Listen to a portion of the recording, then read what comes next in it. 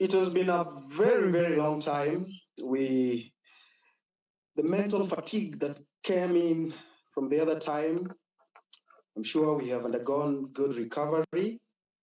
My name is Amerix, and I welcome you to the Citizens Assembly. Remember, the Citizen Assembly is our Sunday discussion as citizens of this country, discussing things that affect us as a citizen. And we have said time and again that if we don't speak out, we will wake up tomorrow and we have no country as a citizen. So thank you very much for joining.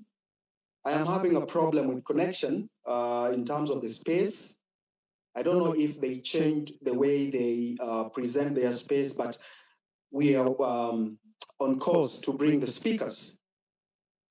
But it has been a very sad week. Every day you just wake up and there is sadness. If your relative is not dying in hospital because of a chronic disease, a friend has died on the road. If a friend has not died on the road, it is another friend telling you how they've lost their job.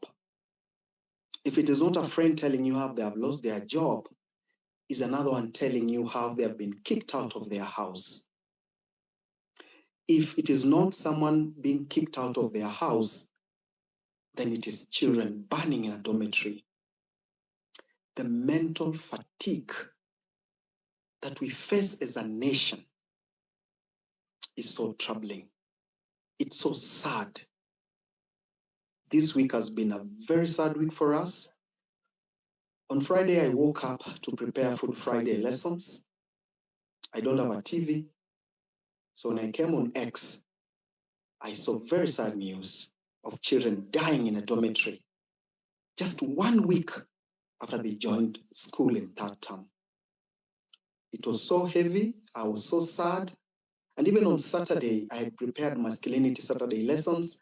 I had to suspend them and put them on the draft just to mourn. If you're not a parent, you may not understand the pain of losing your child whom you send to school, a school that you trust. You send your child to school, and 1 week later you are called that your child is dead.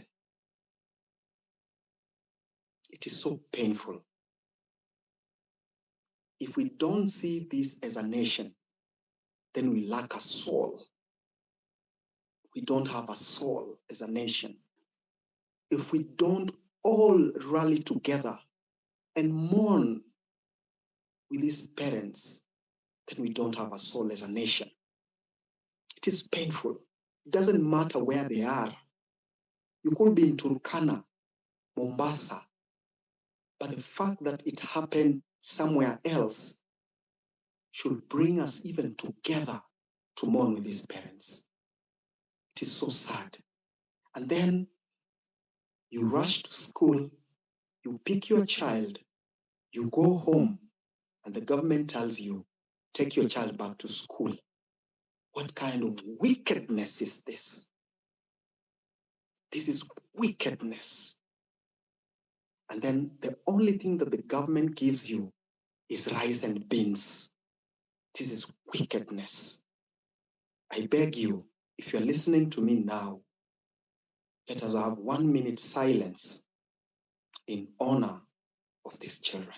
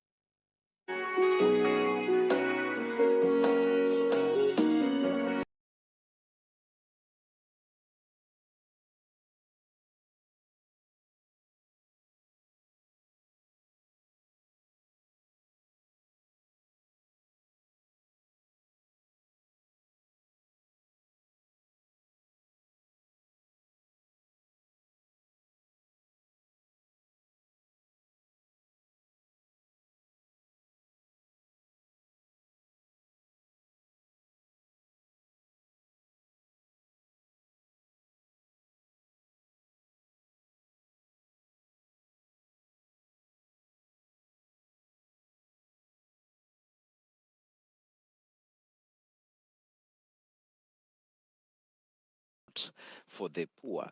But I dare say that it is possible to run campaigns, it is possible to run conversations that are appealing to Kenyans. And Kenyans have woken up from the initial mindset of looking at politics as a reserve for a few.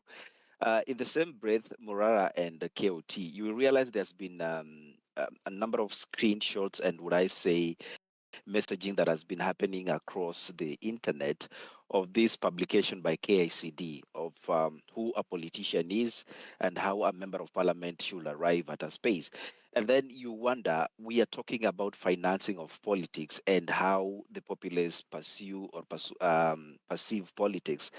But we have an institution charged with the responsibility of educating our young ones, and they sell the image of Muheshimiwa coming in a chopper, and the wife in golden rings.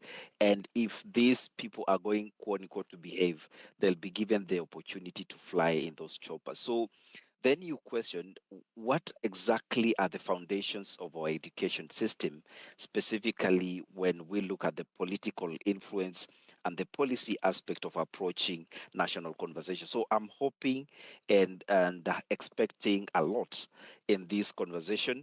And I want to state that we are here to have an interaction. You are allowed to have divergent opinion, but I hope we can keep it very respectful and objective at the same time. So, KOT and Morara, I'll switch back to you, and I remain open to help whenever need arises. Thank you. Okay. Thank you so much, Mizani, and of course, you help me to drop and bring in other speakers. And so, guys, let me begin with TL Elder Mwambili Mwagodi. Hi, bro. Good evening. Hi, good evening, guys. How are you? We're fine, bro. First of all, I want to say thank you very much for hosting this. I do not do spaces. Ever since Maandamano started, I have purposely kept off spaces because of one thing, and that was to protect myself from the baggage that comes with this. So this is my first space since Maandamano started in June. So I am very happy to be here, and I was very specific about coming here because I want to talk directly to Morara Kebaso, because I feel very much touched by the work he has done the past few weeks in exposing the rot that is William Kipchirchir Samoei Arap Ruto. So this is to tell you, thank you very much, Morara, for what you have done for Kenya. I want to appreciate, whatever you have done is not small work. You have done a very big job in bringing this country to a place whereby we know that even after that handshake government in 2018, we know that Ruto has been instrumental in the looting of our public resources and our tax money through specifically very highly designed and orchestrated looting schemes. And a simple example is one of those stadiums, which the contractors awarded to Moses Kuria and his brother. So you actually see the money flow. And that is why even now in 2024, Moses Kuria will wake up and he will insult the whole country. He will call us names and he will insult us, vibaya sana. But Ruto has nothing to do but to keep him in government because that is his bread and butter. Sawa, Moses Kuria has invested money in Ruto, so he must make money brother to brother, a Kenyan to a Kenyan who has been through this movement. Asante sana. The work you have done is massive. I have friends in this government, sadly, and they are afraid of you. They hate it when they see you on the road appearing somewhere because they know you are going to hammer again. And your message is there in the villages, in our mothers' homes. The message is there in our grandmothers' homes that Ruto is a thief just because of what you have done, what you have achieved the past few weeks. So I am going to take a minute. I'm sorry, the hosts, just give me 1 minute. So that what I want to tell Morara is this, okay? I know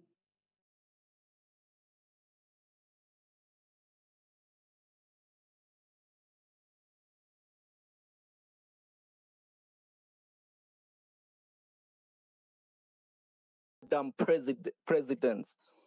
Dear Mr. Outgoing President, mbona mna create so much policies kwa the same hospitals amwezi jitibu? The only local facility mna imani nayo ni Lee. Wachana na matzaronga, ufisadi kwa serikali yako ni Z. Sasa stray bullets zituue juu mko na deni ya kina Jet Li. Bado mabilioni zinaibiwa kwa nchi.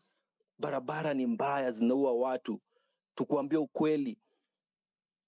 Na kama masikio si mapambo, mbona hamtusikii? Dear Mr. Outgoing President, thank you for building houses in cities our citizens cannot afford to live in. Thank you for appointing leaders in offices the qualified cannot qualify to sit in. Zakayo, are you against it for us? Do we need to elect photographers? Clearly you leaders have lost focus. Na tunastuliwa na nzige kwa nchi since independence, viongozi ndio wamekuwa low caste. Dear Mr. Outgoing President, sanaa hailipi, viongozi ndio wako na publicity stunts, utadhani wamekuwa acrobat. Wananchi na dance to your songs, utadhani ni Rigobat. Track record iko beyond zero. Wenye wanaiba sana ndio tunaona kama hero, na magavana ndio the real enemies of devolution apart from Clausia power. Nini ingine hao watu wana respect kwa hii constitution? Tumetana blind eye to corruption. Sasa simngefanya kazi ndo tuone. Hakuna madawa kwa hospitali na wewe una travel of devolution apart from Clausia power. Nini? Dear Mr. Outgoing President. Nani alisema tupige pull through? Sasa Kenya imechange from one corrupt hand to the other. We've got love to the game, but not love for one another. Dear Mr. Outgoing President. Sasa juu kuna deni ya China tukuache alone. Umelala kwa kazi. Hata wasanii wa urban wamekushinda wao wanaperform. Higa ina rely kwa results evidently mna track record. Tuna entertain corruption kwa 2024 bado watu wanakufa na typhoid. Graduate anaendesha bodaboda, surgery na government offices for the home.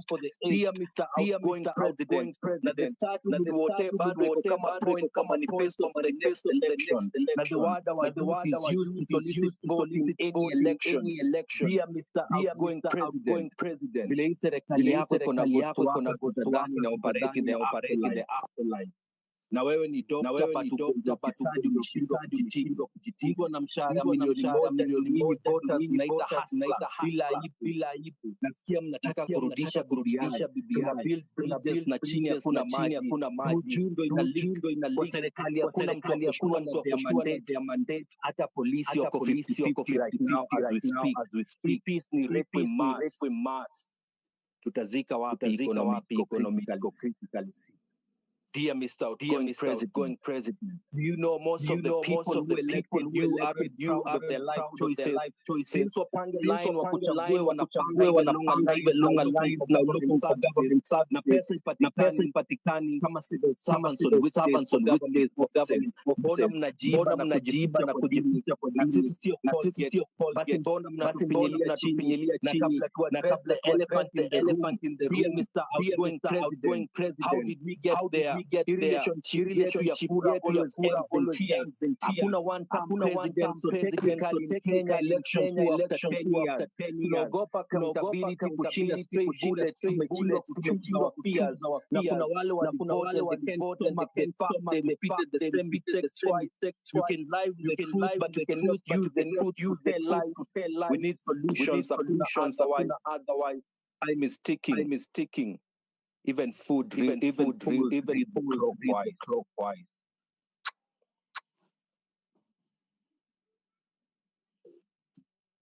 All right. I'm told there's a very loud echo. I'm trying to understand where the echo is coming from.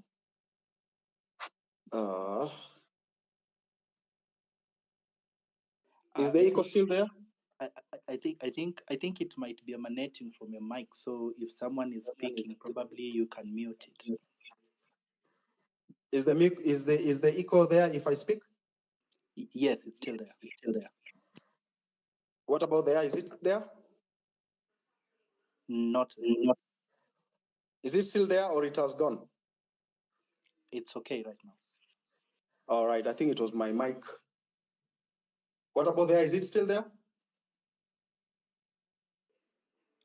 I can't hear it at the moment. But if someone else speaks and your microphone is on, then it will produce the echo. So you will have to mute your mic when someone else is speaking. All right. I'm using several comps and then the sound card and then these mics on the table. So I'm yet to understand which one. Otherwise, thank you very much, Willie. Willie, you're doing a very good job. Can you hear me, Willie? Yes, I can hear you. Thank you so much. You are doing a very, very good job. I'm really proud of you, sir. I really, really appreciate your creative approach towards civic education. I really, really like what you're doing, sir. Please, can you?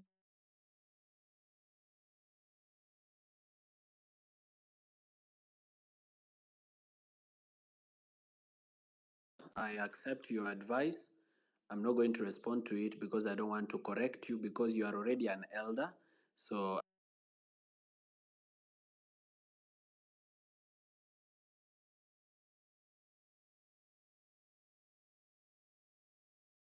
that many offers have come, but I've also stayed not just from the government, offers have come even from the opposition. But I've just decided to run my own independent thing where we are able now I'm able to give a voice to the people of Kenya rather than being conflicted with these people who have occupied government positions and not done anything for the people. The only thing I'll remind everybody that is listening to this space, Morara is not an angel. I didn't drop from heaven. I'm going to make mistakes. I'll try as much as possible not to make fatal mistakes by consulting, but I may make a mistake. If I do not disown me. I'm ready to be corrected and I'm ready to let you be my accountability partners. Asanteni sana. Okay. Thank you so much. Guys, can you hear me? Because I can't see mic yangu ikionyesha kama I'm speaking.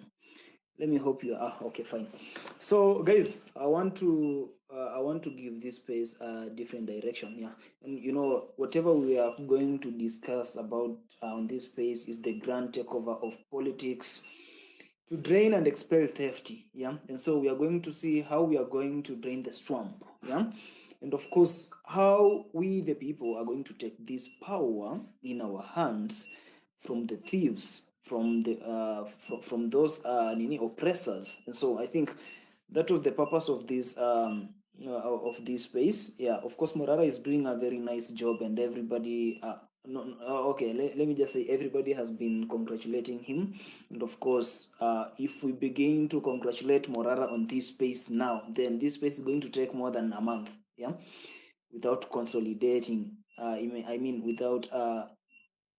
Without the space having a concrete discussion. So we all know Morara is doing a very nice job. Personally, I thank him for that, and any other person who has been on this course. And so let us see how we are going to drain the swamp. Yeah. So Daktari, can see you are here. Good evening. Good evening, KOT. How are you? I'm fine. Welcome on the space. You can talk to us. Thank you very much. Based on your advice, allow me to stand on all existing congratulations that have been directed to Morara and his team for the work that they are doing, so that I go directly to the subject matter of the day. The grand takeover of politics to drain and expel theft. I agree with that. First of all, I'm Dr. Duncan Onyango. I'm an engineer by profession. Part of the job that I do is I'm a lecturer at the Technical University of Kenya. I agree, and I am part of a few people who have always said that the only sustainable way to achieving the changes that we want is to get ourselves into politics, because as presently constituted, the only constitutional vehicle to get into parliament is through politics. You can't get to parliament through a CBO. You can't get to parliament through a limited liability process. You can't run a business or start a business to get you into parliament. We have to get into politics, however dirty you think it is, based on how it has been played in the past. And I know it has been dirty, it has been bad. Many people have kept away, especially the professionals, people who went to school and the old model worked for them, that they were told, go to school, work hard, go to university, you will get a job. And a few people that worked for them after university, as long as they were able to afford the basics of life, they stayed away from politics. And for a long time, because the professionals, the elite of the society, people who could be able to run us with integrity, to professionally, to the direction in which we want this nation to go, kept away for far too long. And look at where we have found ourselves. I have mentioned to you that part of the job that I do is being a lecturer at the Technical University of Kenya. This is my second year there.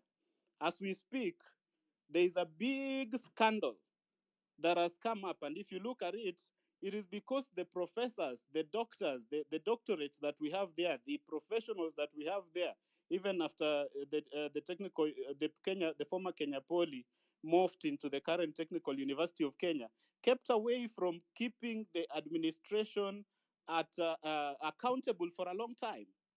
They were called to strike, but they left. They could not agree with the University Academic Staff Union. Right now, as we speak, we are getting into. We are now.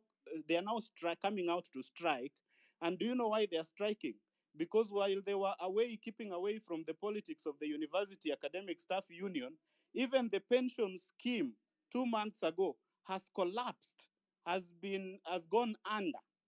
It is insolvent, and it was formally wound up by a court of law 2 months ago. And there, in that place, there are professors who have worked for those institutions 30 years, 40 years, and then you are told a year to your retirement that you cannot receive your pension. Billions of money is going to waste. If you follow it, you are told, oh, we called you to strike, we told you to do this, but people kept away. We wanted to be a professor. How can I go to protest? No, ladies and gentlemen, we have to get ourselves into this thing. Politics is so important to be left to some unschooled, uneducated politicians who are just looking at it in terms of money and what they can get for themselves.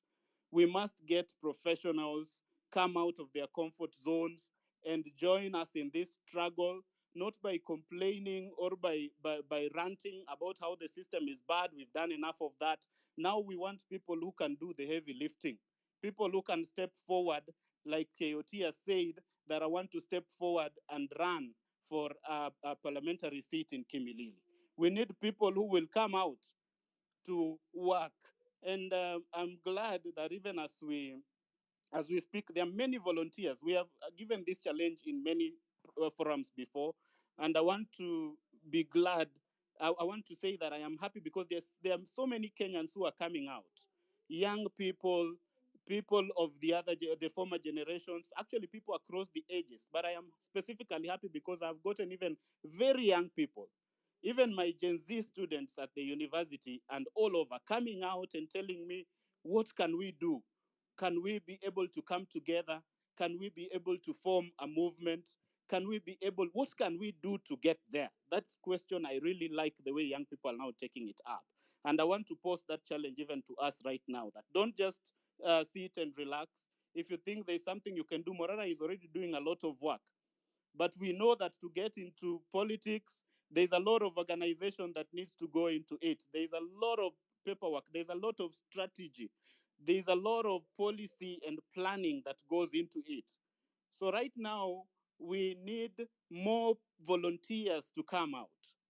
I am happy to be part of a group of young people who are already coming out and saying we are doing something to be able to identify emerging leadership, people who have interest in getting into leadership and want to do it with integrity, and we want to come together. We want to identify them. We want to train them. We want to mentor them. We want to literally radicalize them into the spirit of the revolution that made us to put our lives on the line going to the streets. So that when we get in there, we must get in there in mass. I like the way the title says, grand takeover. If we just send a few people, they will be corrupted by the system because the system is so deeply rooted in status quo. We cannot manage, because that's why I disagreed in a space before by some people who are telling other young people and discouraging them that, oh, if you want to go into politics, go independent. Or there are many political parties in Kenya, go and join some of them. Who tells you that as a young person you can go into ODM or UDA and they'll give you a platform? We have seen this existing old political system kill the dreams and aspirations of many upcoming leaders who could have been able to put some integrity and professionalism into our governance. So we need fresh minds, those fresh minds to come together, work together. This is the time for us to be able to put away all our differences. Anything that divides us, we do not accept. We come together, we team up, we do the heavy lifting.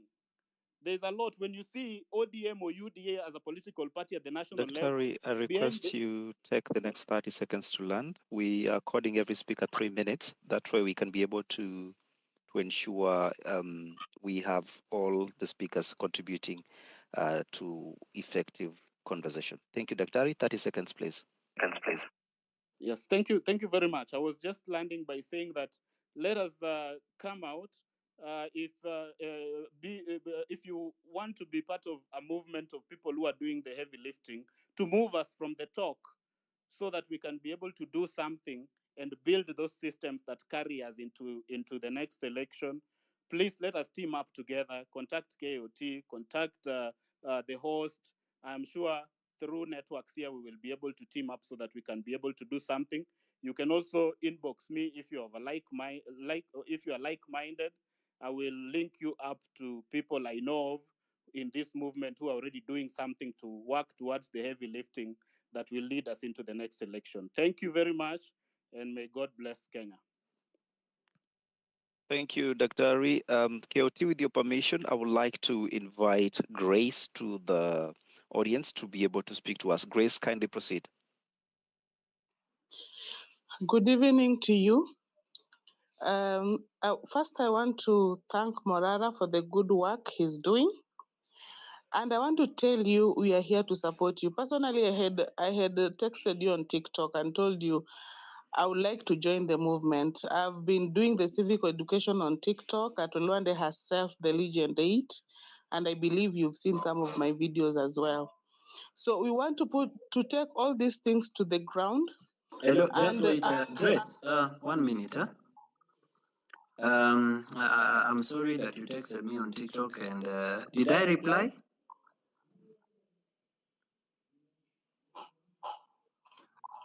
Great. No. Could you confirm? Okay, I'm so sorry that I didn't reply. I have more than 2,000 messages on TikTok, but now that you've spoken it, I've noted your name down, Takutafuta. I'm so sorry that I didn't reply. Okay, so as I continue, for me, I believe you're a leader. And I want you to take this bull by the head and let us elect you as the president of Kenya. And when we are doing this, because we want change, so change begins with both of all of us, and you're the David of our times. Ruto is the Goliath of today. So I believe all of you know the story, and we can beat this government. When you hang out, when you talk to people, talk as the president of Kenya, because that is now who we are viewing you to be. So personally, I'll take part.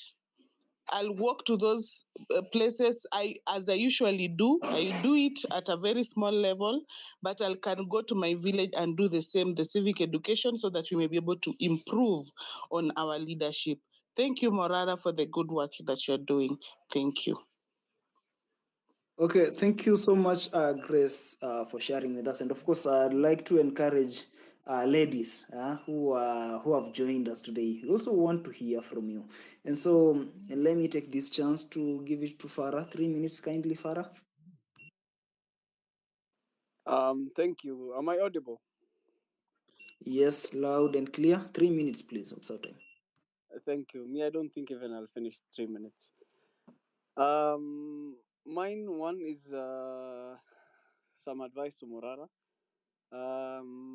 Recently you said you are going to maybe sell your furniture business to help with the movement and everything. But I'd like to tell you one thing, kindly, my brother. Different hii unatufanyia tutajitolea yote. Your private life, let it be private, because we don't know what's there in the future. It inaweza ikaingiana, inaweza kuingiana, and in case you might have put all your eggs in one basket because ya kuingiana. That is why we end up with political harlotry, whereby you cannot have leaders you trust because they are not financially stable themselves.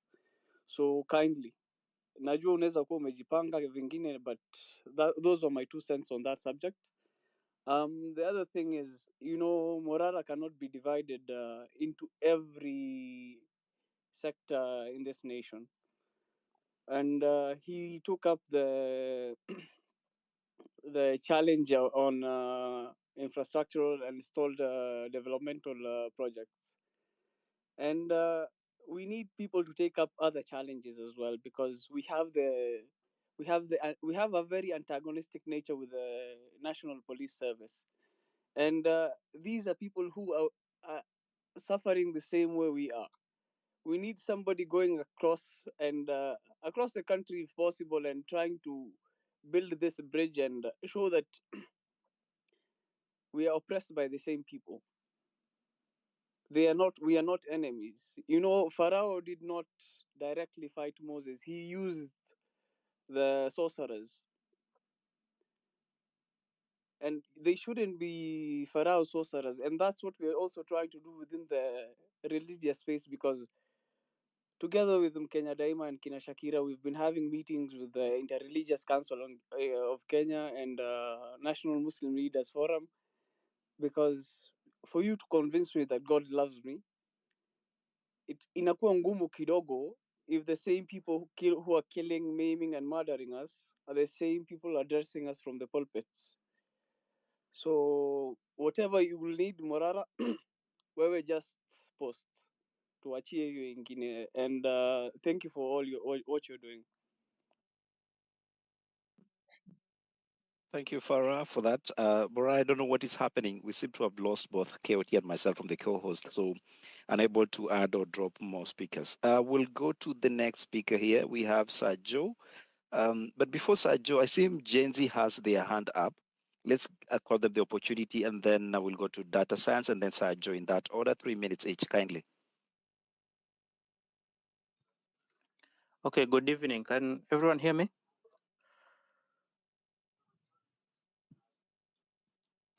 Hello? Yeah, we can hear you. Awesome, thank you. Okay, thank you. So, yeah, my name is Samuel Kinuthia, and I'm a software developer. So, I have a few ideas, mainly three, so they should take that 3 minutes allocated. So this movement, from my point of view, is youth-led, and since our country is a majority youth, it should come out as an advantage. So I think using that, we should be able to drive political change and to drive out corruption. So what ideas do I have? Number one, we need to mainly target the youth, and we need to target them from the ground up. And for us to do that, we need something that will unify us. So I suggest maybe a political party, a movement, but somewhere people can register, somewhere people can put some stake in. So once you put everyone in the group and we put in the youth, we start registering on ward level. Once we start registering on a ward level, it should be easy for us to move on easier. Number two, we need to also engage university students and high schoolers. I feel like if you calculate the people in Form 2 that currently in 2027, they'll be able to vote. So if you target them early on, you sell them the message, because in high school, most of us were not thinking of what is the political space, what is happening in the country. If you target the people in high school at the moment, you register them to whatever movement that we have formed, they will come out ready. By the time now it comes to vote, you vote in your own people. Of course, now also using the movement to do mass voter registration. Of course, now if you can do it immediately, a person leaves high school, it is one of the first things they do. Or for the university students also, because as we have seen, they have a lot of grievances. You pull in the leaders so that they sell the movement to their own individual schools. So in conclusion, we also need to focus on tribal unity, because if we become a threat, the first thing these people will target is to divide us tribally on our tribal basis.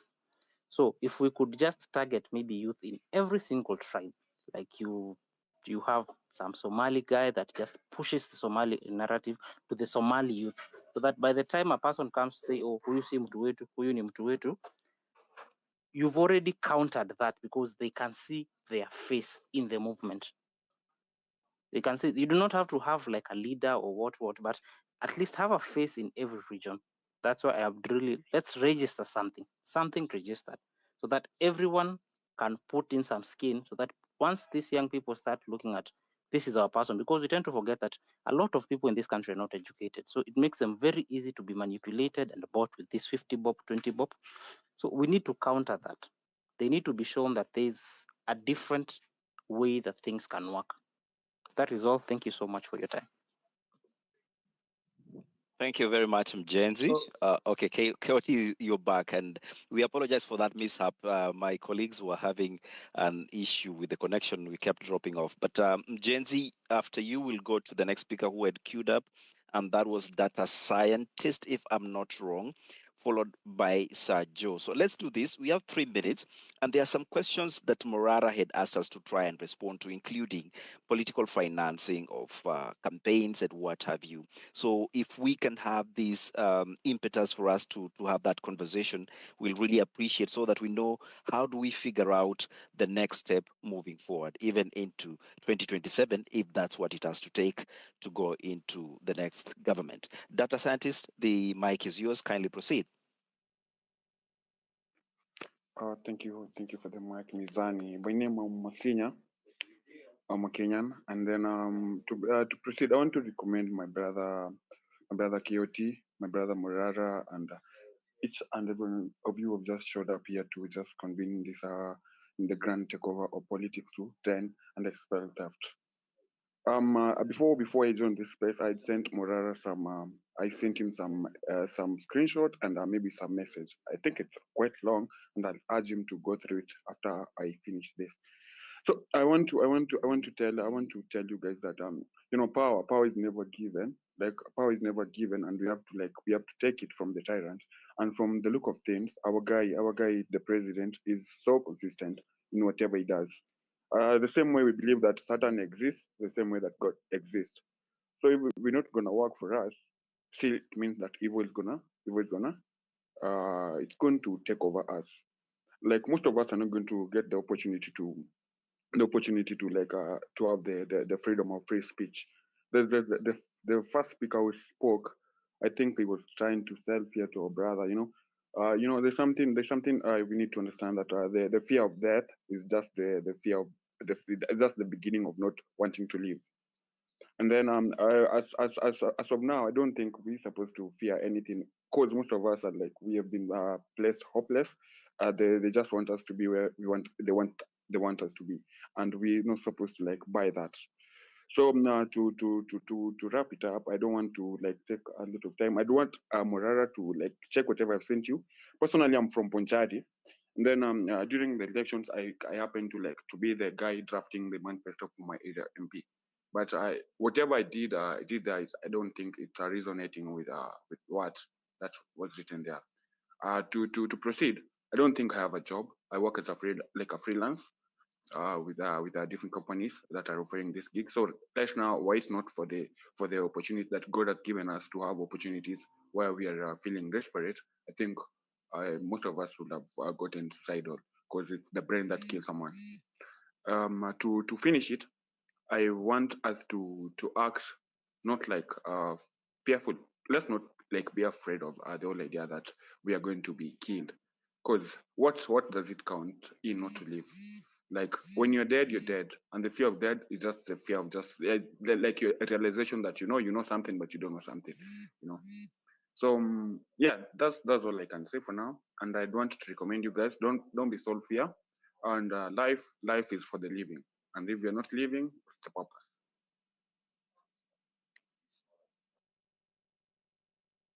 Okay, thank you so much. So, Sir Joe, you had been queued.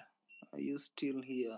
But I see you dropped. So, let me have a lady, and then I'll go to Ayo. Maureen, you here? Yes, I'm here. Kindly take your 3 minutes, share with us what you feel, and you give us the way forward, of course. Yeah. Let me start by saying kudos to Morara and Keoti and Mizani. I think for this movement to succeed, we must look at every aspect of our life. We must look at education. We must, come as CBC, it's bad for the kids. So if we are rejecting anything bad, we must reject in totality.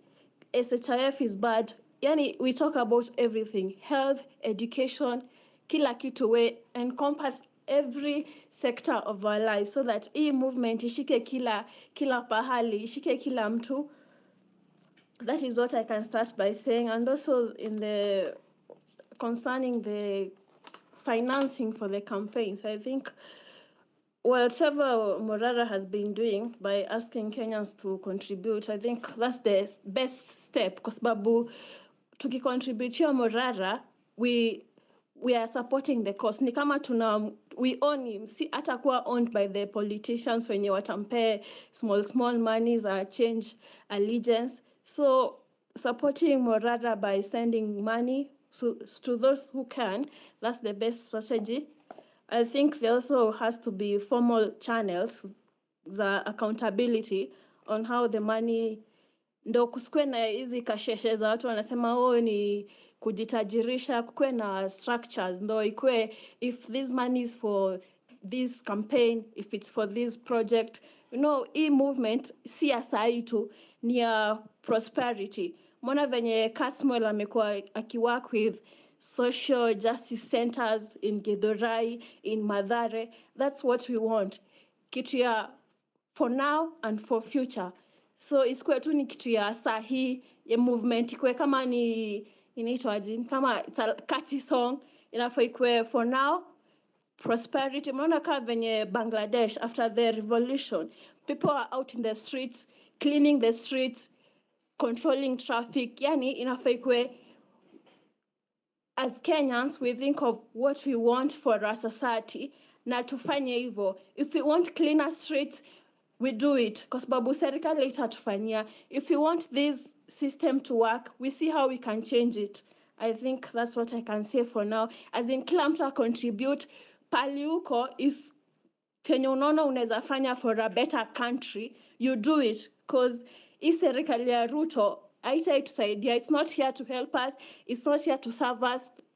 Kama you see the way they are changing from NHIF to SHIF, they're not doing it because wanatupenda sana, wanataka tupone, or they care for our lives. No, they are doing it because they want to steal money. They don't care about us. The faster we realize that, ndo tutatoka kwa hii situation yenye tuko, tujue they are not here to serve us.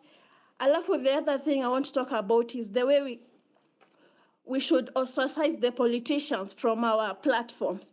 Sijui kwa nini politician anaingia kwa kanisa and we allow them to speak.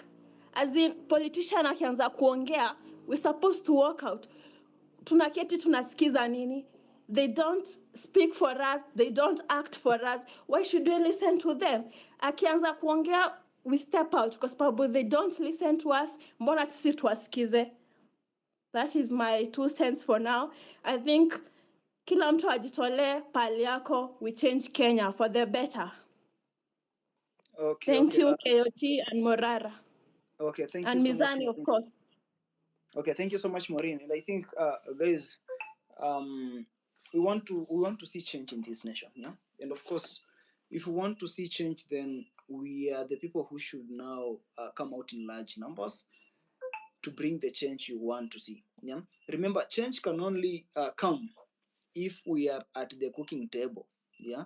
If we are at the center of this table, and of course, I'm not asking us to join those greedy politicians. Yeah. We can begin ourselves, people who are eligible to vie and bring change. As long as you know yourself that you can bring change, as long as you have the interest of the people, let us come out in large numbers. Let us vie for these political seats. Let us go to the parliament, because the last time we occupied the parliament as the citizens of this Kenya. I mean, as common mwananchi. But I want us to occupy this parliament as the members of parliament, we the young people, because we've seen where the loophole is. Yeah, I saw Morara yesterday when he was in Isiolo. Yeah, people are used to nipeka kitu kadogo, so they were seeing Morara as just a politician, and so they were like, tupatie kitu kidogo. Yeah, I saw it on the timeline ya nani, the lawyer anaitwa nani, that guy. And so guys, I think we need to change this narrative. And so I had queued Ayo, but Ayo, kindly, I want you to hold on kiasi. I want to give X holding. Ayo, just hold on kiasi. X holding. Welcome. Yes, you can hear me. Yeah, sure, bro. Yeah, good evening to everyone. And I want to take this opportunity first and foremost to thank Morara for the things he's done. I think this is the second time I'm talking to him on the spaces. And thank you, keep doing the good work. You started lightly, and the momentum you're gaining, keep doing what you're doing and do it rightfully. I've had topics, sorry, I was not at the beginning, so I might have missed some, but for those which that I've had, there's this is my honest or my personal opinion, and I say that I will support Morara in means that I can or that I have, and I will defend him because for the good work. I don't care. People do other things that may not. You are not going to please everybody. Isn't the purpose of pleasing people? It's a purpose of doing what is right. It's a purpose of telling people the truth.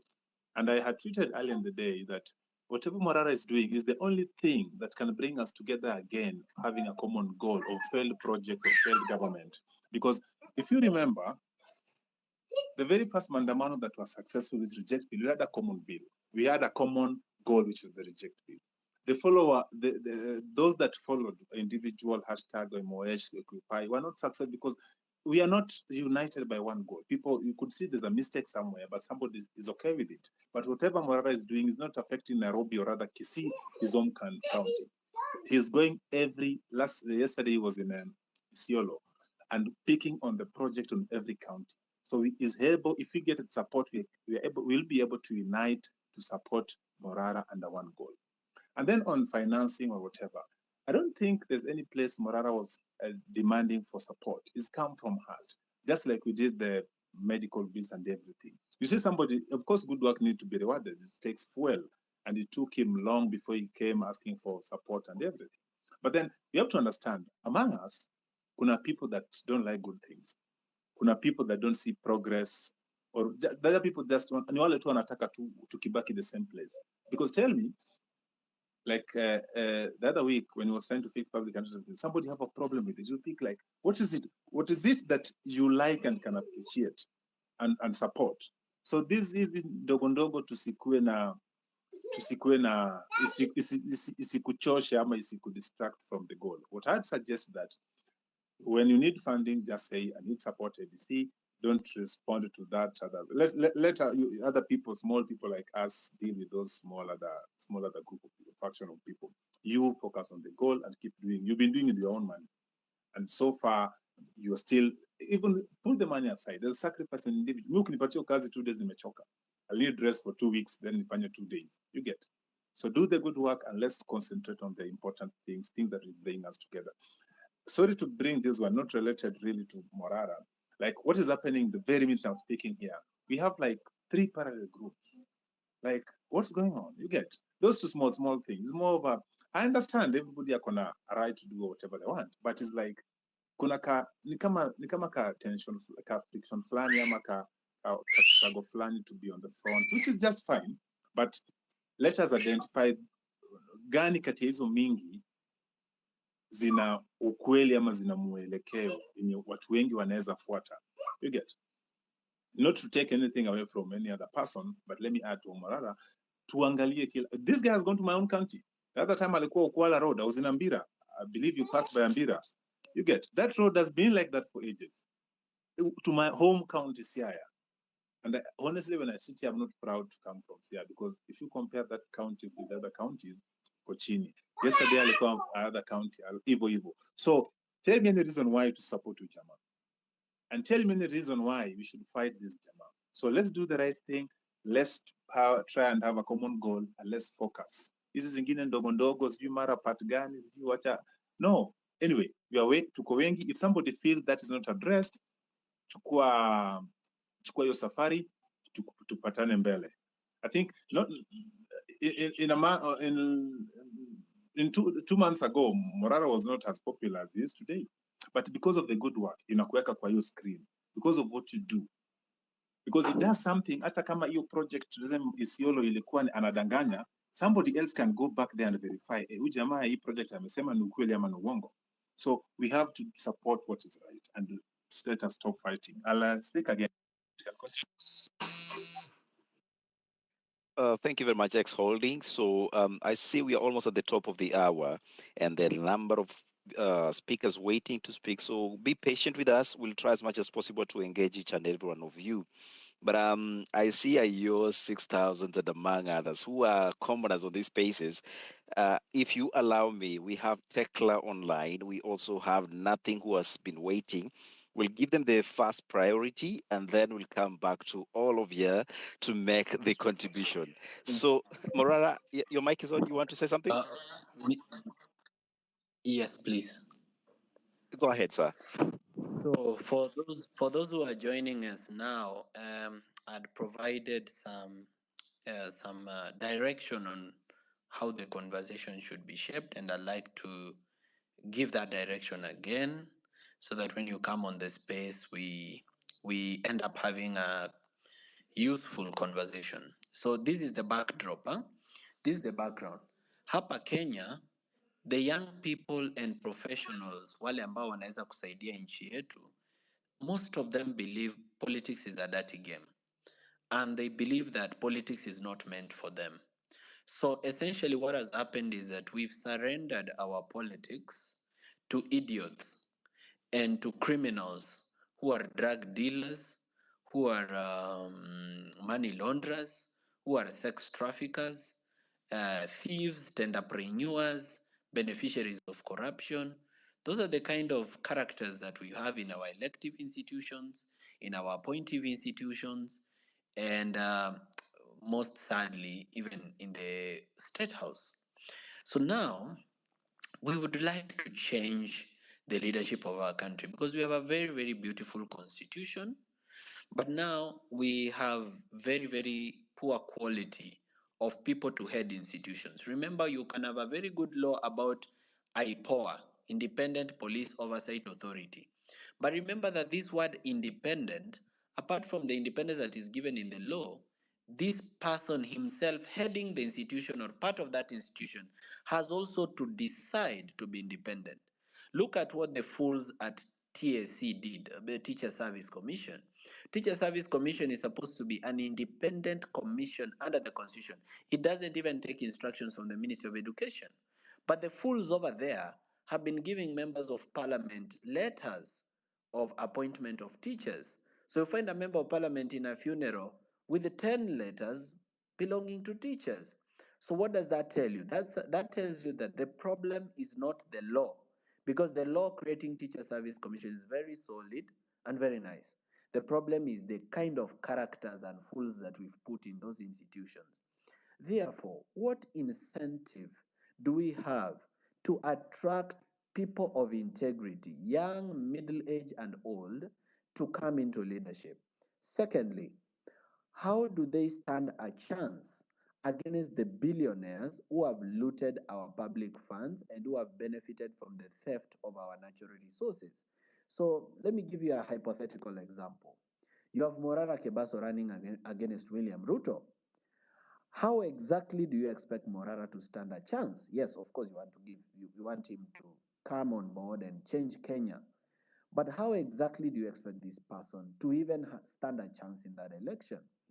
And then I spoke about keeping these people accountable, surrounding them with love and with advice, and then campaigning for them, doing the little things that matter a lot. I've also talked about campaign financing, which is unregulated in Kenya, and where we need to think about how exactly should these people be able to run for those offices. The other thing is we need to talk about civic education, changing the mind of the voter so that the voter is no longer commercialized or attracted to money, but rather attracted to ideas. How do we convert the mind of the voter? Then lastly, and very lastly, we have to talk about voter registration. How do we get more people to have IDs? How do we get them to register as voters? And second, how do we ensure that their vote counts? What is this thing that we can do on election day to prevent voter suppression and intimidation and rigging? So, and many more things that I've forgotten. But otherwise, the whole topic should revolve around draining the swamp and replacing criminals with leaders of integrity, the strategy. All right. Thank you very much, Morara, for that. I think we are equally guided on the contribution because we are seeking to really have a fruitful chat out of this. And for that, I think we can now proceed with the next set of speakers. Thank you for joining the Call Sauti ya Mwananchi. We are looking at the grand takeover of politics to drain and expel theft. How do we do that? And what can we do to encourage more young people into this bracket of political leadership? Tekla, the mic is yours. Go ahead. Hello, good evening. I hope you all can hear me. Thank you, Morara, Kioti, Mizani, and everyone around here. So, for me, the first thing is the politicians have enablers around. And by enablers, I mean we have people who provide oversight, and that is things like EACC, IPOA. They are the enablers, main enablers of these politicians. Because if a politician is suspected or is sentenced for corruption, we have the ODPP and the EACC going back to the courts to withdraw the cases from the courts. So I feel like as much as we are targeting the politicians, we also need to target this organizations that are meant to provide oversight, but have been infiltrated by these same politicians who we are trying to fight. So I don't even understand why we have religious leaders in organizations such as EACC. What do they do there? We have religious leaders in the whole category of people who are supposed to choose the IBC commissioners. Why are they there? I mean, we have a very clear constitution, but the person who is supposed to protect the constitution is the greatest abuser of it, and we need to fight against that. And then also with regards to what we are fighting, and that is bad governance, we need to make our fight personal. Like I, as Tekla, I need to make this fight personal and go for what is choking me so much in this government, be it healthcare, be it bad roads, be it education. If we can achieve it, if every one of us takes our civic duty to fight for what we see is bad. And then, as Morara had said about funds funds are everything. It's really important for us to have, for him to have enough funds to do all that he does. And also with funds comes accountability. And we have a lot of professionals in Kenya. We have lawyers, we have medics, we have engineers. And I saw Morara was setting up an office. And I feel like we Kenyans who are inclined to this movement can provide pro bono services before everything is set up and running 100%. We can provide whoever is probably an engineer and is supposed to guide. Okay, like is supposed to set standards on how Kenya is supposed to be working, can provide pro bono services in the office. So if that is provided, then it brings down the costs, and also it gives that person a voice in the movement, and you kind of own the movement if you provide those services. So I feel like offering pro bono services is going to be a good step for the movement, and also working with existing bodies. As it was mentioned, we have the movements or the organizations in the mtas. We can work with the existing bodies to get into the ground, because most of these justice centers, those are places where most of us access civic education materials. That is where we meet most of the leaders in the community. So we can find a way to work with the existing bodies to penetrate more, because I mean it's only easy if someone is able to access somewhere that they feel is it's familiar. And then we need to empower Kenyans to take up the civic duty, because many of us feel like, as they said, politics is a dirty game. So I don't see the reason why I should wake up at 6 o'clock or 5 o'clock to go and vote. And then that is with regards to grassroots civic education, working with the leaders in the community, because Morara cannot be in Kisumu and Nairobi and Mombasa and all over the country in a single day. We need to work actively with the people on the ground who have the same, the same mindset with the movement, and that is going to help. And that we're not targeting a specific age group, because whatever is happening in Kenya right now is affecting everyone from 0 to 100. We need to change that narrative of this is only affecting the young, or we are only targeting the young. We need to work with everyone who is able to get an ID. And as Professor had made this movement personal by going to fight for IDs, that is one huge problem. And I keep on saying, make this movement personal. Take up what is affecting you most. And with that, I believe we can work towards it. And all of us are out here to see Morara win. It's a very good initiative, and thank you so much for starting it. Yeah, that's it. And then we need to fight against misinformation. There's a lot of misinformation because of there's accessibility issues to like the constitution. People don't understand the constitution as well as it should be. So one thing about accessibility, we need to do the civic education and just fight against misinformation. That's all for me. Thank you. Thank you very much, Tekla. Under a minute, Tekla, if you may. Yes. Mizani.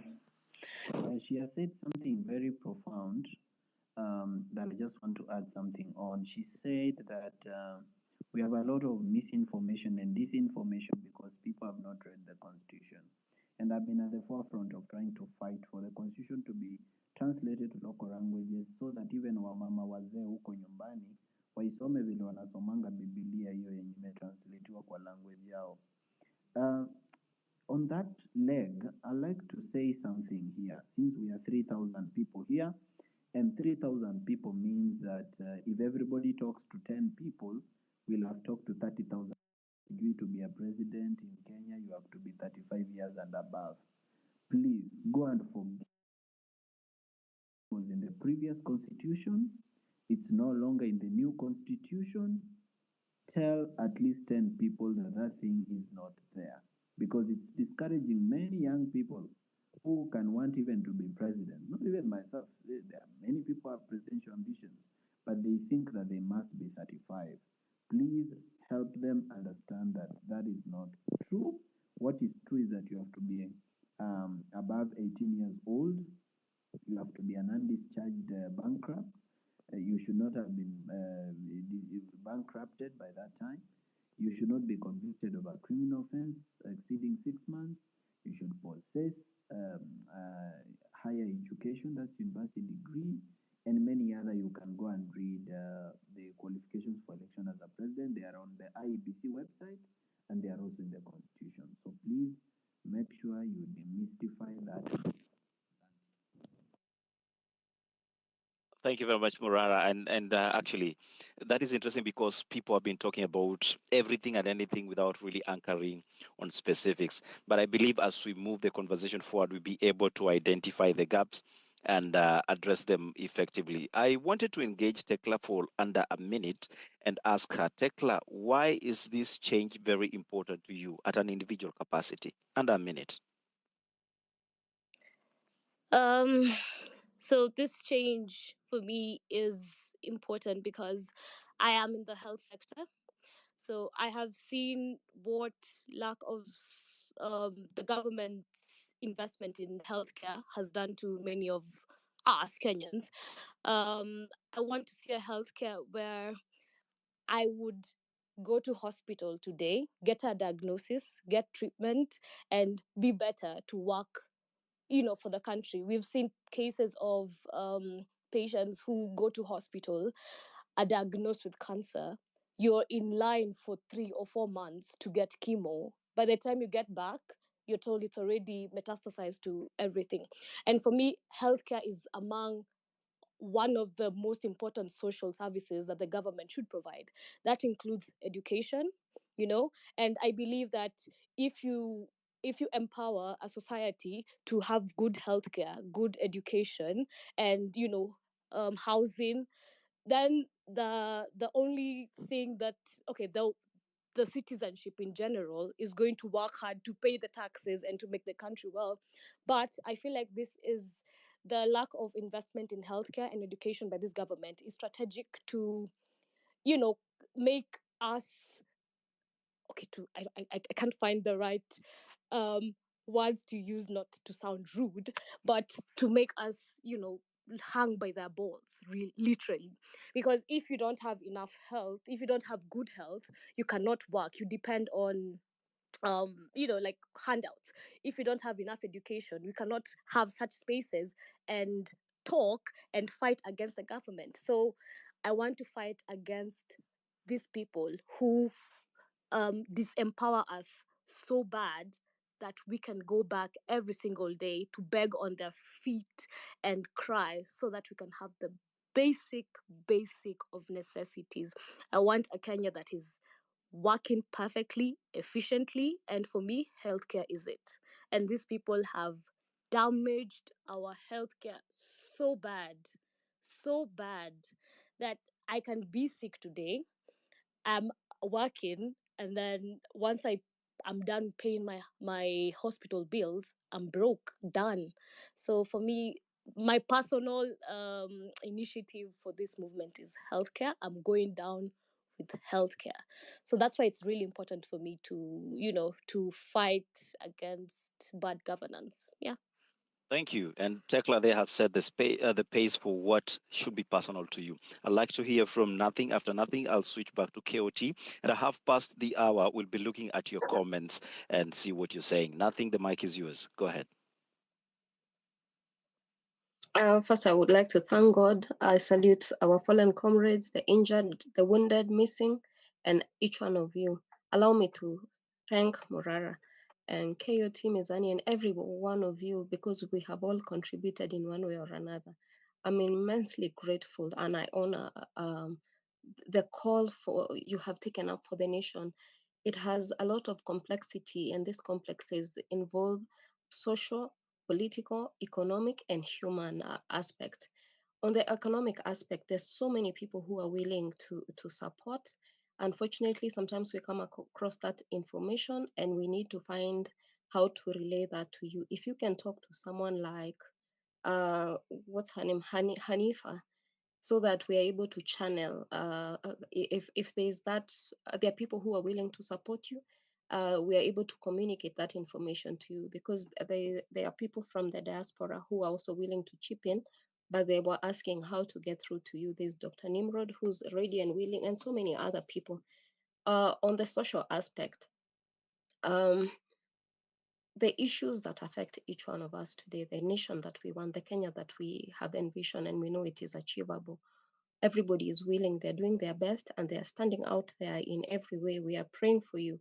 We support you in every way. And there are also other ways we can support you, like you're receiving a lot of information that you cannot process within a short time.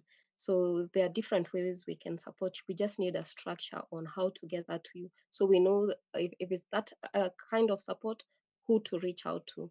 Human capital. There are people who have come from the diaspora and are willing actually to stand by you. There's a team in Kipsang in Wasingishu is willing to work with you. He said he's going to be here to see that he's first of all talking to the elderly that are still standing on our person, and they're also willing to support you. So we also need someone who, if there's a team willing to support you, like you were in Isiolo and Meru, and I think there's a gentleman called John Seremani.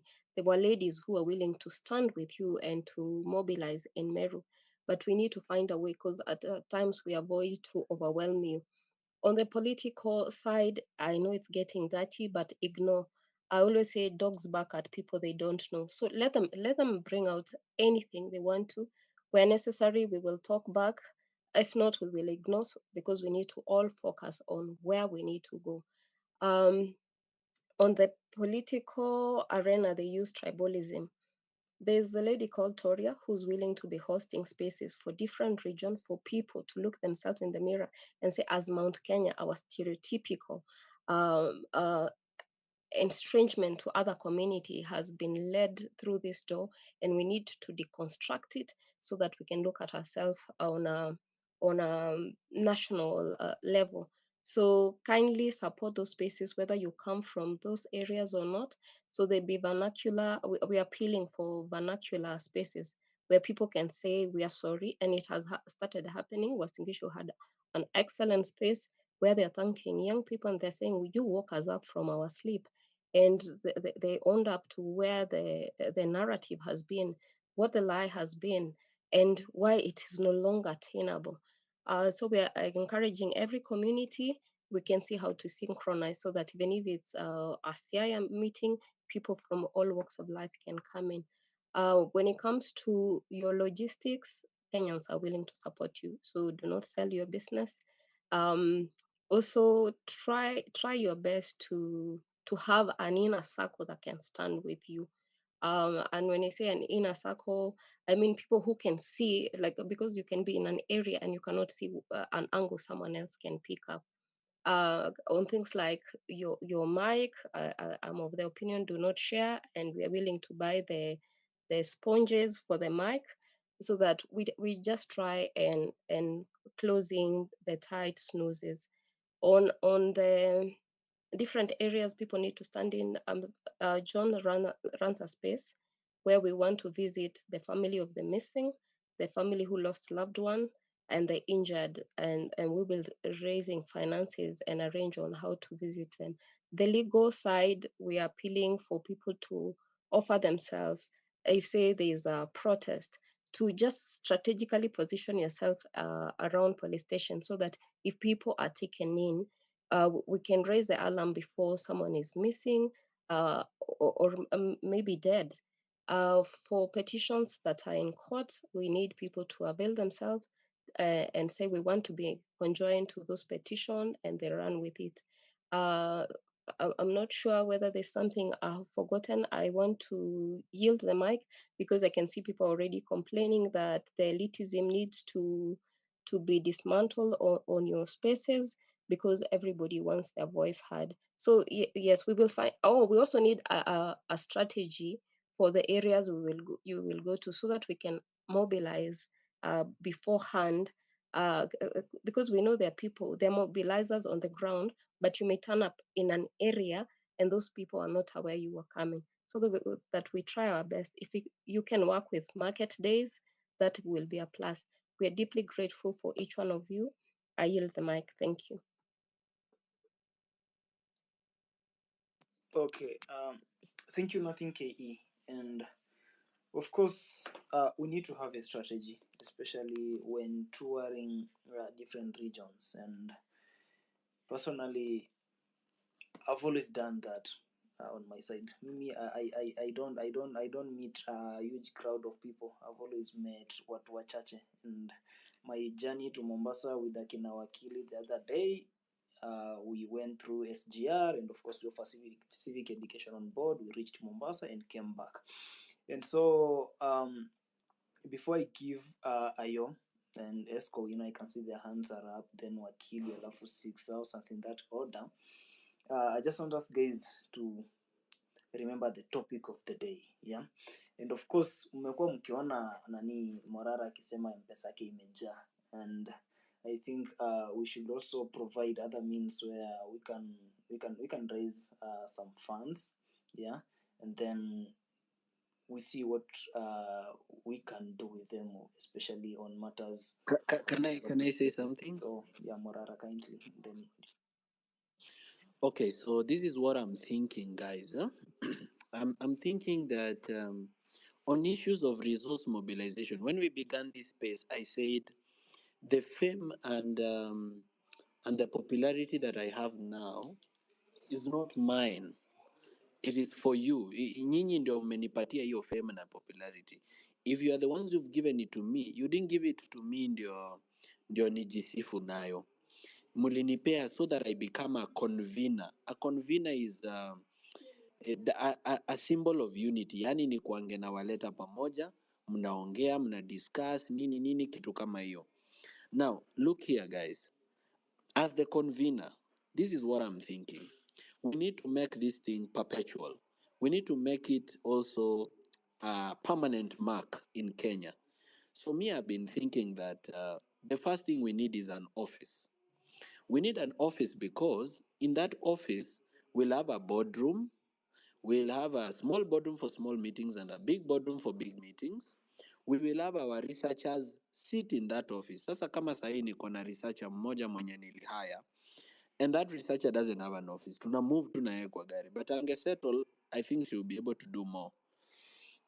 That office can also have our security office where they do their security planning from. It can also be the parking space where we park this vehicle yenye mlinunua ya civic education. It can also have a nice garden where we can do photographs with people visit the center. Yani ikwe tu ni place ya watu, yani si yangu, it's not a private office. Ikwe yenu. Whenever you don't want to talk on X, you come to that office. Then we do really good security around that place.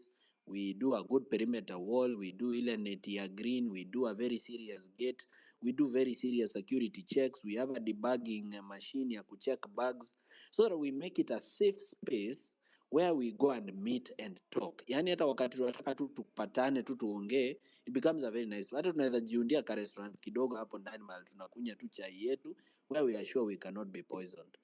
That office will be very important because kama unipati kwa simu, utanipata kwa ofisi. Na hata usiponipata kwa ofisi, unaweza wacha barua useme this and this is what I wanted to give you. Remember, tuko na whistleblowers who are working in government, who are tired and disgusted with the kind of corruption they see in government. Wanaweza ileta hapo kwa ofisi. So when stories come up to say, oh, there's another con game and so on and so forth, mi niliwambia kuna kitu moja nimelearn: consistency. I'm not going to turn around and keep throwing stones to every person who backs at me. Mimi kama nimedecide tutakuwa na hiyo ofisi, it doesn't matter kama wakenya watachanga ama kama wenye watoka kwa hii Twitter space watachanga tukuwe na ofisi, ni sawa. Kama hawatachanga, me I'm ready to sell even it's a plot of land yenye niko nako mahali, nishike kaploti kamoja niwekele, tupate ofisi, a home ground, mahali tunaita home, mahali tuna occupy, where everybody can come and be safe, where if you're being chased by police ukuja unaingia kwa gate. We need to have that, so that once we have an office, udem ametoka kuongea saa hii, amesema kuna watu wa volunteers. Unapata mtu ni lawyer, unapata mtu ni engineer, unapata mtu ni computer scientist ako na skills za IT, unapata mtu ni wa marketing ama ni communication specialist, anataka kuoffer hiyo service. Huyu mtu ataoffer hiyo service wapi? Of course atakuja kuoffer hiyo service nikiwa Kieni kwa rally ama nikiwa Isiolo kwa rally. Atataka a structured way ya kufanya vitu. Ofisi itatusaidia kwanza tukuwe na documentation, tukuwe na structured way ya kufanya vitu. Kuna mabarua natakanga kuandika but hatuna ofisi bana. For example, we need to write a letter to the Engineers Board of Kenya tuambie au maengineer wote wamejenga hizo barabara za ufala wakuwe deregistered from the role of engineers, watoke kabisa na wakwende. Hizo barua inataka ofisi mahali mtu anakaa anaandika, na pia kuna address ya kurespondiwa. Kama wataka kurespond barua wana respond. Sasa hivi tunataka kuandika barua kwa treasury watuambie ile bank account yenye walifungua ya Kenya, walifungua kwa banki kwa America inaitwa JP Morgan Chase, wakaiba $2 billion. Hiyo account tunataka kuijua. Kuandika hiyo barua inahitaji ofisi. So ni very important kuwe na place tunaita home. Alright? And then pia hapo ofisi, mtu yote mwenye anataka kurun for any political position in 2027 anaweza kama hapo kwa ofisi, tujuanie hapo, tuanze kubuild networks hapo, tukienda home ground yake. Wakati naongea na Mike Jumi watu wananitambua, nikishatokea tu juu ya roof nikishika mic wanajileta wenyewe. Ni vizuri umse mwenye ako hapo home ground, mwenye tumegrow, mwenye ni kijana tunataka kuinua, ni kwa tayari nishamjua, tumeinteract, naweza mpea mic pia yeye apige shughuli yake, educate. Meanwhile akiendelea kufanya hiyo civic education, watu wanaendelea kumtambua na wanaendelea kurecognize talent yake. So itakuwa muhimu sana tuanze kufikiria hiyo kitu ya kuwa na ofisi. Lastly, kuna udem amesema about accountability that ni vizuri hata kama na receive do za wa Kenya ni kuwa accountable. Kitu ya kwanza nataka mjue hiyo do nimekuwa nikireceive is a personal donation. Na nilisema from day one, kama unanitumia do, utume kama sadaka kwa bishop. Utume bila maswali. The reason nilisema hivyo ni kuna expenditure zenye siwezi reveal, na si ati niko ubaya ama ni kwa sababu nataka kucheza wa Kenya ama nini. Kuna vitu zenye nikiwaambia nitakuwa naambia pia maadui. For example, nikianza kuwalistia nilifuel hapa, nililipa huyu security, nililipa hii. Essentially, hiyo expenditure yangu itaanza kutell the government a story. And the story will be indo movement ya umse, hivi ndivyo anafanyanga, na watakuwa very alert kuniprepare an attack, and none of you will be able to prevent that attack.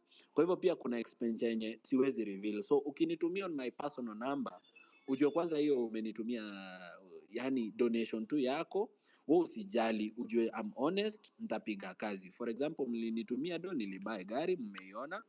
Mlinitumia do ni buy system, nilibuy, mmeiona. Mlinitumia do ya fuel, nimezunguka Kenya, mmecheki, mmeona nyi wenyewe. Aya, hivyo sitawaibisha, si ati nitawaweka kwa disappointment. Lakini pia on top of that, tukisha kuwa na ofisi, we can have a common kitty. Tunaweza kuwa na bank account na tukue hadi na pay bill.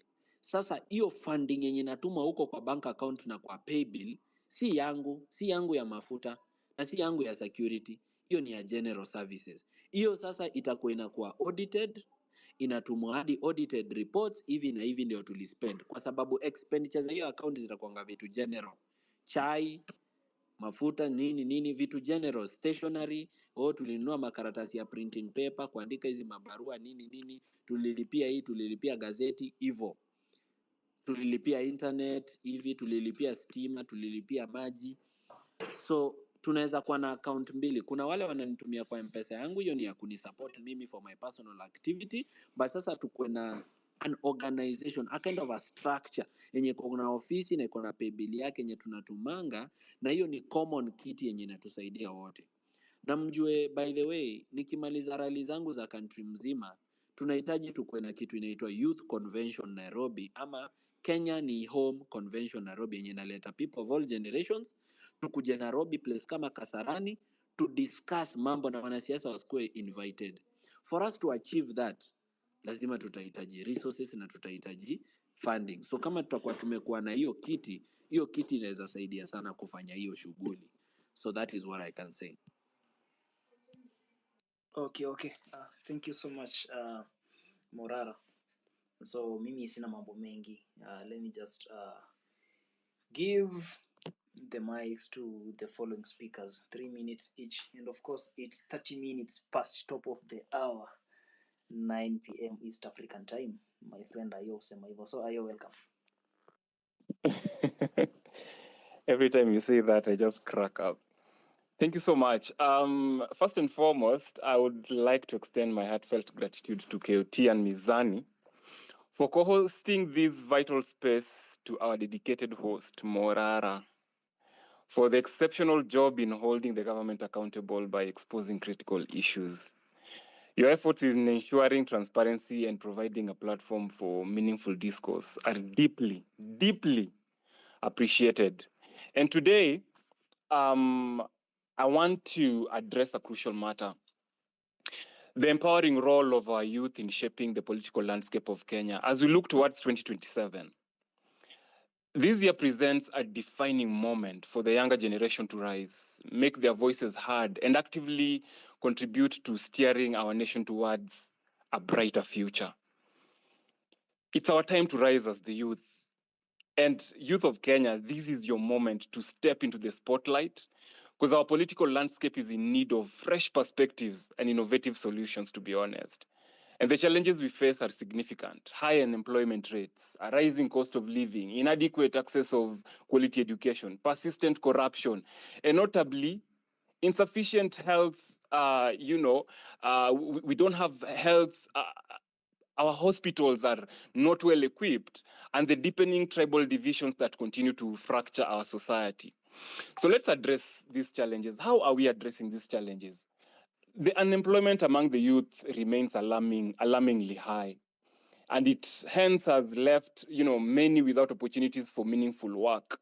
And the soaring cost of living is impacting the everyday lives of Kenyans, you and me, your brother, your sister, making it harder for families to even make both ends meet. Our educational system, pathetic, it's failing to equip young people with the skills needed to, for future success. And while corruption undermines public trust and diverts essential resources. So one of the most pressing issues we face is the persistent tribalism that divides us. Politicians have mastered this. Hence, they divide us into different tribal cocoons. Once they realize that we are overpowering them, they divide us into different tribal cocoons, because they've exploited tribal identities for political gain, hence creating divisions and perpetuating a cycle of discord and mistrust. And to be honest, this has led to a fragmented society where unity and progress are undermined by, tribal loyalties. We can see it on the timeline. Sometimes it's just tribal issues. Let's talk about the grand takeover. As we look towards 2027, a grand takeover by the youth is not just necessary, it is essential.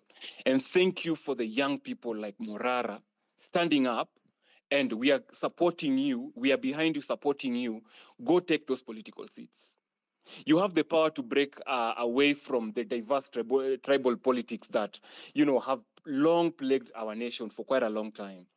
And your involvement, rather, Akina KOT, Akina Morara, your involvement in politics can usher into a new era where policies are based on merit and the common good rather than tribal affiliations. We have a huge problem ahead of us: registering as voters and taking over leadership. To effect real change, it is crucial for young people we need to register as voters and take active roles in leadership. We need to ensure that we are registered and we are eligible voters. We need to engage into the electoral processes, advocate for policies that align with our values as young Kenyans, and support candidates who present a genuine commitment to addressing our nation's challenges. Let's talk about draining the swamp. We need to drain this swamp. To drain this swamp of ineffective and corrupt politicians, we must undertake several actions.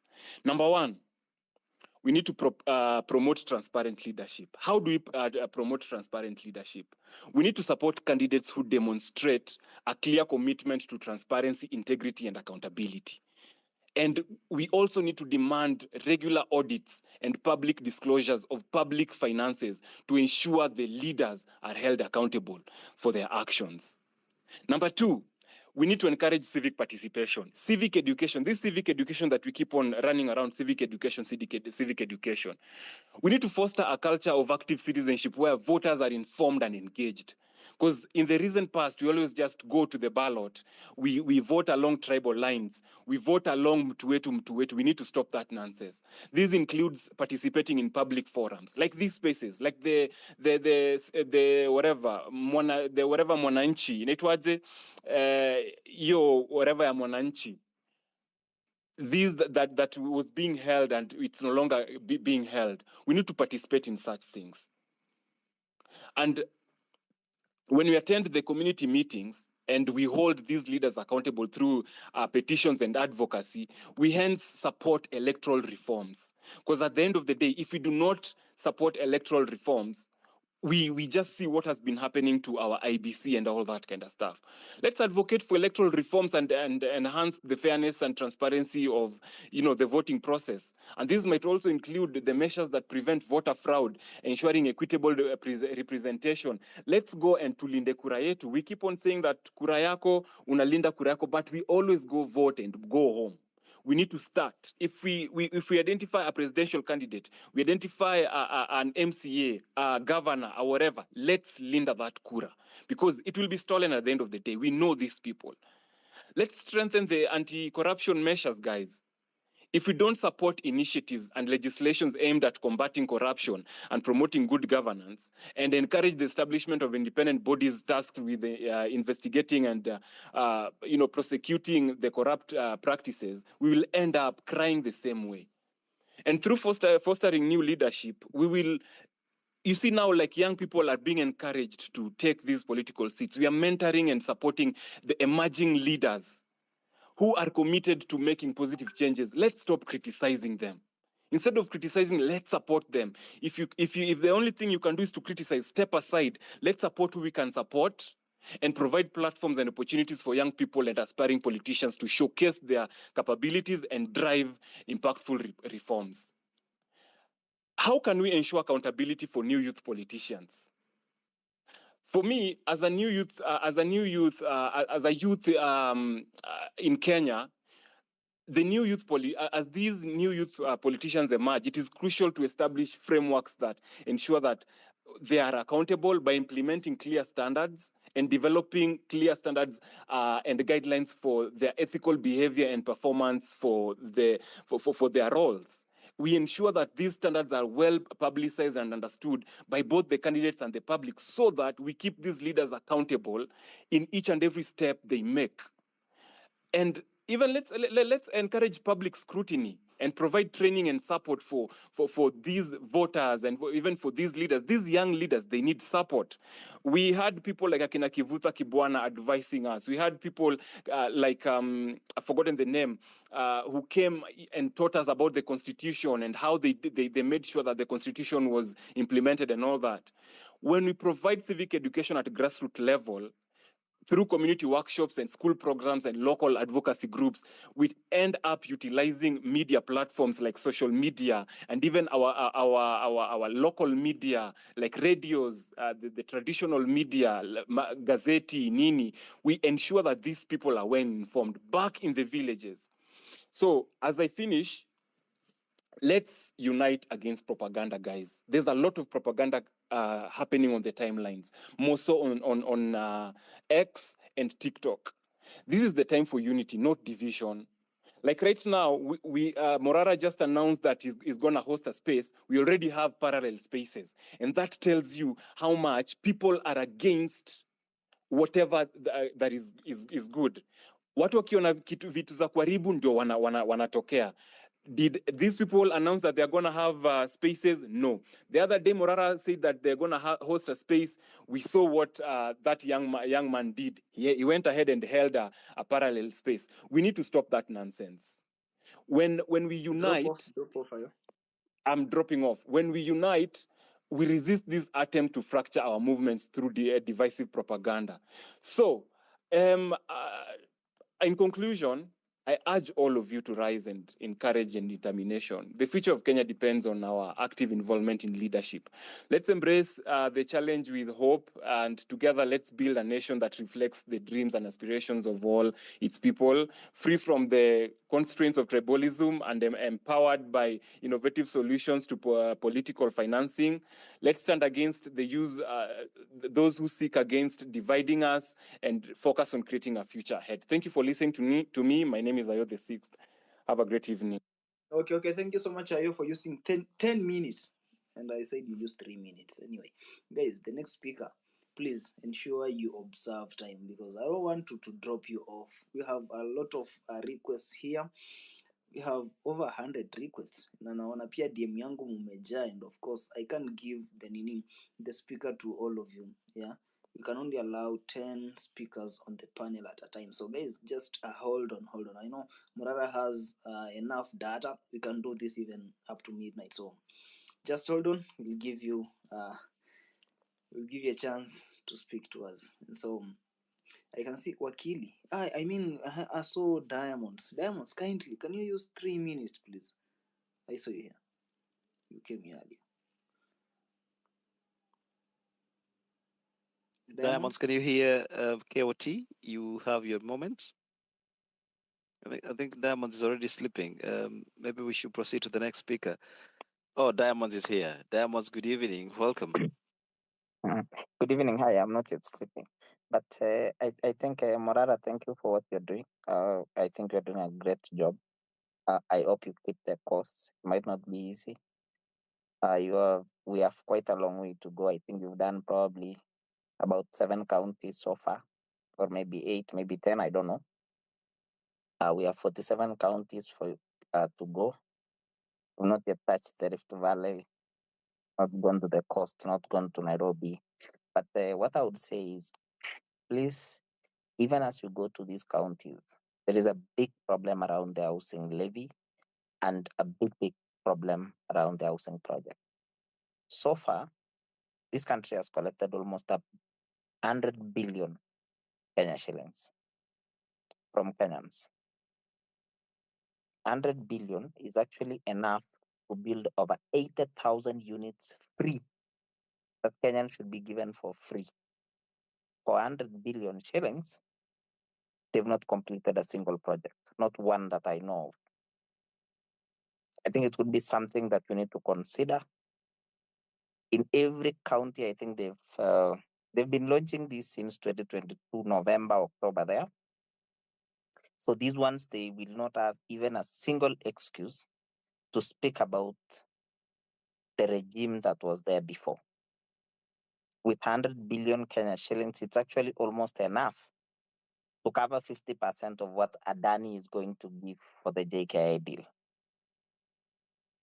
It's something that I think we need to consider, and please go to those projects. Let's see them. We will support you, obviously. We go to the villages ourselves, and we will as well take the message down there. Also consider that for the journey to 2027, this needs a political party. It needs everybody together under one umbrella. Everybody needs to speak from the same language, and it has to start very, very early.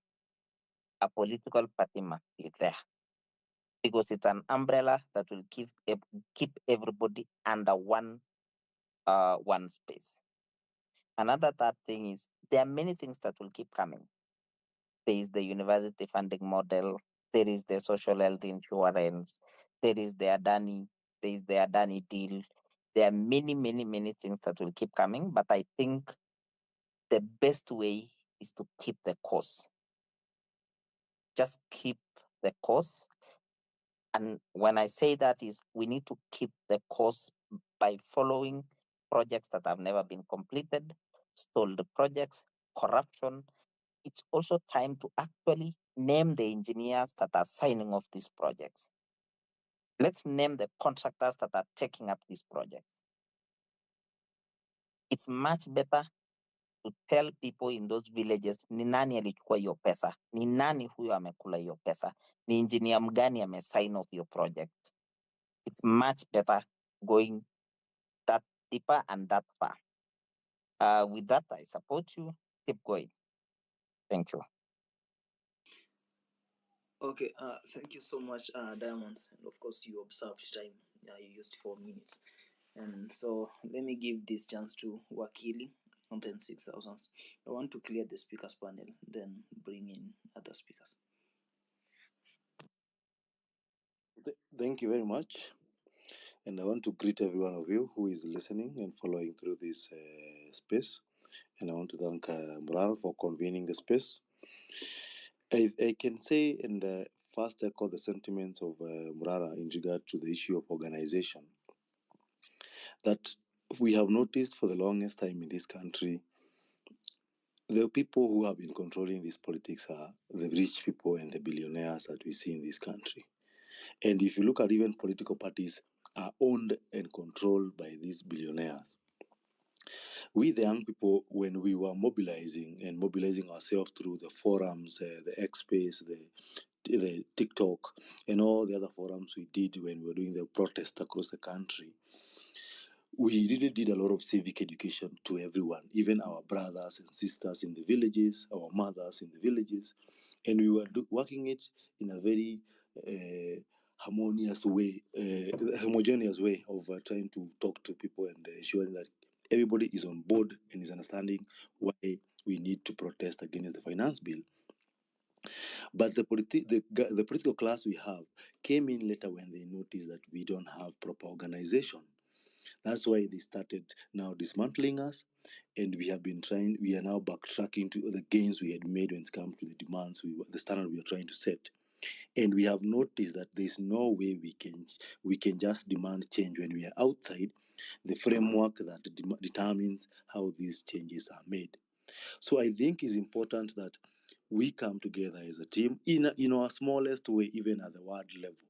We try to sell together and educate our people at the ward level, at the constituency level, so they can hold these MPs and MCAs. We hold governors accountable. We hold senators accountable. We check how this country is being run, and we work as a team in a coordinated manner. And that is the only way I think this thing can be a realistic goal when it comes to implementation of the changes we all desire to see. Some of us who are lawyers have been trying to offer a lot of pro bono services throughout this protest by going to the police cells, going to the courts, trying to do a lot of this. And I think now we have to scale it up and also go now to the villages and talk to people and tell them their rights and how they are being violated and all these things. But I will do this. I request that we also we try to work as a team, lobby your colleagues around your village, and push this agenda as a team. Thank you very much. Okay, thank you so much, Wakili. And guys, honestly. Wait, 1 minute, KOT. Okay, Morara. Okay. So Wakili has failed to mention that he has been traveling with me since we started the tours. He has failed to mention that tuko pamoja. It's just that he's in his room. Yeah, tuko ground. And I am where we are supposed to be eating dinner. So Wakili, you need to tell them that you've been on the ground and what you saw. I don't know why you are denying me. Yeah, like I think Peter denied Jesus.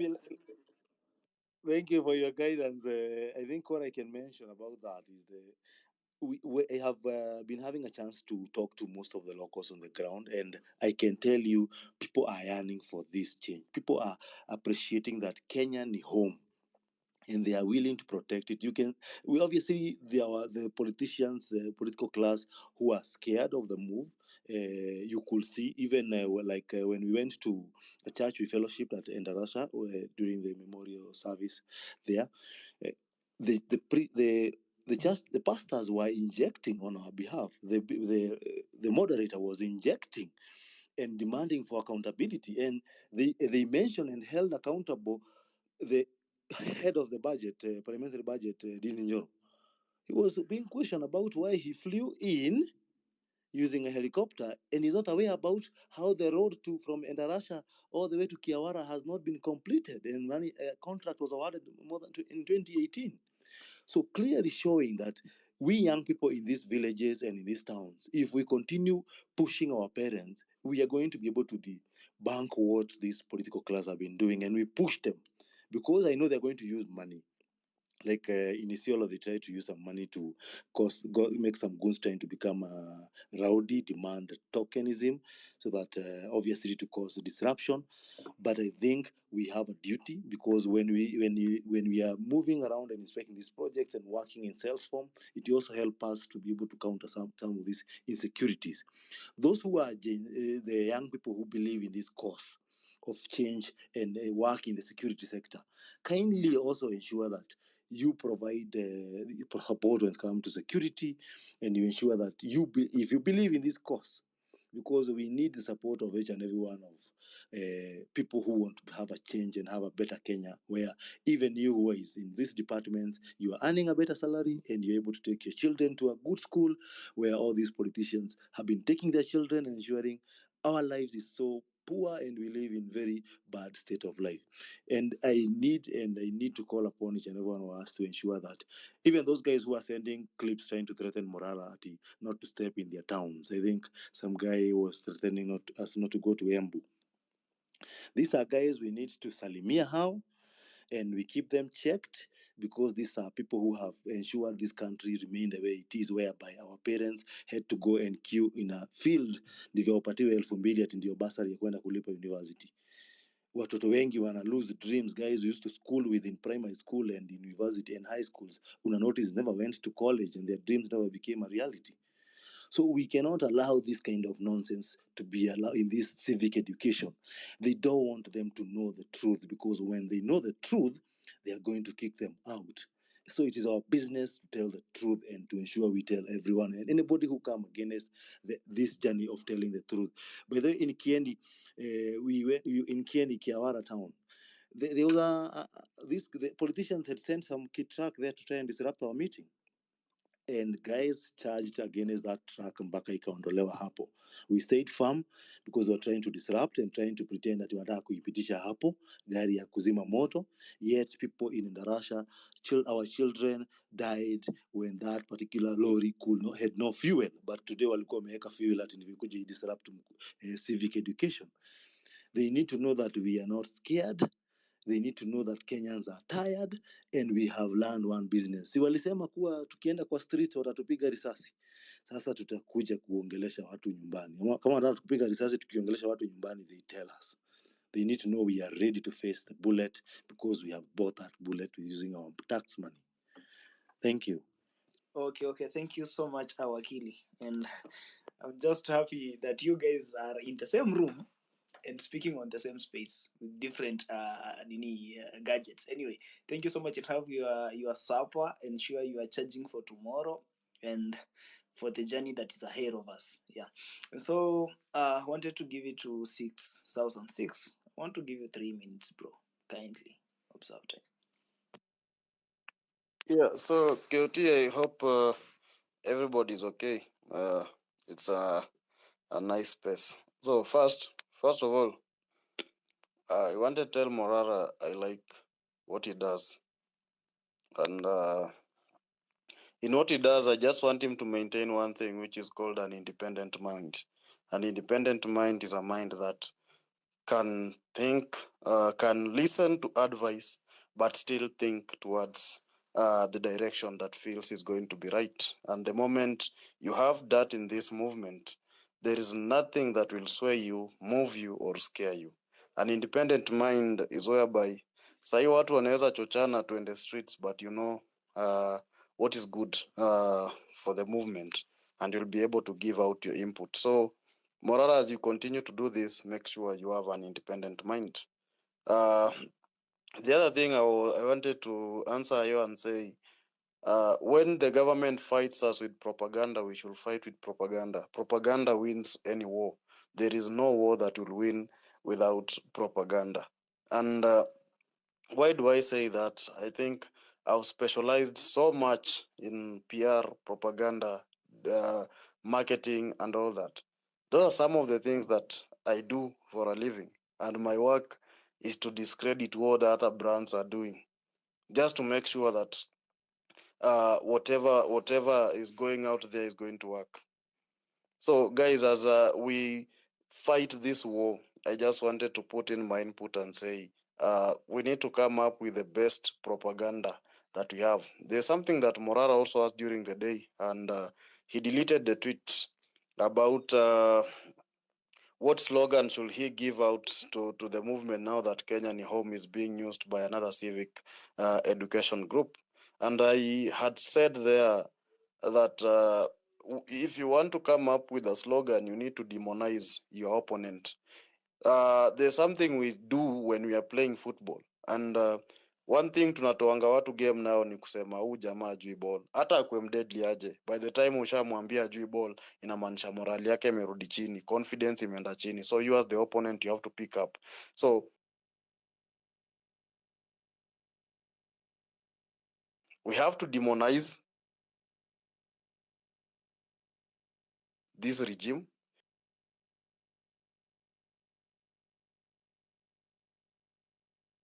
We have to make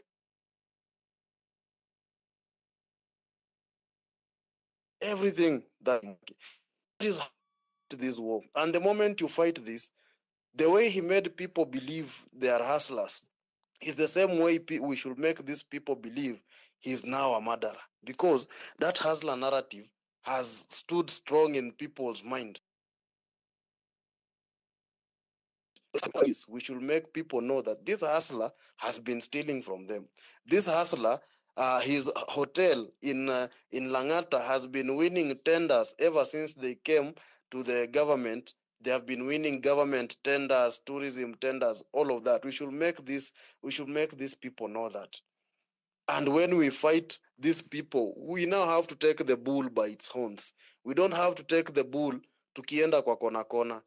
And you asking something about addressing him. Kindly address him as Zakayo. Address him as William Ruto. If it is Murkomen, address him as Murkomen. If it is Opiyo Wandayi, address him as Wandayi. But the moment ukisema yule jama opposition, amefanya hii, people don't know. And Nonini said something here. There is one thing that comes with mentioning names. They become, they stick into someone's mind. So you should keep mentioning names alongside all the evil things that are happening. That is one way that we are going to fight these people. Secondly, I see people complain here. That is a government strategy. But it's a high time we also have to employ a similar strategy, but do it better now that we have numbers that can do it voluntarily. That is whereby if the government is paying these bloggers to come and discredit a movement, we can wake up just in the morning and do 3 tweets alone, demonizing this government.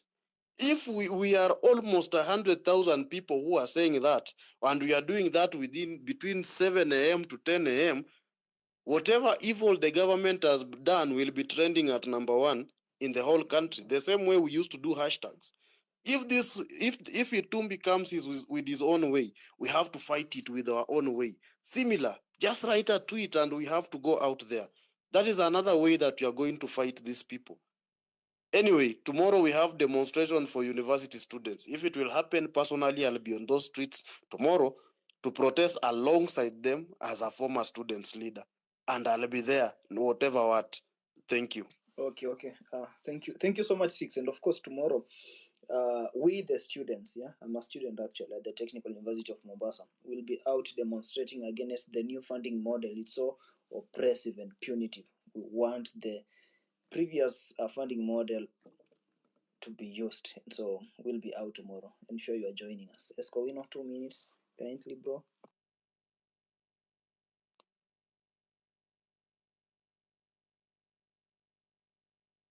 Kowino. Hello. Yes. Can you hear me? Yeah, sure, I can hear you. First, Morara, I want to thank you for the good job you're doing. You've been doing a fantastic job. Na ukiona unapigwa mawe, jua you're on the right trajectory. So if people have started talking, then just know you are doing a very, very good job. And umewafika kwenye core. Now they don't want you to do what you are doing because you are really exposing what people didn't know, and that is the civic education we are talking about. Thank you again for hosting this space. I think it is good that we have these spaces, we have these conversations, because civic education is very important. Mahali tunaenda, this is a marathon, and we cannot win it kama tumenyamaza. So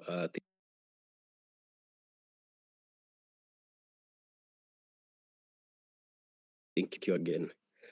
Going forward, I want to take less than 3 minutes because a lot of things that I wanted to say have been said. But I want to tell you people that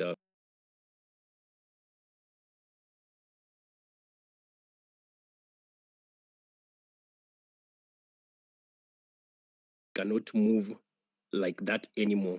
We have to have leaders, whether we like it or not.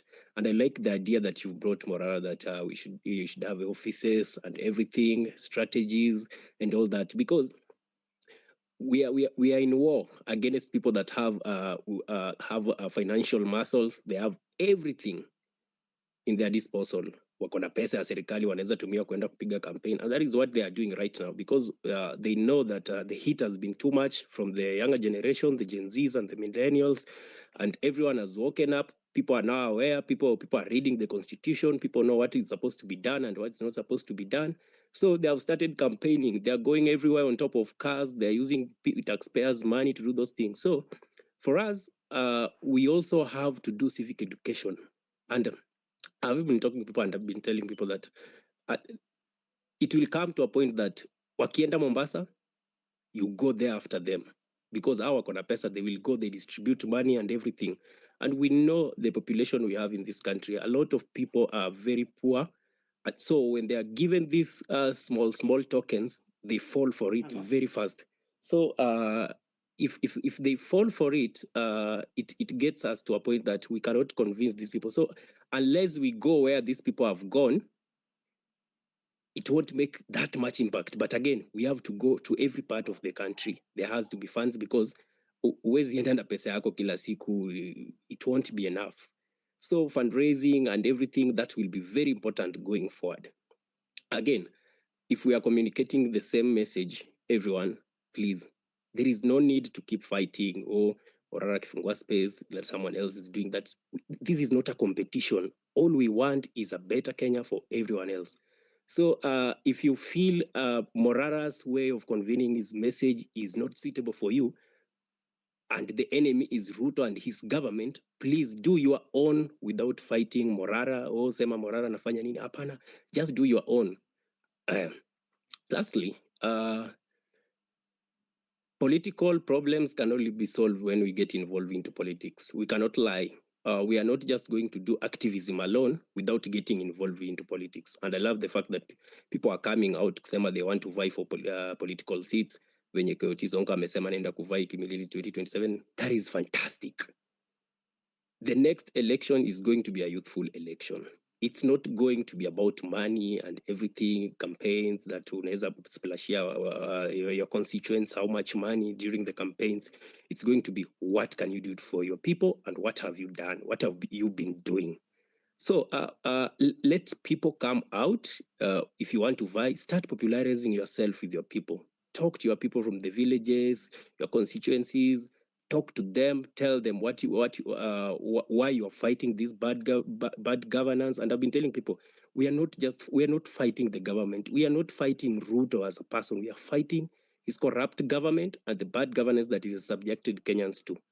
We cannot allow this to go on, and we can only do this when we get involved, we participate in politics. I love the fact that Dan Onyango came here, and he said that they are talking to youth and they want to form a political party.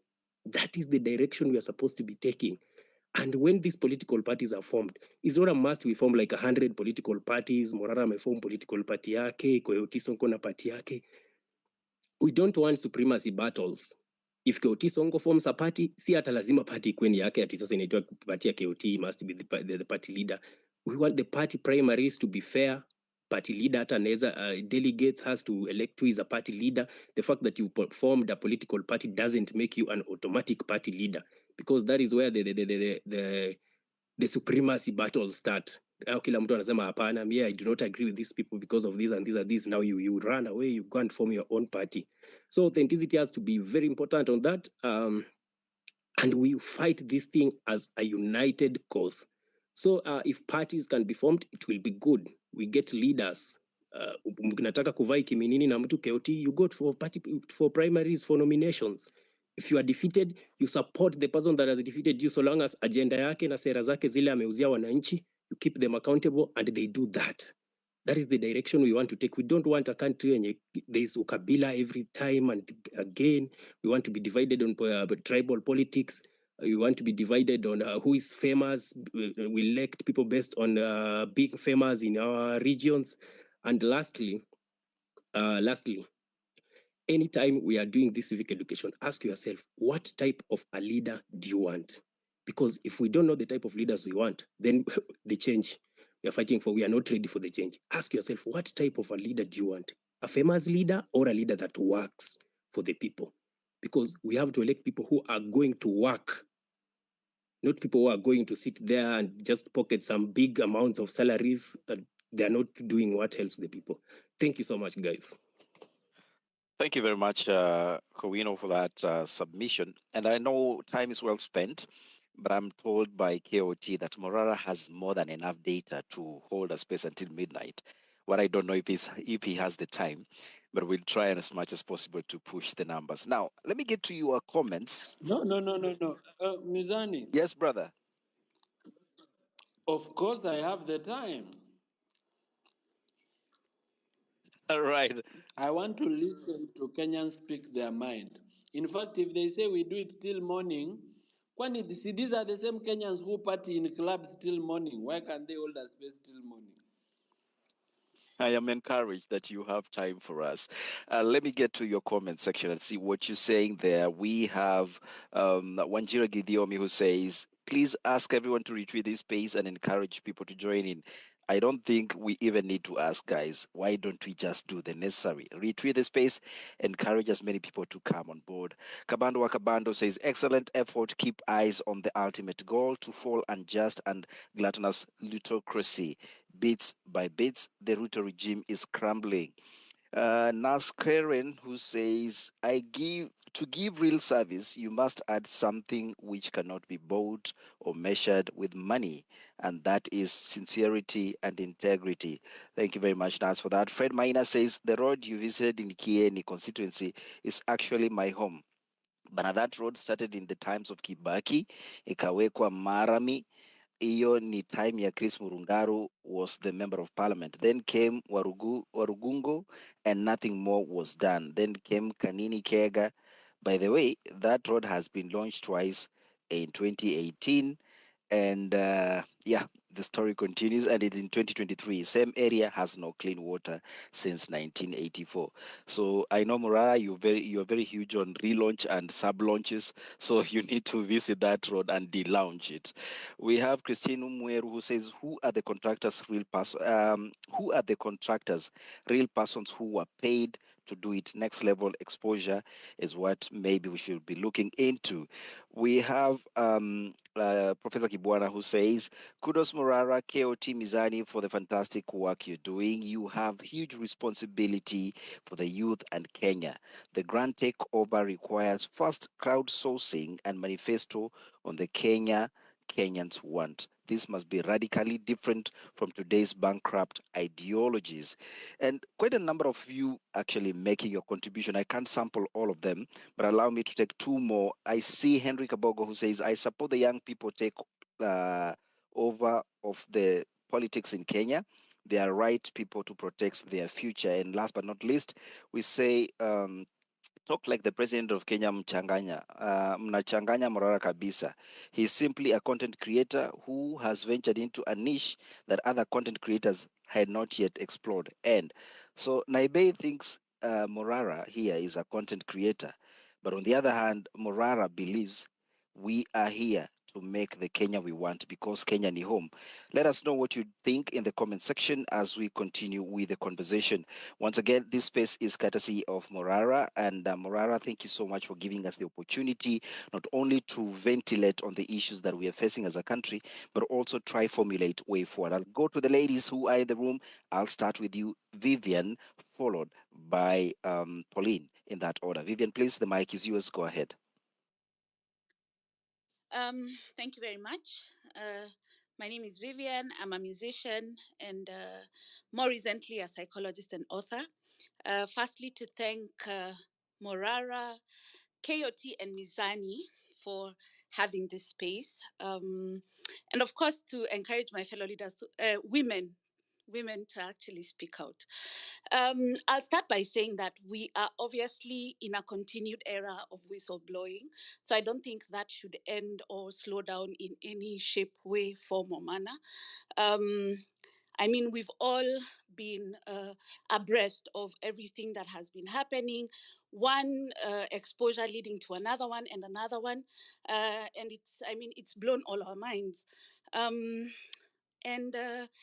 I think another thing I will mention is I really like Morara's authenticity. And thank you for spreading the energy of courage. I've danced in the public a little bit, si sana kidogo too, so I have a little bit of experience when it comes to criticism. So thank you for not swaying into the hands of critical Kenyans, and of course mainstream media who will obviously try to push and shove you around. And I must, maybe you've talked about this before, but I'd be interested to know the women who are on your team, not specifically because I have any lobbying that I'm doing, but just because I truly understand the value and depth that women give to spaces like this. Someone mentioned that the Constitution should be translated just like the Bible is translated in mother tongue. And I agree with that because I feel like, let me give an example of Wavinya's story. I don't know if it's true or not, but apparently there's a story going around that she was stranded with 679 million in the UK. But her most recent tweet is her quoting a Bible verse. I think that's quite disrespectful, and it's diverting. It's diverting what people are talking about, by alluding to her Christian beliefs and just trying to yani kuzima moto. So I think it's important that as much as people have their belief systems in whether you are Muslim or a Christian, let's stand on business. And right now what we need is accountability and responsibility of our leaders. Morara, I've also had you talking about setting up office. It's a good idea, but it's important to remember that all these things, the bottom line is accountability. And yes, we can have an office where people can come and have a boardroom and sit down and discuss different matters. But at the end of the day, how are we going to ensure that that space maintains its integrity and accountability? Na najua umesema usiulizwe shilingi zote, which is okay, but remember, even people who end up misusing public funds, kuna ile msemo inasemanga chovya humaliza asali, inazanga tu pole, and then it just becomes something that you're accustomed to. So I would want to also emphasize on the importance of even if it is having an office, ensuring that it remains highly accountable and with high integrity, just so that, you know, the sanctity of that space is maintained. And to just say and chime in why this is personal to me. There's a lady who talked about it, and she's a medic. And I liked the personal part, and I think it's something that all of us must withhold, because when it's personal, then you understand your contribution better. So obviously, being a musician, I've been in that space for about 10 years now. Actively, maybe 8 years. Still, you know, working on that space. But more importantly, what I realize is, even in the music space, we have had countless bodies,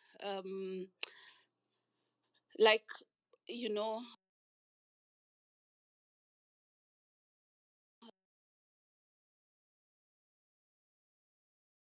been earlier this week, my brother knows he won a case against an IP case. And I mean, he's going to get into the details of it. But the reality, why I'm mentioning that, is the reason why a lot of artists have failed in that space is because of limited knowledge. And I talked to Nons about this. So how does this trickle down into this movement of the grand takeover? Is the importance of coming together, unity. Kenya is a very creative country. I mean, one of the reasons even Morara just pulled us all in is just the way he's able to emulate and speak like the president and other people. So we are a very creative country. But even artists and creatives have failed in many ways because of not having a language of unity, and also not having enough knowledge when it comes to what their rights are. I know that many people here are well knowledgeable and all these things, but it is important to understand that if you don't understand the space, even the constitution to the T, kuna mali utapatikana. So that's also something I wanted to chime in. I have experienced a lot of crazy things as an entertainer and as a musician, spaces where there's a lot of collision, not being able to get along, not understanding our rights, not being able to just come together. And even on this platform, I don't know how many artists or musicians there are, especially those who are highly, you know, people who are known, for lack of a better word, to just help in pushing this agenda. And it becomes more of like that key selfish thing. But I like that this space doesn't hold that. This is a space for every person who's a Kenyan citizen to be able to speak and to give their contribution. So that is mine. Integrity is big for me. So I just hope that we are able to maintain that. Thank you. Thank you very much, Vivian. And you know what I love about what you're talking about, which is integrity. There's something that I see on your bio, and I did my quick check. It's a book you've written, which is Take Back Your Power. And like you taking back the power in terms of trying to find the inner peace and going through your journey of recovery to some extent. I'm talking about our personal journeys. We are here trying to take over politics as a country. Is there any power within this take power you can advise us to pick up as a point of reference for us? Just under 1 minute. Vivian. I would probably say personal responsibility. Each of us must assess our actions on a daily, just to look at who am I, what do I stand for? Do my personal belief systems speak into the role I hold as a citizen in terms of making this country better? From small things such as littering to other big things as, am I being hateful? Am I being self-centered? You know, such things. So, and am I also giving space for anyone, irrespective of gender or irrespective of whatever belief system that they hold, to be able to share and speak up. And I will just say finally, we've seen cases recently. The case against what's her name, Rebecca, who was touched by an ex-partner. And we must ask ourselves, this is a world champion. So we need to ask ourselves, even in terms of our core values as a country, what do we represent? Do we spread messages of hate? And I have no offense to men who say not all men, but do you hold accountable people or men, whoever it is, that runs around in ways that are unjust and even dangerous to other human lives? So that's what I would say. Thank you. Thank you, Vivian, and we appreciate you for stopping by, sharing your comments with us. Morara, who are you? What defines us? All of us who are Moraras on this space tonight. Binti, the mic is yours. Go ahead. Hi. Thank you very much for the opportunity to speak. Thank you, Morara, KOT, Mizani, and everybody else. I wanted to just point out something. Like, as we fight bad governance and take on these endeavors of like civic education, there are efforts that are currently there to speak to people that are in rural areas, like the elderly. We're translating things, which is great, by the way. Like, that's what we need to do. But here in this space, we've been talking a lot about the youth, and I just feel like the general idea we have of the youth is people that currently, like the Gen Z, for example. But I feel like there's a very important group that we're not really not forgetting per se, but I would say perhaps not paying as much special attention to. And I've said this before. Just a second, Binti, we might be having a connection issue, Morara. Make sure we don't drop off from the space. And if that happens, I will request you restart another space immediately. Binti, I apologize for that interruption. I will now unmute and allow you to proceed. Kindly. No problem. That's fine. Thank you. What was I saying? Oh yeah, I was saying that there's a group that I feel like we don't pay as much special attention to, and that's like the younger group. Like, as of now, 3 years till 2027, we'll have like a whole new generation worth 3 years of kids that will have had the opportunity to turn 18 and be in the process of getting their IDs and their voters card. So my plea is, let's find a way to like hasten that process so that as soon as somebody turns 18, they're able to go and start doing that, because those are many voices. I feel like as we do that as well, we should find a way to educate them, whether we need to dumb down the constitution, like not dumb down, but like just simplify it so that they're easy. It's easier for them to understand it, whether we use visual techniques, whatever it is. I feel like we have to pay special attention to not young Gen Z, but like the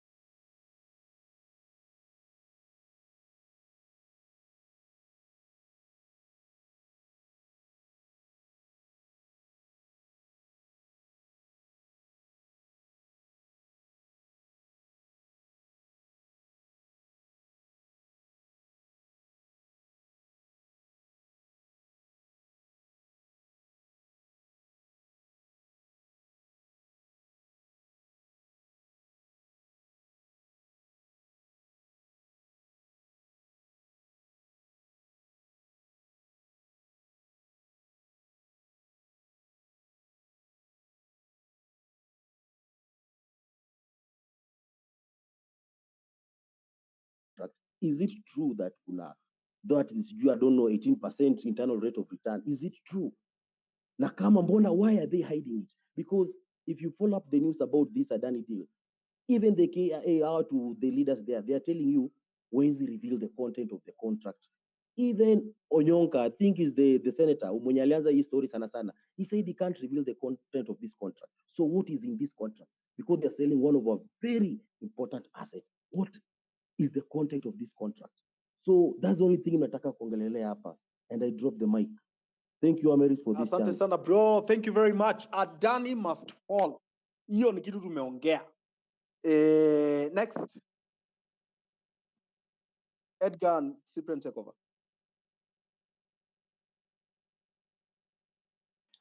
Okay, thank you so much, Amerix. So I'm trying to give a fresh set of speakers the mic. So Wakili Steve, I've given you the mic. How are you, sir? What do you have to say? 2 minutes. I am very well. Thank you very much. And I want to salute all the patriots who are having this discussion about the state of affairs of this country. And also to mention that us personally have been on the issue, I serve in the LSK Council. And that's why most of you, we have interacted when we are trying to bail out people from the police cells and all that. But recently we decided to also join the caravan and join our friend Morara, Coco Ground. We do civic education. And the reason why I felt I request a mic here is to request each and every one of us, because even as we have this conversation on the X space, we need to remember that the biggest challenge we have is to also convert our parents, to convert our brothers and our sisters in the villages, and to let them know that the kind of Kenya we are desiring and the conversations we are having.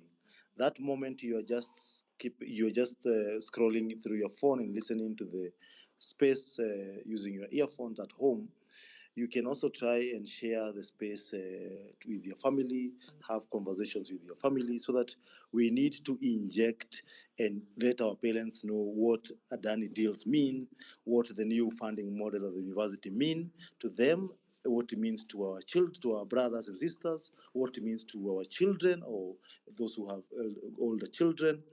We also need to let them know how the Ruto regime has been doing things to ensure that, to make our lives difficult. And it is a fact. We can cross-check through the programs and projects that we know are happening across the country, in our ward level, in our constituency level, in our county level, and we start holding these people, educating our parents to understand this, because this is the only way we can defeat this. We may discuss, and unless we become organized and push this agenda and support those who have even ambition to serve, who are young people, we may not realize everything, because we have tried to be in the street, we injected in the street, we lost soldiers in the street, almost 60 plus people. Some of them we don't even know where they are up to date. So, and we know these guys, when we are doing that, they're just in the villages trying to bribe our parents and our siblings in the village. So it is our business to also ensure as we carry these conversations online, we also take this conversation home, let our people know what these deals, what these private partnerships deals mean, what it means they are roads that are not properly constructed, and what it means that the amount of money that was allocated and how money has been misused and the project has stalled. That's the reason why they don't have roads. That's the reason why they don't have access to water, clean water, and access to healthcare. So it's my call and my clarion call to all of you, and we request that we do a lot of support to our those young people who are moving across the country to carry out civic education, and we all join in this initiative and discussions, both at the spaces and on the ground. Thank you very much, Amerix. Thank you very much, Wakili. And before I drop, Edgar, I wanted to request, since my colleague Morara was holding another space, but he requested to mention something and inject you through this platform of mine. All right. Thank you very much, Wakili. Wakili has mentioned something like talking to our parents. Bwana, kama wewe ni Mkristo na mzazi wako ni Mkristo na ana believe sana pastor, enda umfungulie Bible, Revelation chapter 13 verse 15. Enda umsomee hiyo chapter vizuri, and then kuna video ina trend ya Cabinet Secretary of Interior talking about digital things and things. Waambie that is now the mark of the beast yenye mnaambiwa kwa Bible. Hiyo verse inasema, hiyo verse inasema, the second beast was given power to give breath to the image of the first beast, so that the image could speak and cause all who refuse to worship the image to be killed. It also forced all people, great and small, rich and poor, free and slave, to receive a mark on their right hands or on their foreheads, so that they could not buy or sell unless they had the mark, which is the name of the beast or the number of its name. Chukua hiyo Bible, pelekea baba yako, pelekea nyanya yako, mwambie hii kitu wanasema ya digital, sijui digital, watakuwa wanascan macho yako, wanaangalia macho, wanachukua iris, mwambie tu hiyo ndio ile mark of the beast yenye walisema, so that they be aware this digitalization of your biometrics is wrong, is ungodly, is immoral, is a sin. Thank you very much. I think you. Okay. Asante. Thank you, Amerix. So, and thank you so much, Wakili. So we will move to. I am here, Morara. Morara is not here. We will move to I am the Shiwu. one speaking. Oh, okay. Morara, Yes, how are I'm you? speaking What on do you have to Wakili's say? phone. All right, go on, sir. Hiya, Wakenya hamjambo. First, let me say thank you very much for letting me be here. I have to speak through Wakili Steve Mbugwa's phone because mine has just dropped off. I'm with Wakili Steve Mbugwa here on the ground. And just to give you a little update is that today we attended the memorial service for the children that perished, the boys that were burnt in the fire at ENDARASHA. And we also showed you the ENDARASHA charity Wabaringo Road. And I think you saw the state of that road that was launched by none other than the Deputy President, now our President, William Ruto. I also held a civic education rally here in Kieni West in Nyeri County. We continue to do what we have to do to try to fight for our nation, of course at great costs, because sometimes it's difficult to fight the enemy and still fight some people on the side who are also fighting you. I am requesting all Kenyans to give me their support in the sense of just handling for me negative publicity. I think you've seen that the state has invested a lot of resources in terms of trying to paint my name in bad light so that jina iharibike nishindwe kufanya kazi. But remember, you are only as strong as your team members, and since I'm a team player, if they weaken me, they've weakened the movement. Therefore, I'm requesting that you support me. I'm sorry that we had three parallel spaces running today. We had not consulted in advance, all of us, to see how we can consolidate, but we promise that in the future we will consolidate. Also, let me take this opportunity to thank the Kenyans that have been contributing towards my cause. I want to remind them that the system they contributed for, we bought it together with the vehicle. So what we did is we saved some money on the sound system and then invested it in the vehicle, because initially what we had said is that we'll repair the vehicle. But now somebody, gave us a very big discount and said that the balance on the vehicle is a donation. So we bought the vehicle at a very cheap price, which was like a donation from someone. Then we discounted and got sound that was a bit more affordable and put it on. But the sound is super and it's okay. I also want to report that we continue to crisscross the country. Right now we are on our tour of the Mount Kenya region. We decided to begin in Isiolo as we come back this way. Today we were in Nyeri. We'll continue doing the Mount Kenya exposure, showing you projects that money was allocated, they were launched, and they never started. And if they started, they stalled. And if they didn't stall, looting of public funds happened. Let me be grateful to Nelson Amenya in terms of how much commitment he has had on the Adani case and how much he has put in effort in terms of collecting documents and informing all of us. Mr. Nelson, if it were not for you, I would not be knowing about the Adani. And I believe I have a role to play in terms of kicking out the Adanis. Because you see, not all of us can be activists and not all of us can be Twitter moguls. Some of us are born in political families and we can actually be politicians. So I'm requesting all of the people that are on this space tonight to stop thinking that politics is a dirty game, to know that it is time for young leaders and people of integrity to come up and take leadership positions in our country. Kwa hivyo msiogope kuingia katika siasa na msiogope kusema kwamba mnataka viti vya siasa, because clearly siasa is determining our everyday life. Whether you are a professional, whatever you do, you can realize that siasa is actually, even if you don't like it, you don't want to participate in it, it's affecting your life. So far what we've done is that we've abandoned our elective institutions and left them to idiots, drug dealers. We've left our elective institutions to money launderers and people who do sex trafficking and human trafficking and all manner of criminals of international repute. They're the ones holding, positions of influence in our government. Yet we are here, people of integrity, people like to take the country forward, and we are not getting an opportunity. The other thing the citizens of Kenya need to think about is campaign financing. I know have been called names, nimetusiwa, nimeambiwa this is a con man.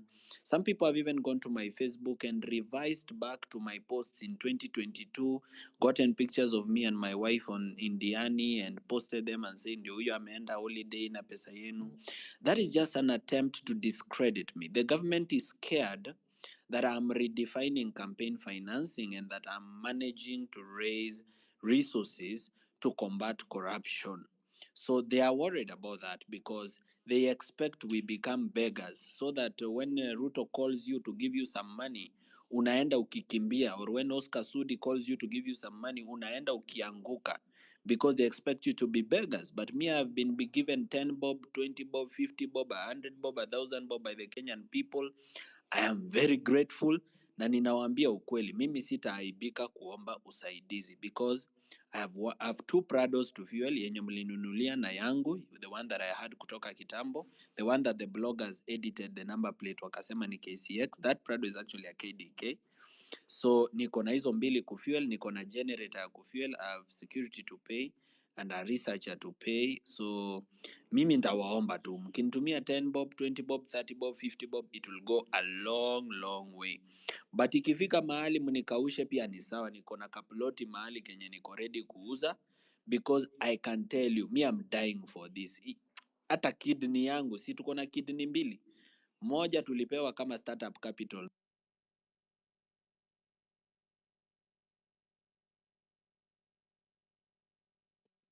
And I hope Nyanza tumekupoteza kidogo. Can you of restart what you'd said? Tumekupoteza kidogo. Go back like 30 seconds. I had a call came in and then I was unable to communicate. So mi nimesema I will not be ashamed of continuing to ask the Kenyan people to support me, because I know I will be accountable for the support that you've given me. Of course, I'm not able to also reveal every expenditure that I do. For example, if I start revealing where I fuel, nini, the government will also be very keen, because if I post it on my social media, I'll also be telling them and they'll be able to come for me and know that this is my movement. But I want to assure the Kenyan people that whatever you finance, it will happen. I promise that. Na ikifika mahali mnikaushe, niko na kaploti mahali nitauza, because me I'm in this kwa hali na mali. In fact, I have 2 kidneys. I don't need the 2. I just need 1. So I can also sacrifice the other one tufanyie kazi. I want to tell all the young people that are in our country that, look, I, Morara Kebaso, have become popular, but this popularity is not mine. Nimepewa na watu. Na since nimepewa na watu, I'd like to use that platform to be a convener of people. Na mimi nataka, kama uko kwa ward level, sumbua MCA. Audit MCA kabisa. Audit yeye paka kichwa yake wake kama pressure cooker. Wherever you are in a constituency, audit your MP. Tell him Morara alisema to audit. Audit him badly paka alie machozi. Wherever you are in the county, audit your governor, because Morara cannot go to every single corner of this country. But I want to give birth to thousands and millions of Morara who are in every corner of the country injecting. Hata wakati niko on holiday, bado wafuasi wangu wana inject. So that's what I want to do with my popularity. I want to use it as a platform of convening and inspiring people to do what I cannot be able to do. With regards to ENDARASHA, I want to assure you that we attended the prayers.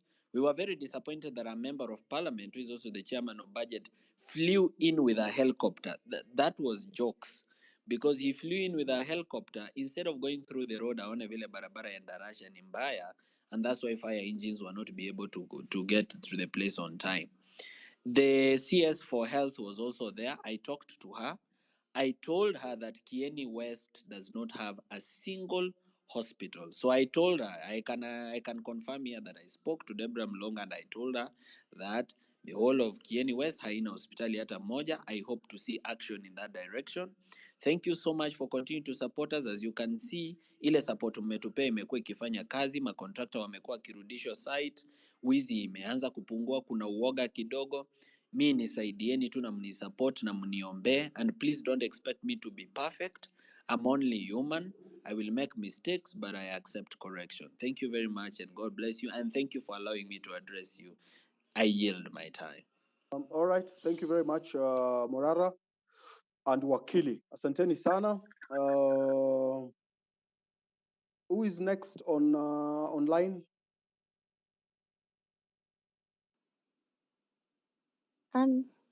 Yes, go on.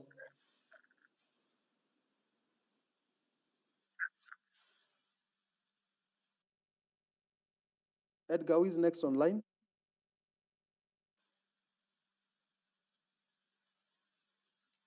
We can have Grace Gitau.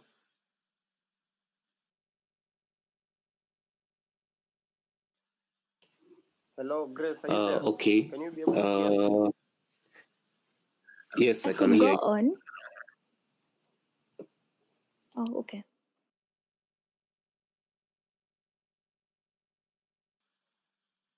Kindly you have the mic.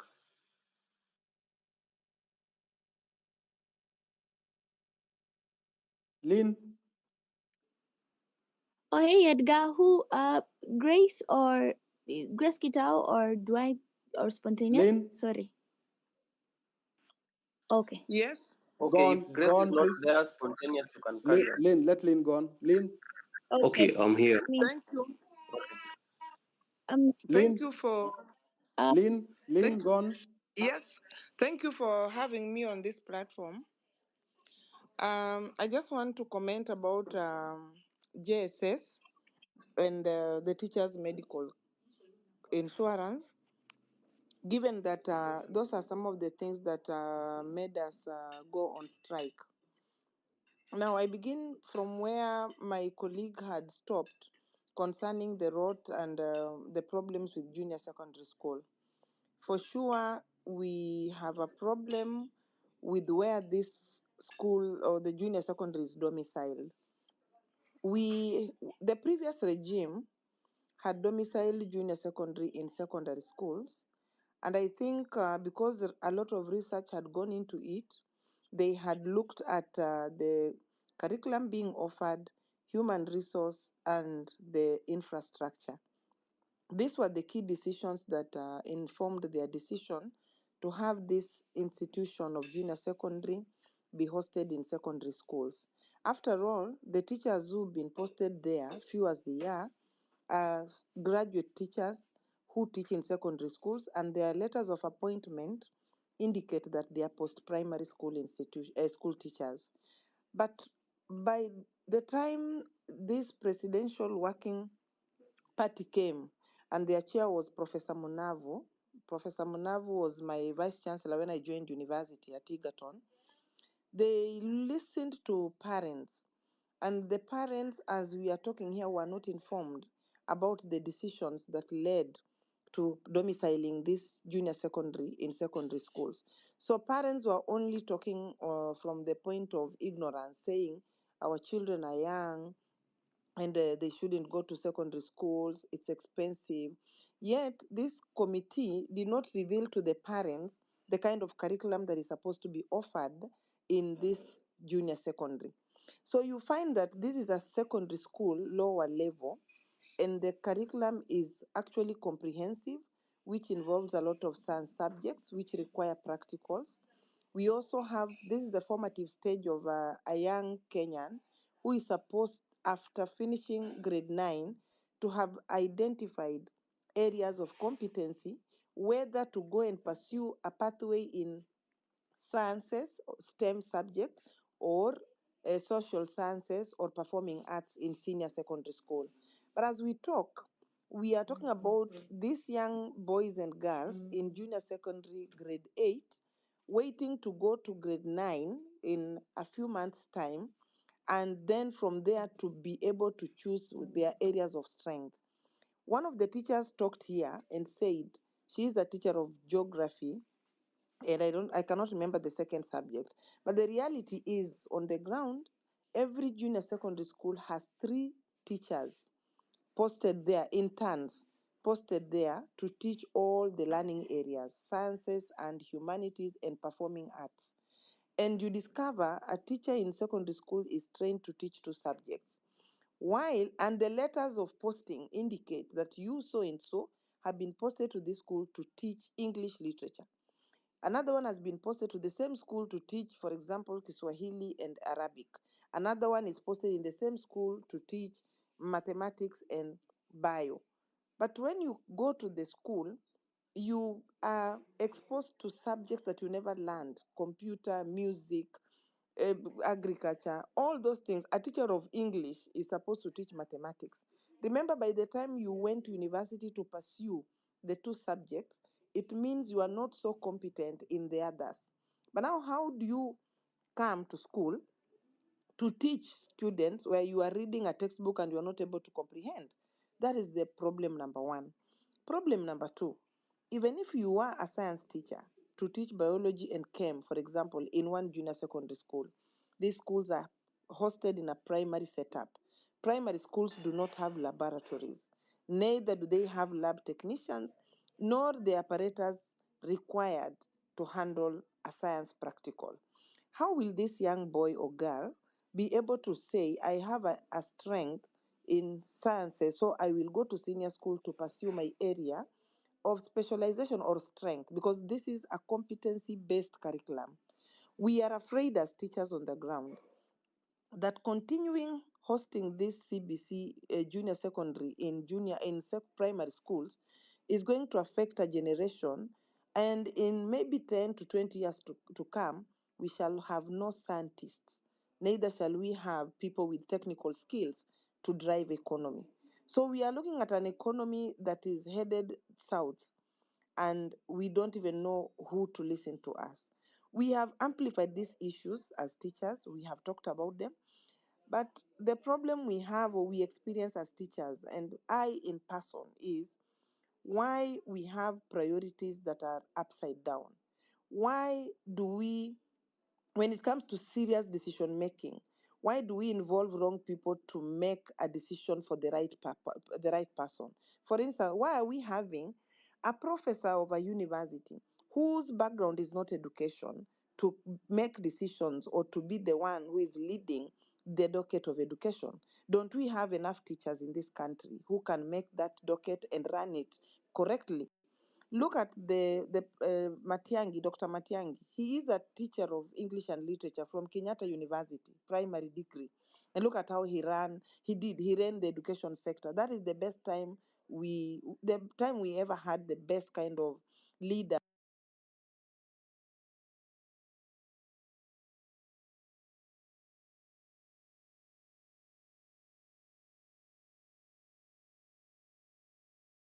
The mortar and brick. And what am I suggesting? Have a framework that anybody who looks at this, the Morara movement, the Kenyan home movement, whatever you want to call the movement, you will be the first person who will have established the actual framework. What am I saying with this framework?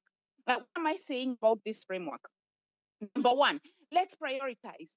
The number 1 thing that we need is finances. I really love the person that spoke ahead. Obama did not become a president, from the $1,000 trillion, the president stole in order to become the president. No, Obama became the president, but from the $5 we contributed, the $2 contributed, I'm contributing to Kamala Harris every week $3. You know, so kidogo kidogo hujaza kibaba. So the number one is finances. What is the framework that we would require you to have from finances? Hanifa anajulikana. Stop handling the finances. Have that financial division in that framework where Hanifa will be the one who is collecting. She's been proven. You know, Kenyans approve her 100%. Speak to her. I don't think Hanifa atakuwa na shida. Awe akihead hiyo department yako ya finances. So for you, you'll be dipping there, but she will be the one who will be liable. Pesa zinaenda wapi? Zinaelekea wapi? We will not be asking you the questions, but you will have the department that is responsible for finances that will be headed by Hanifa. So these are the frameworks I'm asking for. The second one is information. How do we disseminate information? Tuko na kina KOT hapa. Tuko na kina Ayo. You know, he's an IT. These are the people you should give that department of disseminating information. Weekly, ukifanya kazi yenye unafanya, unaenda una inject wherever you go. Come back, report to us. And make this report short and precise. Tulienda Kiambu. This is what we did. Have that translated, that same information, even if it's a 5-minute clip. Ayo is very good, at this. And I think there's somebody else, mlifanya music production. I know it was, it was a lot of people contributed to it. Every week, come up with the information for that week, what you have done and what to expect the following week in a 5-minute clip. But don't have that as your responsibility. Sababu you have the resources that you need. Disseminate what you need. Disseminate what was achieved for that week, and make sure it is translated to as many languages as you can. Just a 5-minute clip, so that every week, what when I expect something from you? What did we get? How did we intervene? What is the next step towards whatever we are communicating this week? So I think that is important. And then the other thing, I know we have the NAWCPA movement headed by spokesman Kasmuel. How about we use him also for the PR part to also communicate? Video ikishatoka na yeye highlight on the video and speaks on it. This is what we were able to achieve on civic education this week, and he speaks on it. He's the one who's heading all those 50 plus movement or the groups that have come together to form the NAACPA. So that's the other thing I would like to suggest. So that's the information department. Then let's have the legal department. The legal department, we know very well the people that can fit in the legal. Wakili alikuwa hapa, let's have from the legal, that framework input also. Let's have the legal department input in the framework also. Ambapo, the wakilis that you've been working with, who you can trust. We know, this advocate that has been working with, with the Stop Adani and whatnot. We do know other lawyers that have come in and taken advantage of this movement, such that when the movement was at the highest peak, that's the time they were hosting spaces. So right now we know the wakilis that we can rely on. Let them head that department, so that when you have all these other departments running, when you are out there educating or doing what you're doing, you already have the legal support, much as you are the lawyer, but give this as a department to somebody. So again, let's prioritize on the departments that are important, okay? Then the other one, let's have the translators, okay? This is another thing that will be needed in the framework. Tukue na Wakikuyu, tukue na watu wa Isiolo, tukue na Wajaluo. Let's have the Taita people, let's have Swahili people, let's have people that speak Somali. Let's have the group of the translators in who we can trust to translate the message that we'll be communicating to people every week. And wherever you go, I really loved the way you're coming up with into a huko and a translate. Once you relay the message, the other person translates. But we still have to come up with a way in which we can store this message for our weekly communication. The other thing that I need we need in the framework is the diaspora department. I would wish for this movement to be the one that will be established already, such that hatuji kila mahali watu wa diaspora. We've been wondering, so where do we belong? Where do you think we should be going? What you know what I'm saying? Have that department within the framework, such that any person from diaspora akija, they will be pointed somewhere. Okay, have that within the framework so that we are not stranded asking, what do I do? Where do I go? There is a lot of resources that comes from the department. I know somebody spoke about the money. I want to speak about people that have invested back home, people that already own hospitals, people that can provide ambulances, people can provide that can provide. When we come back into this, you are talking about every month, every I don't know how long, you will come together with Converge in Kasarani. When you wataleta ambulances, when you wataleta resources as far as the healthcare professionals, tuko huku, we invest in Kenya, and most of us have invested very, very heavily. So have that department already catered for, so that we are not stranded. What do I do? Where do I go? Blah, blah, blah, blah. So have that established already in the movement, okay? So those are the priorities I would place within the framework. And then the other things are going to fall within the same framework. What kind of government do you want? Wind up. Yeah, I'm finishing up. I'm finishing my last point. Thank you so much. So, what kind of government do you want? Let's have that framework within also. Mnasema eti counties zisikuwe nyingi. What do you want? Let's have that shadow cabinet or shadow, whatever you want. You don't have to be in it, but let's have that established already, or have that thought of what kind of a government you would like to have, or what kind of command.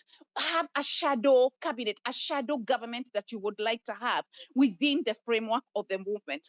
About IEBC, ningetaka mtu atuelimishe here how we can register, because I know they have been dilly-dallying on na walisema they will not be able to have the issuance of IDs and voters cards or whatever it is. Can we have somebody here today, right now, atuelimishe on how we can go about that? But for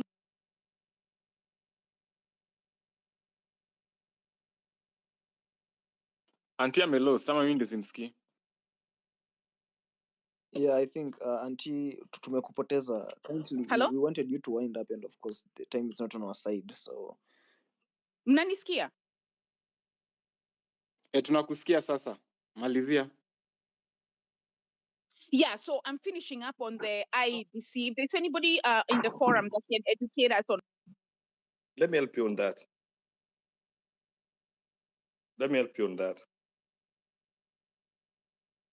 okay, Kira, you will come back. I think Auntie.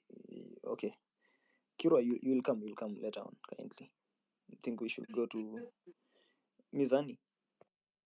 Yeah, sure. I love the passion that is being handled tonight in terms of the conversation, and I'm really once again privileged to be part of the big talk. I want to apologize to the team and the rest of the speakers that unfortunately I have to drop off because work calls. I'll have to be getting ready for my day tomorrow. So, Morara, the team, all the speakers, Redemptor, great to see you. Ayo, keep injecting. And again, I'm hoping by the end of the conversation, we'll be able to figure out how do we encourage as many young people as possible to be part of the political conversation, and also see how we can put our strengths and our resources together to stand with those who mean well for this country.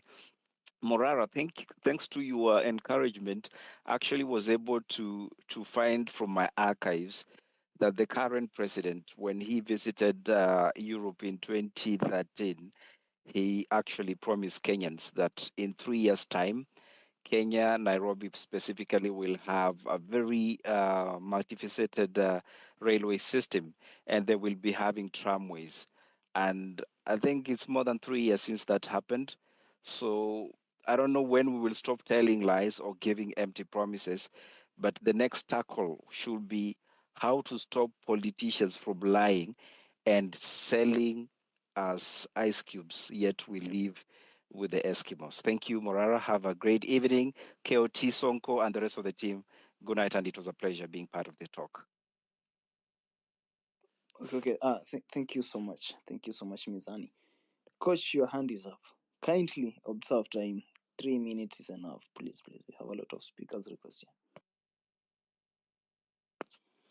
Right. Thank you very much, KUT. I don't know if I'm audible enough. Yeah, sure. Thank you very much. And thank you for this opportunity. First of all, I want to appreciate my friend Morara Kebaso for the good job he's doing. I want to just give a comment on the suggestion that he has given and of coming up with an office. These are my thoughts. I think the idea of having an office is a good one, but for now, let's just hold on to that idea for a minute, because the reason we are still thriving with this movement is the fact that it is very decentralized. Once we set up an office, we will have given the government a focal point to attack. So whether Morara will be in that office, Morara and team will be in that office or not, they will have put a focal point where the government can always attack. Attacking there, whether somebody is there or not, is symbolically going to be able to derail the movement, because some people are going to feel like the entire movement is being attacked because of just a mere attack on the office.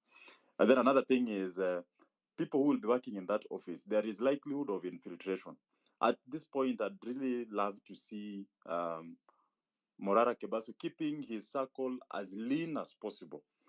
He needs to work with people he trusts very, very closely at this point. The same way you started going and visiting these places alone, your team has now grown to about, we see you in the videos with about five or seven people. Keep it as lean as possible.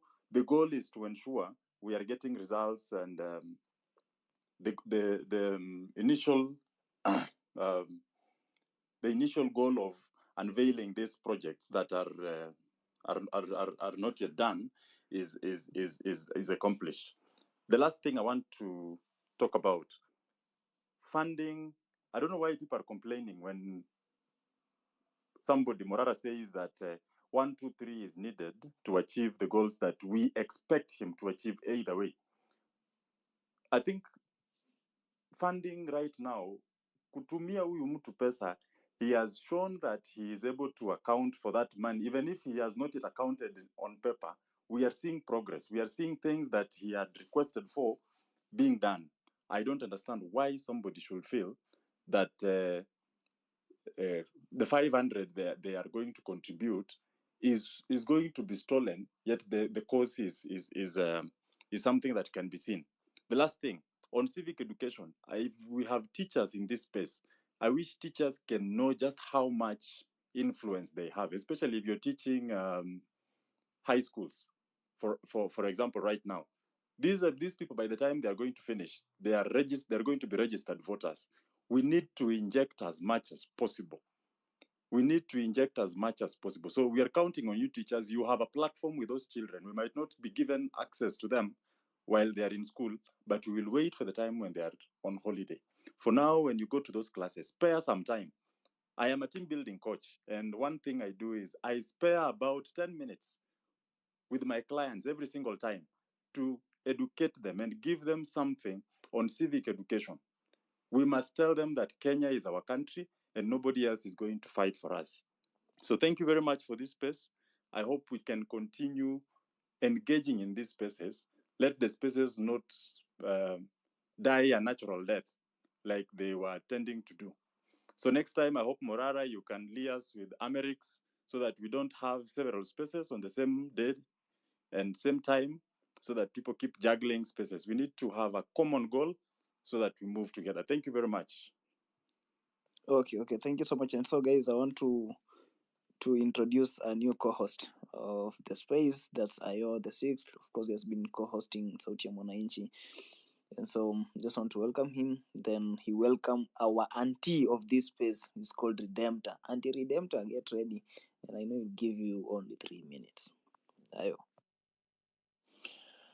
Ladies and gentlemen, my name is Ayo the Sixth. It is 2 minutes past top of the hour, 2300 hours East African time. And We had an earlier space, it dropped unfortunately. Technical issues. I mean, we all know Safaricom and all, and Simu Kuchemka and all that. All these things happen. Thank you for every speaker that came up here to inject and give ideas. I love your ideas, guys, and your ideas are making a lot of sense. And the main reason I want you guys to remember, the main aim is to eject this government off completely. And you're ejecting this government off with competent leaders, not just any leader, but leaders who are ready to work for the country and work for the citizens. And I want to say one thing before I bring in Anti-Redemptor, that all these leaders that are coming up to lead and say that, guys, we want to lead, we are interested, we are tired of these old people, we want to take over and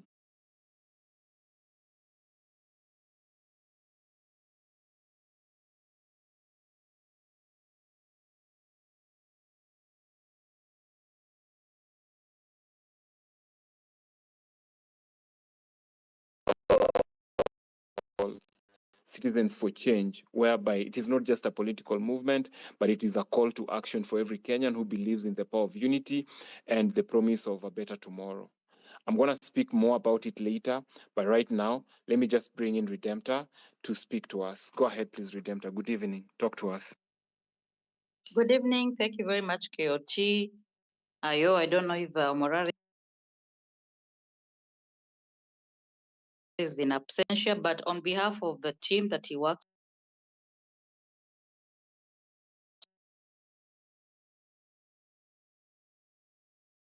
and say Damia on behalf of Wazazi.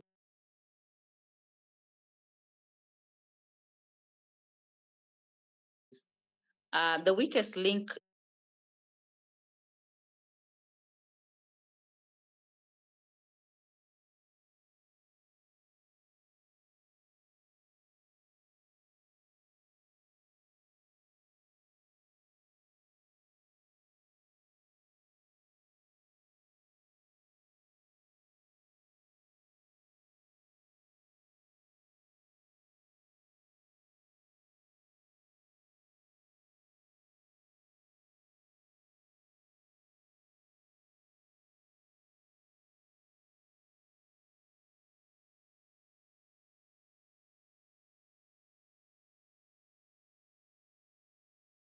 is.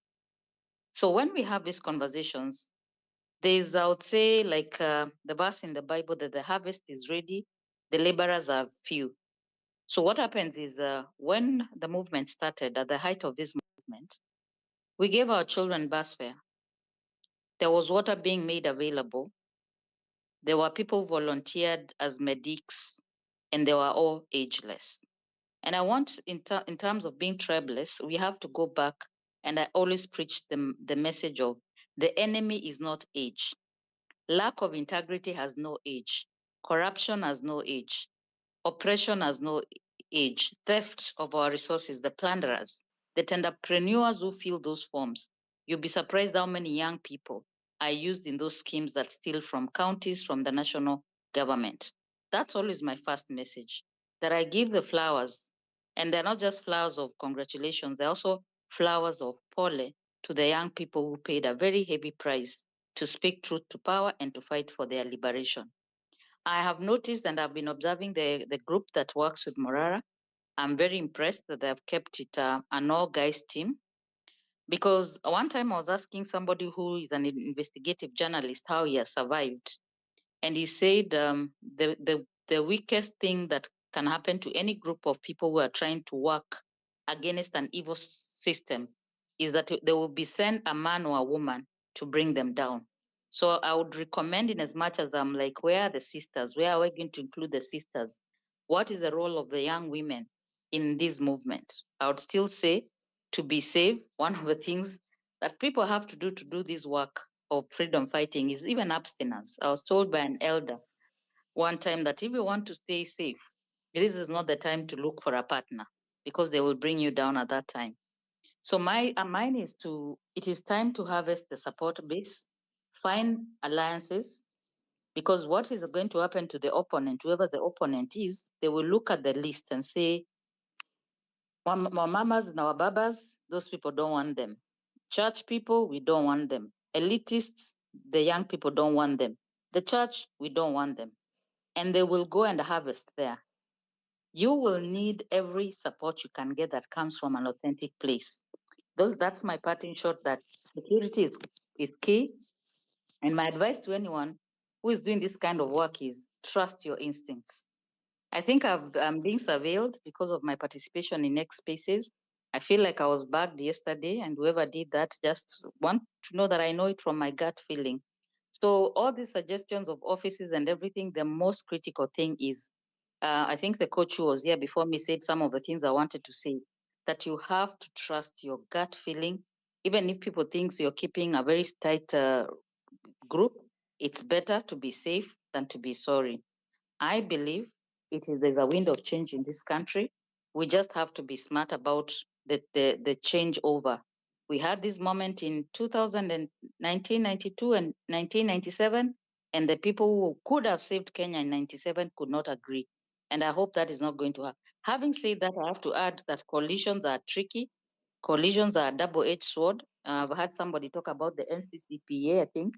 They already have a political party. Yes, so it's a balancing rope of, yes, we need these people, but do we know what we stand for? And just to say, a luta continua, the struggle continues, and you are from a point of victory, because the people of goodwill, those who are for you, are more than those against you.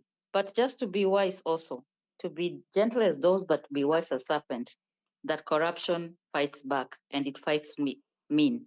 But I am a believer that God is watching over us, because what we are doing to save this country for posterity, for all the future generations. So I wish you safety. I wish you renewed energy, and just acknowledging that what you're doing is not for the faint-hearted. So, KOT, I hope to meet you soon again. If we are going to meet, trust your instincts. If you see someone you met on virtual and you don't trust them, avoid. I wish you all the best, and thank you for allowing me to speak in these spaces. Asante. Thank you so much, Auntie Redemptor. Really appreciate your time and for injecting and just the amazing advice. Yeah. Mzalendo, good evening. Speak to us. Your hand is up. Mzalendo, going once. For the second time, Mzalendo, if you're not ready, let's go to Wanjiru. Wanjiru, are you ready? Yes, I'm ready. Speak to Just us. a moment. Good evening, everyone. My name is Wanjuru. Thank you, KOT and Morara and Ayo and everyone else who is listening. My point today was I would first congratulate Morara for the good work and opening our eyes on the looting that is happening in the country. At the same time, encourage fellow citizens, fellow comrades. We are in this journey together. We are a group. We are citizens who are tired of the bad governance. We are citizens who are tired with loot all, and we are tired of looter in general. So we do have a common enemy. I would maybe go back to the topic, the grand takeover of the politics. I myself have decided to join politics in 2027. With the spirit of Morara, I looked onto my county, which is Daragwa, and realized since 1963, there is only 30 kilometers of Balabara with Lami, which is disheartening because it's really disheartening. So I have decided by myself to take chance and take lead for the women, not only for the women because it's also another discussion to talk about, but take lead for the sake of our county. I have grown up for 28 years seeing that those bad roads. I have grown up seeing people going to the hospital using tinga or punda. It's so sad, it's so heartening, and this is happening in a county where people are looting right, left, and center. We have a load from, I guess, Nyahururu to Shamata. It has been launched more than 3 times, one by Uhuru, 2 times by Ruto, another time by Gashagwa. It's so disheartening that like maybe when July people are planting maize on the road, demonstrating for that, and nothing happened. Everything continued like it's usual. So I have decided for myself, I have to actively participate in the politics and run for office. So I would also ask for all of us who are planning to run for offices or run change our country. Maybe we can choose a party, because I don't think we should join ODM, UDA, ODM, Kenya Kwisha, Azimio, Azimia. We shouldn't join those sort of groups. We should maybe form our own group. We should form a political party. We should stand strong as youths who need leaders, as a revolution. So in any case, we all decide, or anyone come up with a party. I would like you to maybe join me there, because we are in this together, and we should form one group for people who want change. It's not like we're forming our own opposition parties, but we want people who want change. We need to form our own political party, and we should register it for the sake of 2027, so that we can land under one umbrella as change group, so that when we go into the parliament, God willing, we can be held accountable as one group, that this group in 2024, they were advocating for change, and now they're in the parliament. Is the change being seen? So keep up, everyone, and let's do that. And also, Morara, continue doing the civic education, and I think everyone was giving up. Everyone is going to give you advice, so I don't have any advice to say, but keep up on the good job, and thank you so much, everyone, and have a good evening. Thank you. Thank you so much. Bye. Thank you so much, Wanjiru. Morara, are you there? Morara? Probably not. KOT? Yeah, sure, I'm here. Do you want to speak any word to Wanjiru before she leaves? For everything she said? In terms of her joining politics and all that, because we want more young people to join politics, and she's offered herself to be joining politics. Do you have a word of advice or whatever before she goes? Yeah, sure. Personally, it's not even an advice, because I've never been in politics, and the politics I've engaged in is campus politics. And of course, I thought because we, the young people, want to see change in our nation, then we should be at the steering wheel. And of course, it's good that even the young ladies are coming out to show the interest in politics, because they want to see change in this nation. And so personally, I just want to encourage her to keep on pushing, because personally on my side, I also do the best I can do to ensure that we bring change and we see this nation prospering. And so, Wanjiru, that's a very bold move. I know, ladies, it takes time for you to make such a decision. And of course, by coming up with such a decision, I know you are a courageous lady. And so, keep on pushing. Okay, to all these people trying to get into politics, mi nataka kuuliza swali moja, swali simple. KOT, now Wanjiru, Morara, why can't we come together and form a political vehicle? Something different. Something away from the Jubilees, something away from the UDAs and netwaje ingine ya Raila and the rest. What's called? Is it called ama ni gani? Unajua mimi nakwanga nyuma saa zingine. Netwaje KOT ya Rao. Kuna the Azimio, party ni ODM, the coalition ODM, yes.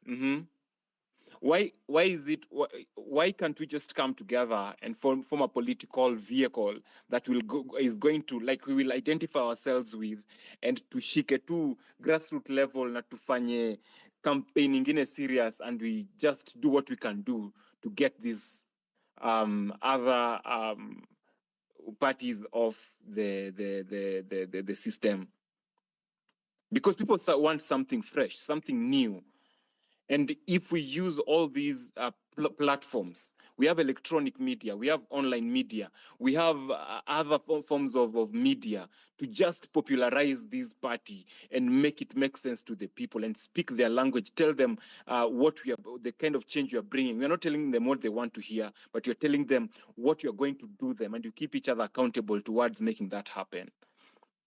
Why don't we just do that? Instead of clinging with all these big dogs and saying, oh, Sifuna, oh, sijui who, something that's fresh and different. I don't know, but that is what I know. Let's form a political, we are forming a political vehicle. Let's hope on this political vehicle. I can see Mr. Ruben Kigame is on board. Thank you so much for joining, sir. I'll come to you shortly. I have voice of Tongaren. Did I mention that right? Tongaren, yeah. Go ahead, please, and talk to us. Thank you very much for the opportunity. I hope all you guys can get me clearly. I've been waiting for this chance to come because I had a lot to share. First of all, let me congratulate you guys for what you're doing. It's not easy. It's something that requires a lot of dedication and actually a lot of sacrifices. You have to make many of them, countless of them. So just as my name speaks for itself, there is the word voice of Tongaren. It's actually, this is something that I came up with as a voice of the people. And it's not actually different from what KOT Sonko is doing, what Morara is doing, what the rest are doing. It's actually the same thing. It's only that for me, I faced a lot of backlash back then when I was doing it. I didn't have that much support. Many people were not on my side. And it's a good thing. We are moving the right way. We are moving the right direction. On the point where now we want to support the youths to make a difference in this country, be it being elected in any political seat, be representing the people, speaking on behalf of the people, being decision makers. I want to emphasize on one key thing, and that is unity. Unity. That is the only thing that is going to make a difference in Kenya. Unity. I know maybe someone like KOT Sonko has a certain idea. He has a certain agenda that he's trying to push from his end. We have like Morara, who is trying to push another agenda from another end. Then we have people like Mizani, like Joan, everybody's trying to push something. But can we do this thing together as one? Because that is the only way we're going to make sure in this journey that we have started, we are moving together and we are going to reach and achieve what we want as a team together. Because let me say right now, if Morara just wake up and say, okay, me, I'm doing the projects that I'm doing, which is, it's a good thing. But do you know the problem? We only have one person here, who is Morara, who is actually trying to show how our system is corrupted on the level whereby in future, he will be vying to be the president of the Republic of Kenya. Okay, good. We have now Morara has been elected. He's the president, but the people who are surrounding him are the same people who were in the previous government, the corrupt leaders that we had before. Then he will not be able to achieve anything. So if we are moving and supporting the agenda that Morara has, we need to move as one. We need to get a team that will work step by step with him to make sure that kutoka nafasi ya MCA hadi nafasi ya ministers. As you wind up, we have okay. Let me wind up. We have people who are there to assist and help Kenyans. not people who are there to launder or steal money, launch projects that are not even existing, projects that are dead the next day they leave the site. So that is my point that I wanted to emphasize on. Another thing was, while let me wind up with this one point that I have. You should not focus with everything that comes from the government bloggers. Focus on what mission you have. That is all I'm going to tell you. Do not listen to the detractors. Thank you. Thank you so much. Voice of, what was your name again? Voice of Tongaren. I hope I mentioned that right. I really appreciate your time and thank you for joining us tonight to speak about these issues. Mizani, I see you're back. I want you to talk about something about this political vehicle, formation of this political vehicle, whereby it is my hugest idea and I support it, that we need to form a political vehicle that will bring us Kenyans together and something different, to speak a different language, and we just try and do away with all these, because we've seen what they're capable of. So we need something different, a fresh vibe, a political vehicle that can push our ideologies. Unaget. So are you able to speak to us about it, please, in brief, as I bring in Pambazuka? Thank you, Ayo. You saying I'm back, it's a lie because you made me come back because of the question you're raising. And I'd promised to drop off to go to bed. But I guess politics is an interesting conversation. And I'm speaking as Eli Likuyani, not Mizani. So please make the difference. So we have had this conversation about formation of political parties. And to some extent, there has been several voices, especially those who believe the Gen Z movement has been successful and majorly so because of leaderless sort of movement. But again, as time evolves, so does the demands for this generation to really position themselves effectively. Because you understand what we are having right now is a political process. We cannot get to political offices minus a political process. So why is it important for young people today, the likes of KOT, Ayo here, to say we want to come together and form a political party? I think it's important because, one, political parties are formulated essentially to win and lead government.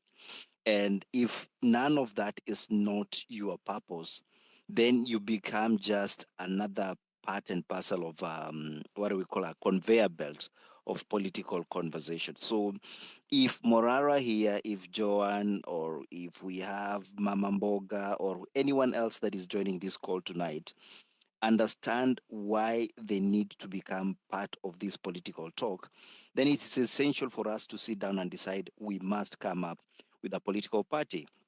It also gives you, as members, an opportunity to solidify the common goals and opinions you have. Remember when there was a young lady here who spoke about what is personal to her? She mentioned the issue of healthcare. Morara here will mention the issue of public finance management. Ayo will definitely be talking about something to do with the creative industry. So all these issues solidified together become what we'll call the political party manifesto.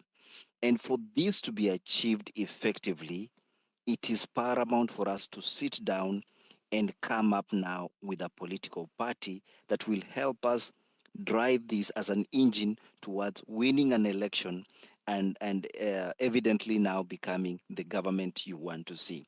So does that in any way translate to automatic winning of the elections? That is not to say that is the absolute truth or the absolute response to formulation of the party, but it is the beginning of formulating ideas, crystallizing them, and putting them together as a common ideology in order to achieve the things that Kenyans have been talking about. So if somebody will come here and tell you we don't need to concentrate on coming up with political parties, we want to remain leaderless as it were, I will tell you, wake up and smell the coffee. The times are changing and so do the demands change. So I dare say, if young people today want to collaborate with older generation of people who have the same mindset, about the country they want, so be it.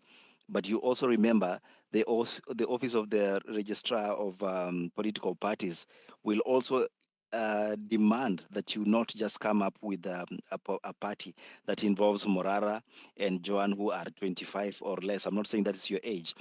It is generally supposed to be an all-inclusive party. So as we formulate those arrangements, let us also be open to those realities, because that is what the constitution mandates party members to think through as they make their party. So I hope I've answered a few of the issues you've raised, but I'm here to support the idea of it is important. You want to achieve political mileage, you must be politically involved. And the best way is to have a political vehicle that in this case is called a political party. Thank you. Thank you so much, Mizani 254, for supporting me. I'm honored. I'm honored. Pambazuka, I was coming to you. Good evening. How are you doing today? Talk to us, please. Good evening, good afternoon. I am here in the diaspora, and I just want to say thank you so much once again to all of the good work being done on the ground. As a mother of a Gen Z, as a last born, we've lived in the diaspora for quite a few years, and we've watched with dismay what has been happening to our country. So we are very, very encouraged with the evolution of this movement, beginning with the leaderless, tribeless cadre of freedom fighters, and now to those who are holding the government accountable and revealing. I must tell you, kila siku naamka na check TikTok au na check Twitter nione ni project gani sasa, ni barabara gani tunaona pesa zinapotea every day. Now, you know, I have no doubt that Kenya is rich, because working in the legal sphere here, I have seen the efforts and the interest that the West has in Kenya. So I'm just very, very encouraged. So thank you so much, KOT, for being consistent with these spaces. Thank you so much, Morara, for their good work and the hope that you keep giving us hope, man, keeping hope alive. And Ayo, thank you so much, everybody, Anti-Redemptor, and everyone who has shared here. Let me tell you what I would like to say. As a diaspora member, I don't know if somebody has talked about this, but I've been very much involved with Kenyans in especially here in Atlanta. And I want to say that if there's any kind of fundraising or crowdsourcing that's needed, there are organizations, and I agree with the last speaker, we have to have an organized system, a political party. At this point, I think we are there. Because here now, we have the Kenya Diaspora Alliance, which is led by, I think it's still led by Dr. Shem, I'm not sure, but he serves as the global chair. It's a federation of over 30 diaspora organizations representing over 300,000 Kenyans globally. I'm sure it's more, right? It's an alliance that's focused on the welfare of Kenyans abroad, promoting investments and ensuring that the diaspora is actively involved in Kenya's development initiatives, okay? Especially in line with Vision 2030. I remember when Bitengo Demo came to Atlanta. I was part of a logistics organization committee here in Atlanta, Georgia, at Kennesaw State University. This was when Equity Bank was being launched. Okay, we were also excited. We were lining up to open up Equity Bank accounts because, you know, we've been here all these years. We have this nostalgia towards nyumbani. Alafu kumbe tunaambiwa ati Kenya sio home. Okay, I was devastated. I'm going to try and make this quick because I have a lot to share, but let me stick to the main things. There's also the Kenya community abroad, which also plays a very significant role. I'm very happy to participate and engage these people that I've worked with in the past in terms of getting them in line and in tune to what is happening in terms of this new Gen Z movement. One thing, I was very disappointed recently. I met with a friend who is part of the political class in Kenya, has been, you know, for many years. And I was sharing about the discoveries and the fact that Kenyans are being sent abroad to work abroad. And, you know, I realized that even though we are the same age, we attended the same schools. I have lived here. they have also lived here, but they've gone back to Kenya to work. They have a mentality ya ukoloni still, which to me, it means that they too need a lot of education, even though they're educated, but they still feel like, oh, well, you know, when you go to Dubai, it's Kenyans who are running that airport. Yeah, Yani, with such pride, Yani, let's tuma our people abroad to show we can speak English without an accent. You know, that kind of nonsense. And I had a hard time trying to convince them about, you know, how I feel, how passionate I am about, you know, saving our country. So hiyo tu ndio nataka kushare. I look forward to another opportunity to share more and to be more involved in, helping towards achieving the success of this movement. Asanteni sana. God bless you. Stay safe. We are praying for you. And for continued courage.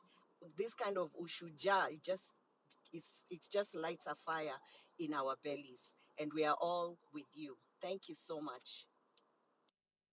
Asante sana Pambazuka. Government, mko na majina kwa hii space. Government pathologist Leonard Ombuna, your hand is up. Please speak to us.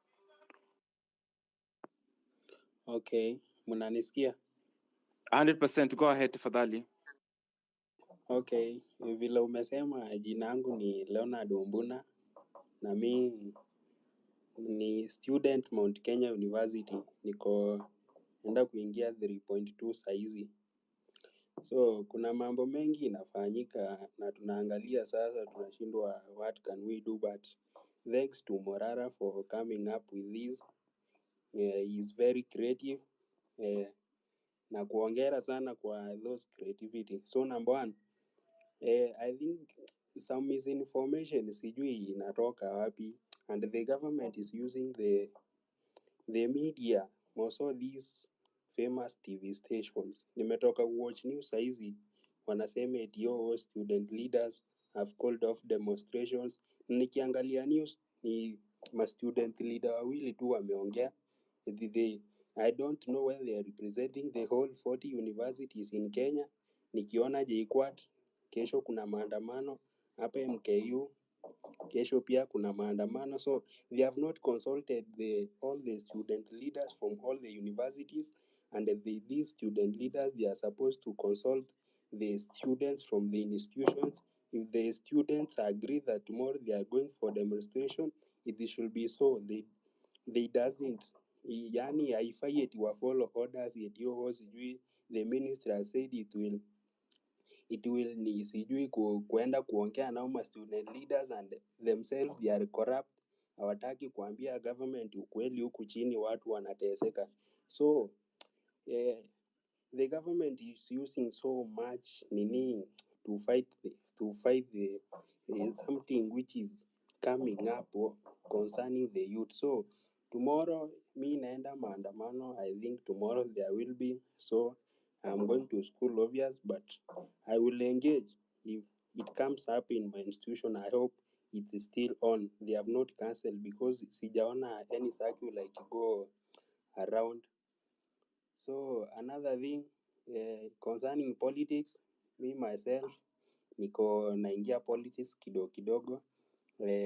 As far as I'm concerned, any political seat nimehold, I think it's high school. I was captain. I think clubs captain, yeah, hiyo ndo nilikuwa high school. And coming to university, vile niliingia 3.1, kulikuwa na kuchagua class rep. I think those ile watu kuogopa, nikakuja nikamwambia let's do this and this, so they elected me as their class rep during our intake in my course. So that's the position I'm holding now.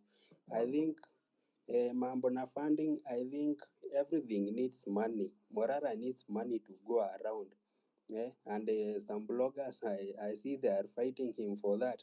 If we need him to continue doing what he is doing na hana pesa, we must support him. Politics is all about money. If you don't have money, you will not make it.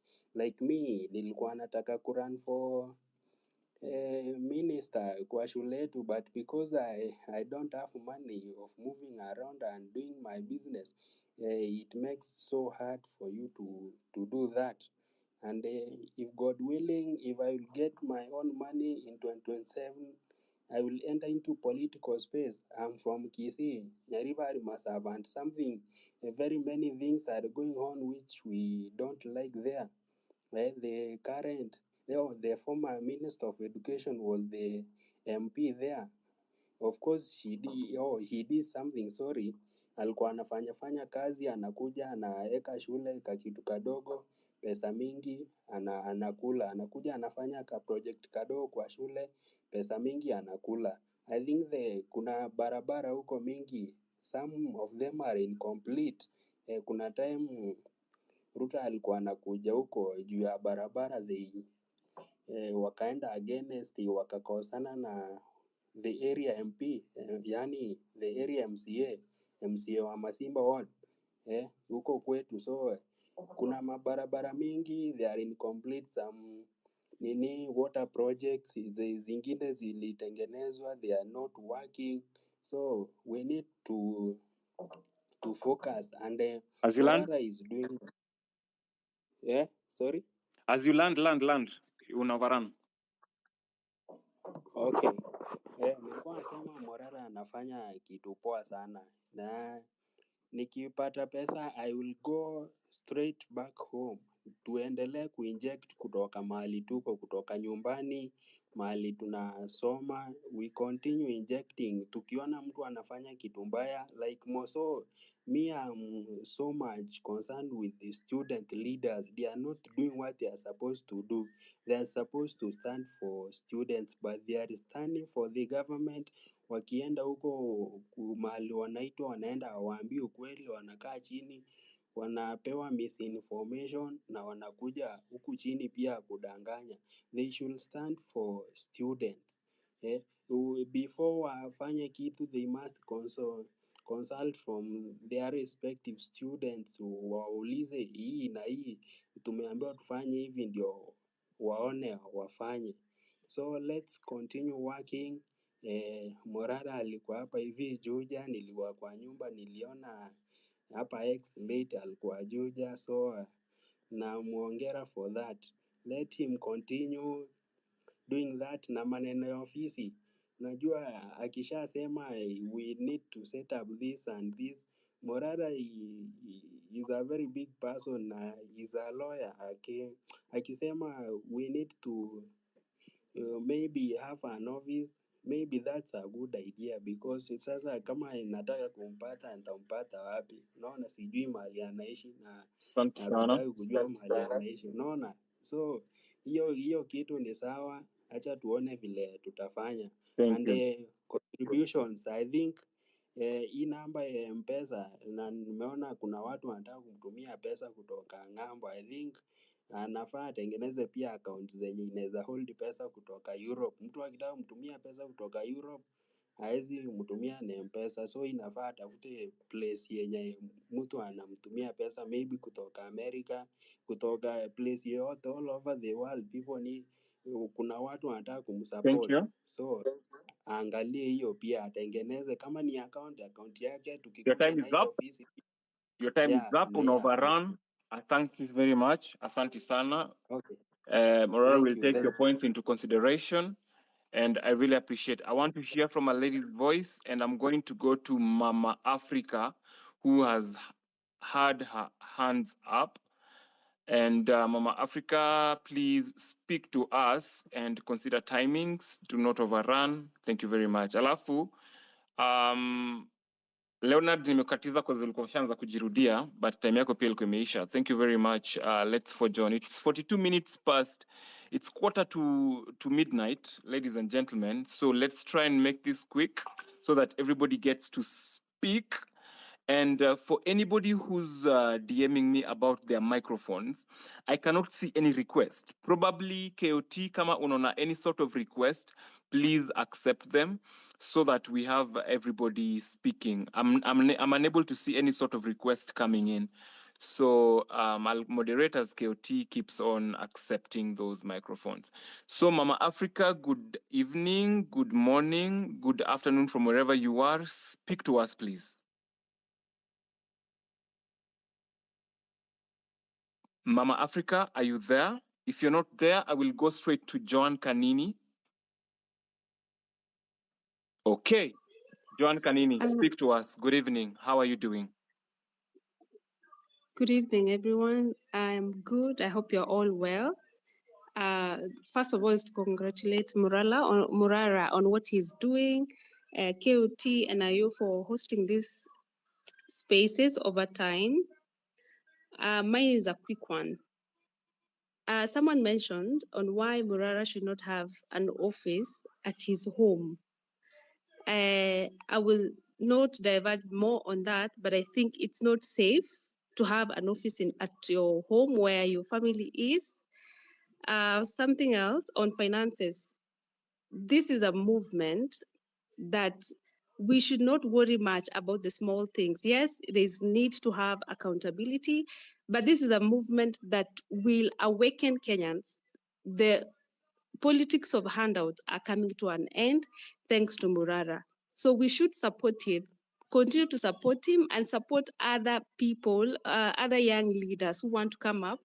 So in the Kenyan youth, we are so many, the Gen Zs, the millennials, and the old people who are with this movement. There are so many, and they would want to support someone even without the money. So it is a movement that is the money issue should not be a big concern. We should not keep dragging Morara on these small issues. Someone has mentioned about his office.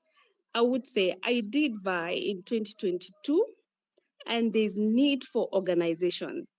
And Morara should go all in. This idea of telling him, no, you might not be safe because they are goons. Morara, is time now. The team that you have at the office, let's have representatives from all counties and all wards, so that I can tell you there's a lot of goonism in politics, and it's time also for us. But this time, tell us, instill fear in them. Let them know that you're going to Juja. But behind scenes also, we have now told our people in Juja that we will be coming, and they will be the people that will talk to the goons, because these guys know each other. So this idea of telling Morara, don't go, Morara, please go all in.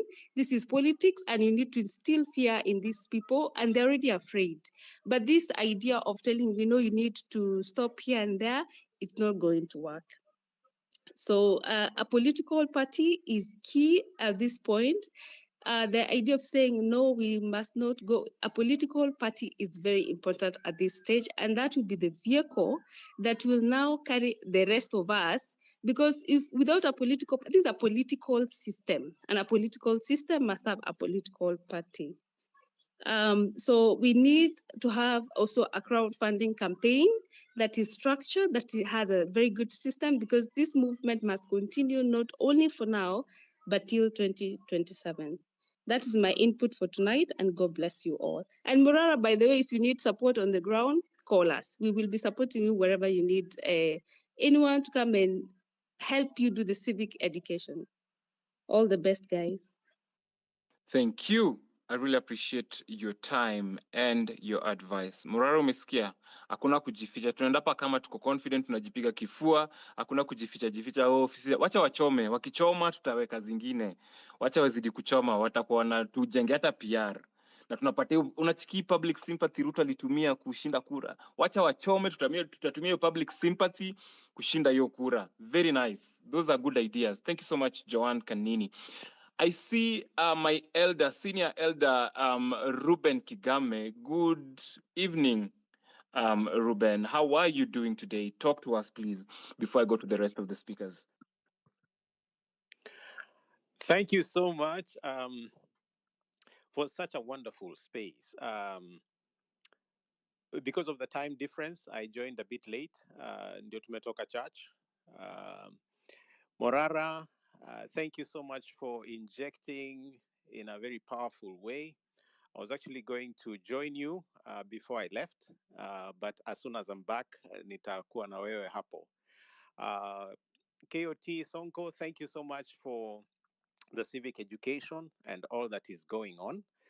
I requested for the mic specifically to give some guidance on the issue of the political vehicle and those who want to vie. I think she was called Wanjiru that spoke. That's when I requested for the mic.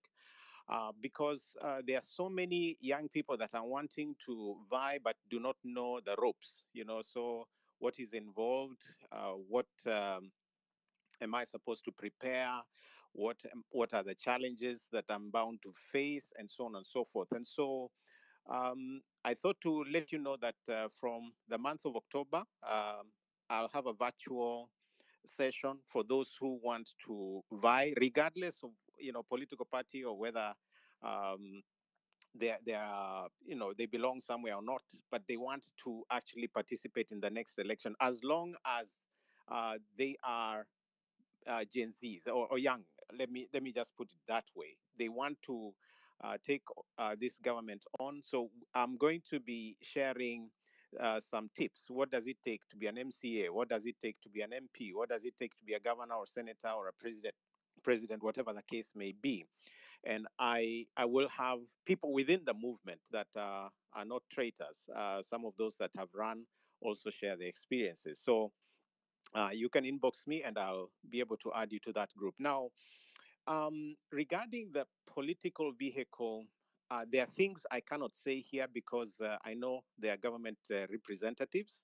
But I do want to request for a meeting with Morara and the KOT Sonko, so that I can give you the inner lining of how to get the vehicle registered, or without interference.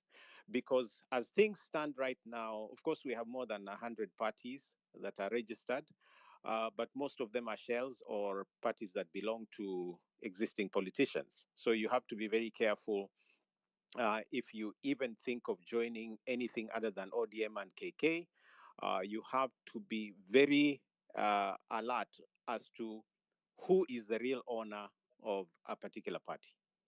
And then in case you want to register one, you need to know the time element, because um, it's time bound. For example, you'll be given, you know, about 30 or 90 days to accomplish a particular requirement, then another 6 months, and so on and so forth.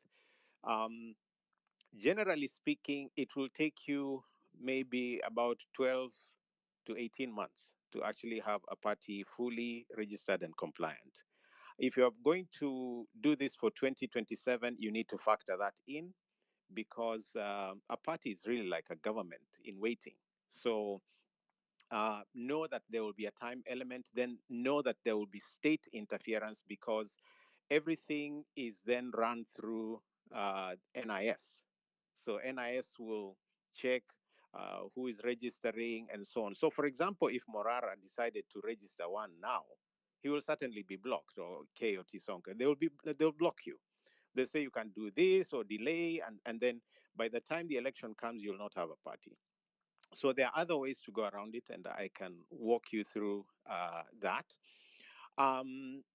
If you want to raise funds as an individual, you will find a lot of resistance, because ordinarily people don't really support people, I mean, individuals. So it would be better to have an organ, like the speakers before have said, for accountability, but also because if you get a lot of money as an individual, you'll be flagged, and you may be prevented even from spending it. So you need to be very careful, especially when they know that it's coming for political activism and or action. You will find that KRA or some other entity will come at your door asking you about this or the other. So you are safer when you operate within an organ. And just to close, in case you are in the wider USA, I'm here for a few moments, and we can certainly engage and see how to back up the movement. Thank you. You can inbox me for that. God bless you.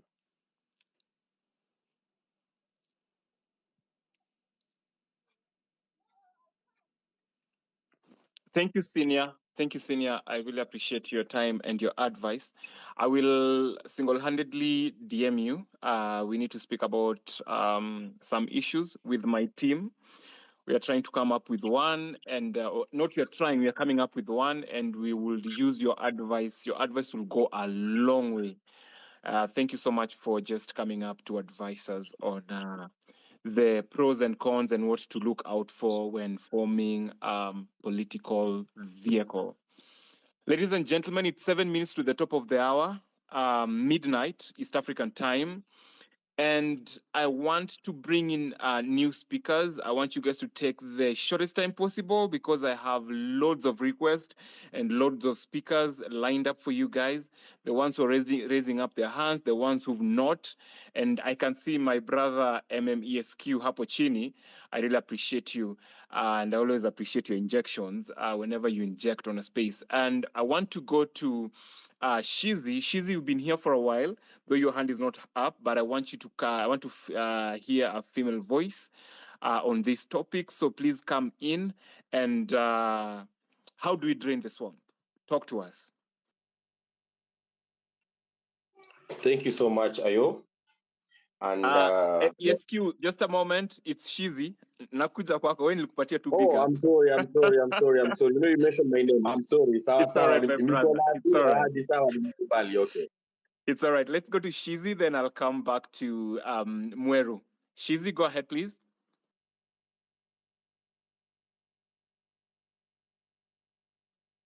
Shizi siwezi kakusikiza. Sijui kama mnasikia Shizi.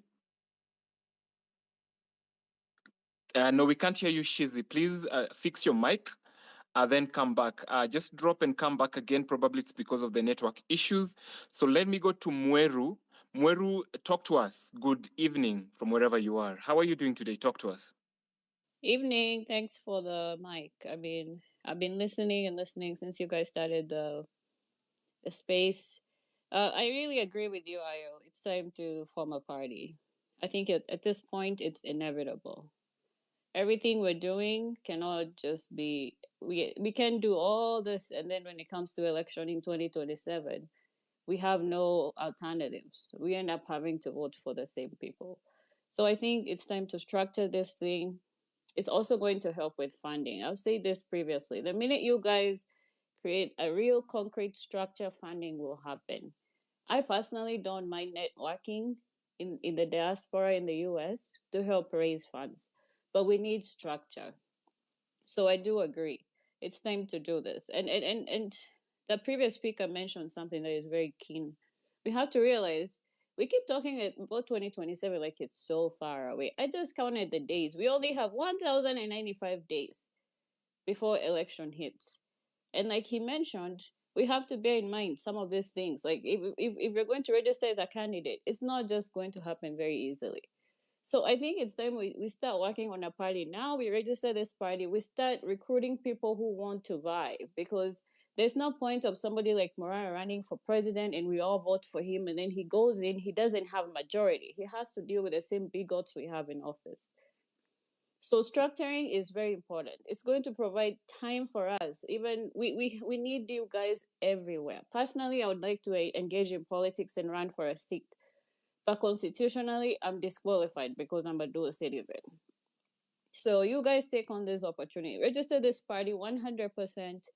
We have about 1,000 days remaining. We form panels where we go to every county. We need governor. We need a governor. We need MPs. We need you guys to be majority in the parliament for this thing to work. So I do agree. And time is of essence, and we need to remember this. We have no choice now. We have to be very, very, very intentional. All those people who are speaking in spaces, to me, I've listened to some of them. I want you in office. I'd rather listen to you. Why do I need to listen to people like Kalonzo or people like all those old people who've been listening to for 30 years? No. We need to be very, very intentional now. We need to have to register this party now, start recruiting people, start vetting them, so that we make sure that when it comes to that time of voting, we don't just do things last minute and we're in a rush and then we end up with candidates who we don't even know. We haven't vetted them. And I know people are scared of infiltration. It's going to happen, and that's good, because now we'll have time, and people who get infiltrated, we remove them from the party, and then we get new people. So it's time to get going. I don't know what we're waiting for.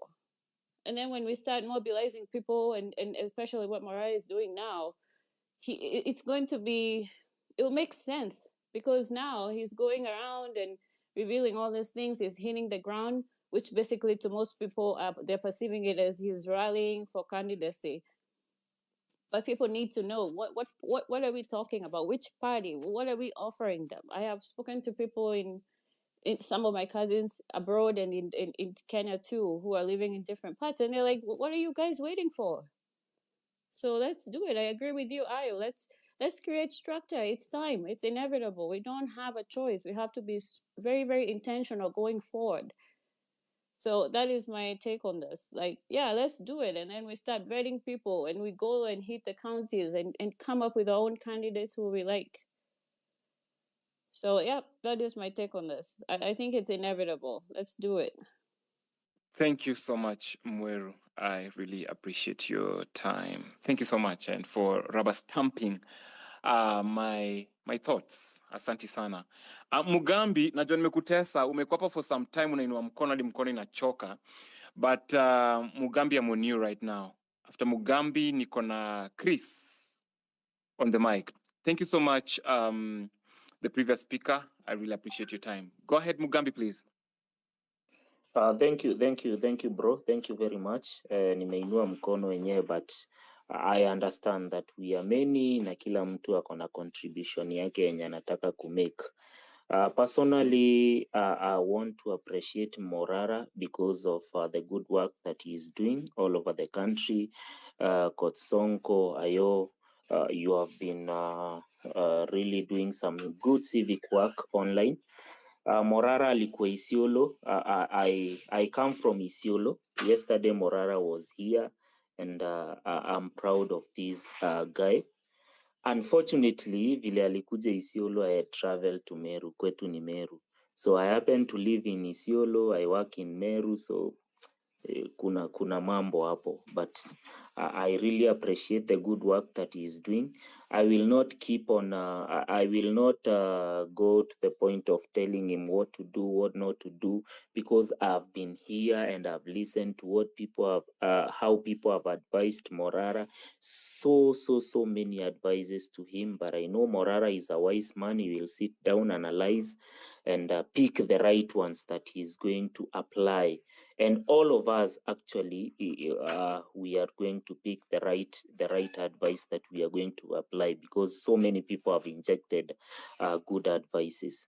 One thing that I would like maybe Morara to look at, and all of us to look at, is corruption that we have normalized in the Ministry of Education. Actually, it's a corruption that we have normalized, and we have taken it as a normal thing. There is this thing of head teachers or principals going to Mombasa every year, every December. And yesterday I did some analysis because I happened to come across some I don't know whether to call it a memo, or let me call it a memo that was sent to all the head teachers. In Kenya, according to the statistics of 2021, in Kenya we have around 32,000. We had around 32,000 primary schools around 2021 or 2020. So I expect that size imeongezeka kidogo. And every head of institution is required to contribute 60,000 from the capitation that was sent by the Ministry of Education to the school, so that it can facilitate the trip that they take to Mombasa every year to discuss nothing, to discuss nonsense. When you do that calculation, it comes to 2 billion, 1.9 something. That is approximately 2 billion. These 2 billion, and remember, FPE allocation for the budget 2024 was around 16 point something billion. If you do that calculation, it means that 16% of the budget that is allocated for primary schools goes to people's pocket in the name of a retreat. That is a whooping 16% of the budget that is allocated to the ministry. And that is only the money that is taken directly. Then there is some other money that is taken by the same people who are running the Ministry of Education, the sub-county directors, the county directors. Every time that a head teacher visits a sub-county office or goes to a sub-county meeting, you must go holding some money in your hands. Where do you think this money comes from? It is from the same capitation. Then ndio unashindwa, kwa nini primary schools hazinanga classes from time memorial? Kwa nini primary schools hazinanga chalk, hazinanga whiteboard, hazinanga gate? Primary schools zenye zimekuwa, unaona imekuwa hapo from wewe ulisomea hapo, umeishi hapo, haijafensiwa hiyo shule, haijaikuwa na classes. It is because of the corruption that is deeply rooted in the Ministry of Education. And I weep for those kids who are undertaking the CBC, the junior secondary school learners who are domiciled in primary school, because there is absolutely nothing that is going on there. I am a teacher myself. I am a junior secondary school teacher, and I am privileged to be on permanent and pensionable terms here in Meru County. I am also privileged to be in a hardship area. So I receive a maximum salary for a teacher who is in a junior secondary school. But in this place, it's a culture shock, actually, comparing to where I came from before I came to this school. I was teaching in a national secondary school. But whatever I'm seeing here is utter, I'm winding up, bro, is utter nonsense. Because one, these learners, yes, the curriculum is very okay. If it is correctly implemented and well implemented, I kid you not, this could be one of the game changers because it is hands-on curriculum. But sasa unapata mimi ni mwalimu wa hesabu na business studies, lakini zile subject nafunza zinaitwa pre-technical. Pre-technical is a combination of pre-technical, business studies and computer. Hiyo ndio mimi nafunza. Sijaingia class ya computer. Thank God niko na skills hapa na pale. Nikiingia science, integrated science, ni integrated science imekombiniwa na something else that is called health science. Hiyo hata sijui ni nini. So there is a lot of mess in the Ministry of Education, starting with the corruption that is going there and the mix-up in the curriculum that is being implemented in the junior secondary school, ambao tuna feed watoto wetu na vitu sisi walimu wenyewe hatujui, hatuelewi. It's something that needs to be sorted out. About curriculum is something that we can address progressively, but about corruption, it's something that we can go vocal about. That is my submission, Ayo, and thank you very much.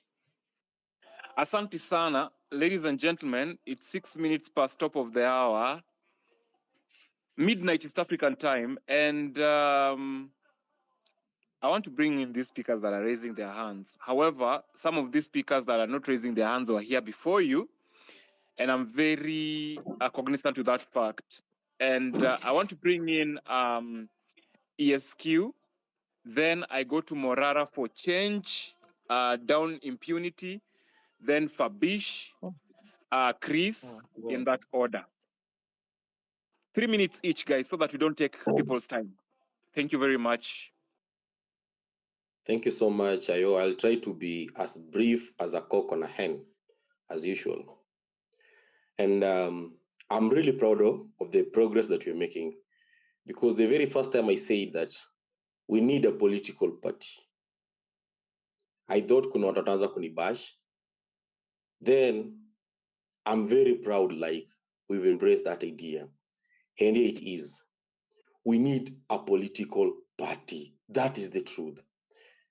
But as you are thinking of forming a political party, we also need to get to know of these, the very, very laws zenye zina surround these political parties. Because one thing I've noted is our MPs, they're very, very ni wajanja, yani ile mbaya sana, and they normally use these very, very same laws kutuibia. The same way tunafaa tujue when you're forming a political party, msiende hapo kusubmit jina then mnaambiwa this one does not meet the qualification of whatever of the political party. So those people when you watatokelezea, maybe they'll start to be the committee there when they're trying to do this thing. I want to tell you guys, you need to read that Political Parties Act of 2012 from the very first part to the last part, word by word, and understand it. Let not even a single word ikupite, because the same law, because these people, they know once we form a political party, will be very powerful to them. And normally what they normally do, they only use these political laws to fight each other. Munakumbuka time ya Uhuru, when they were trying to pass some political law, some of the members who walikuwa na oppose that government, they filibustered a lot because they didn't want, because walijua wanaenda kupigwa na that specific, I don't know, it was an election act or something. So we need to read this political, tujue what are the requirements, the registration from section 7 of that act to the last part, because this very same law wanatumia kutupiga. Because once we form a political party, it will be a political fight. Because I said from the very beginning, Ruto is making political moves. We haven't made political moves. Wakati kina Morara walijitokeleza, we realize it's only through political moves that wanaweza to act. Wakati Morara alienda ku unveil those projects kwa zimestall huko, that's when they walianza kuongea. Even Hussein Mohamed anakuja to defend the government. That means if we play a political game, our watu watatishika. Because let no one lie to you that tunaweza ibiwa kura. If we say tunataka Morara avae kukua MCA somewhere, na tuseme tunataka kuprotect those votes, zihesabiwe and we record and we have our own results, trust you me, no one will steal our votes. So I want to tell you guys, you don't need to fear politics at all, because it's only through politics that you can make a change. It's through this politics dokina MP these MPs history ya Dani. You know, this story ya Dani, people are not taking it serious, but hii kitu ilianza kitambo sana. And actually, to tell you, whatever the Adani are doing is anchored in law. We have the Public-Private Partnership Act. No, ukiangalia, they followed every process. Feasibility study was conducted. Ukiangalia that Public-Private Partnership Act inaongelea feasibility study. Then they made a proposal, a privately initiated proposal to the government according to the law. But since hatuja take serious these laws, we find ourselves in a situation that we are just blaming them, but hatujui washa from these laws. So the only thing I'm insisting here before I drop the mic is, let us understand the laws around these things. Akina Morara, use these people when you call university leaders. You know, the current university leaders, I describe them as crack-headed, because wanapatiwa memo to call off the strike and they are calling it off. And from that memo, it's very clear. For them, they were saying, you're calling this strike because we want this model to be gotten away with. But kama memo wamesema they want to improve that model, and they're being told to call off the strike, and they're calling off the strike. So they don't have leadership there, because kitambo leadership ilikuwa inapatikana hapo kwa university. But I don't know what happened, because this government ilikuja ikarealize the power inaanzanga in those institutions of higher learning. Ika infiltrate. When someone is anataka kuwa leader of a certain university, the government ina sponsor that person. That person anakuja, by the time anafika in this political army, as useless as she is, I won't mention them, but the government ilijua these were the secret. But some of us tumekuwa na advantage, people who have courage, kina Morara. I've seen Joshua Okiya, a very good friend of mine kutoka kitambo.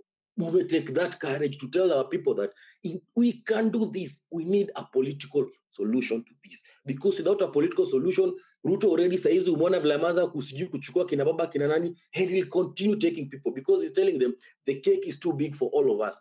You know, there's a time he said that statement and people thought he's trying to say that this cake is enough for all of us. He was telling other politicians, this cake is too big for all of us, because he knew anawahitaji, ndio maana from those handshakes. But for us, since we started this to come, we don't want finance bill, this guy pull out that finance bill. Again, 2027 is not far. Vile ameanza kukimbia kwa magari, I want to see kina Morara wakienda kila mahali. And make sure you unajua to the interior of the interior, because it's that interior of the interior, mali these guys they're taking advantage of. I saw juzi wakati kulikuwa na maandamano, those wazee from wakale huko wanatolewa kwa na mtu anapatiwa nini ya jembe, hata ajua anaenda kufanya nini na maybe hata walidanganywa. Kuna mtu anapeana vichi za jembe hapa bure, then wanaambia ndani town mwanze kuinama hapo sijui mkifanya nini. Yeah, those guys who are illiterate, sorry to say so, but that's the truth. They know nothing. Those people don't know even kuna constitution, they don't know this thing. Even for us, we don't have to be ignorant of these laws, because it's these same laws that these guys, they'll fight us to the end. And since we are relentless, we want to see people out. We want to see Akina Morara forming coalition. I've seen you with Evans Kimori. Those guys, they are very good in politics, because I started seeing them growing in politics. And I can tell you, if we indeed we are serious about this, let us do it. Let us stop division. Wengine wanaanza sijui kusema hiyo PA system it can't. No, we don't want any fight here. And if you see any person who is against, let us tell him off. Wewe na wewe hapana, what you are saying is wrong. But let us do the right thing. So vile tumesema, it is a political solution. We want to be there, and let us share ideas. Morara, take ideas from everyone here. There can be that person with one follower, but he has a very good idea. Take idea from everyone. Consult people. You see those leaders who are Kitambo University when you are silent. Go to them, ask them who was the president in this university, who helped this person get to the president in this university. Get those people, they'll help you get whatever. Hata tukitaka kuwa president, we shall be. And I can tell you, Ruto is nothing. Ruto is nothing without the legitimacy of the people, and he lost the legitimacy of the people. Him making handshake with Raila was trying to seek legitimacy of the people, and he lost it. We have the legitimacy of the people. Because even power, you can't have money and power at the same time. You have to balance both. He has a lot of money, but he doesn't have power. And the power is us. Ndio maana every time he has to justify himself. So you guys, nikimaliza, let us get to know all these laws, na tusapotiane, let us be one voice, na tusigeuziane. Mtu usilipwe 10 bob hapo hivyo 10k, ukuje uanze kuongea mambo negative. Let us focus and aluta continua. I drop the mic, Ayo. Thank you so much, MM. Kuna pointi fulani bring up hapo nimependa sana. Is Morara still alive? Ama lidoz? Okay, sijui kama ako alive ama alilala. KOT, you are still alive, I guess, right? KOT? Yes, I'm not there. Very nice. Very nice. I want to urge you guys. Kuna point ESQ ameongelelea hapo about guys in the universities. Guys, how many universities do we have in Kenya? And how many people are in these universities? How many young people are in these universities all over Kenya? And how many, now let's go the tribe way. How many tribes do they represent? And how many lives do they affect out there? Because these guys are pulling the tribal card on us. Now we want to use the cards that they are using to benefit us. If you pull up the tribe factor, let's go to university where all tribes are well represented and start speaking to students. Speak to students, speak to comrades, and comrades wanajua venye wanaumia. And let's speak their language. Let's, with an intention of bringing in change for them, and we start converting their lives one by one. Ini kama ministry, tunaenda kwa college ministry, tunaeneza nini yo gospel. Na tunaeneza yo gospel, and we just speak to the student leaders. Tunaeneza yo gospel from KU to Nairobi University to, what do we call it, Egerton, to Maseno, to wherever. Hadi uko Wajia uko penye kuna nini universities, and we start converting them one by one and telling them why we need a new political face. Thank you very much, ESQ, for bringing up that point. And I had given up a point, whatever earlier. So who was supposed to be going next? I don't know, how. Was it Morara, then George, or was it George, then Morara? Let's go with George first. George Manyali, let's go with you. Then we go for Morara for president, down impunity. Alafu tuende kwa Fabish tukienda hivyo. Thank you so much, MMSQ. Hi, am I audible? 100%. Talk to us, please. Thank you very much. And talking to you on this Monday, 9th of September, Guys, I'll speak on one thing: good governance. I think I have a pinned tweet that I would like each one of us to look at. There are 8 pillars of good governance, and one of that pillar is participation. And the participation is what we are seeing tonight, is what we are actually what we have activated, because we are participating in a conversation that is not just for us today, but for the future of the country. One person, Morara, who now is shaping the conversation, coming from leaderless to a leader. And just like somebody has already alluded to, leaders emerge. Who appointed Morala? Nobody. Nobody. He has emerged. And he has emerged because he's doing something. He's daring. He's courageous enough to say some of the words that we have failed to say. And that is what the real description of a leader. He's emerging. But more importantly, he's not speaking to the political class alone. He's speaking to all of us. I've heard a teacher speak here. He's speaking to teachers in classroom. He's speaking to policemen. Morara is speaking to county government. He's speaking to the national government.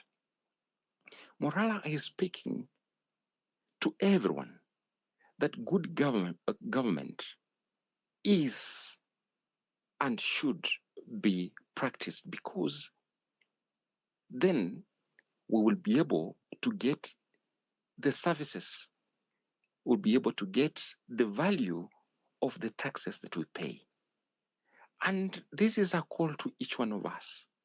Morara cannot be everywhere, but we are Moraras wherever we are, in the corner, in the sphere of this country, Kenya. And therefore, I call upon you today,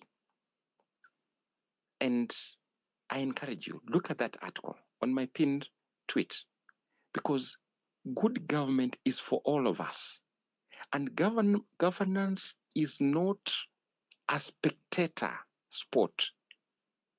It is for us to participate in. Please don't just wait for Marara to speak for you. He's just one voice, which can be silenced in a minute. But if all of us speak, nobody will silence us.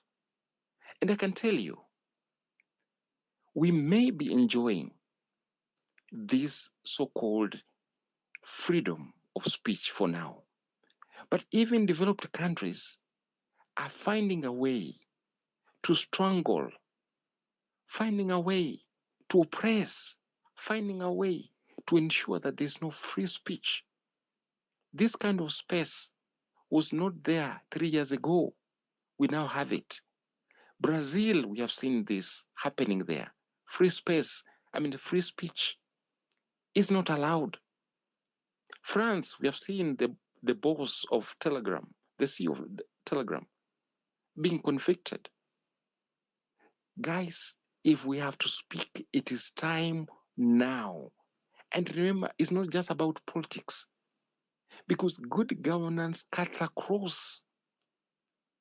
So in our local village where we come from, in the local towns we come from, in the big city we come from, let us speak. And more importantly, that I call upon you to look at my pinned tweet. Please, if there's something we want to add on that good governance thing, article, let us add. And if it's one to share, please let us share. Let us repost. People read it. I think I've put there some insights. 8 pillars. Effectiveness and efficiency. When you go for a government service, how efficiency is the person who is serving you? You can rate that person. Is it 20%, 50%? That affects good governance. So guys, let's speak, and not just Morara to speak for Time's us. up. We are Morara. Thank you very much.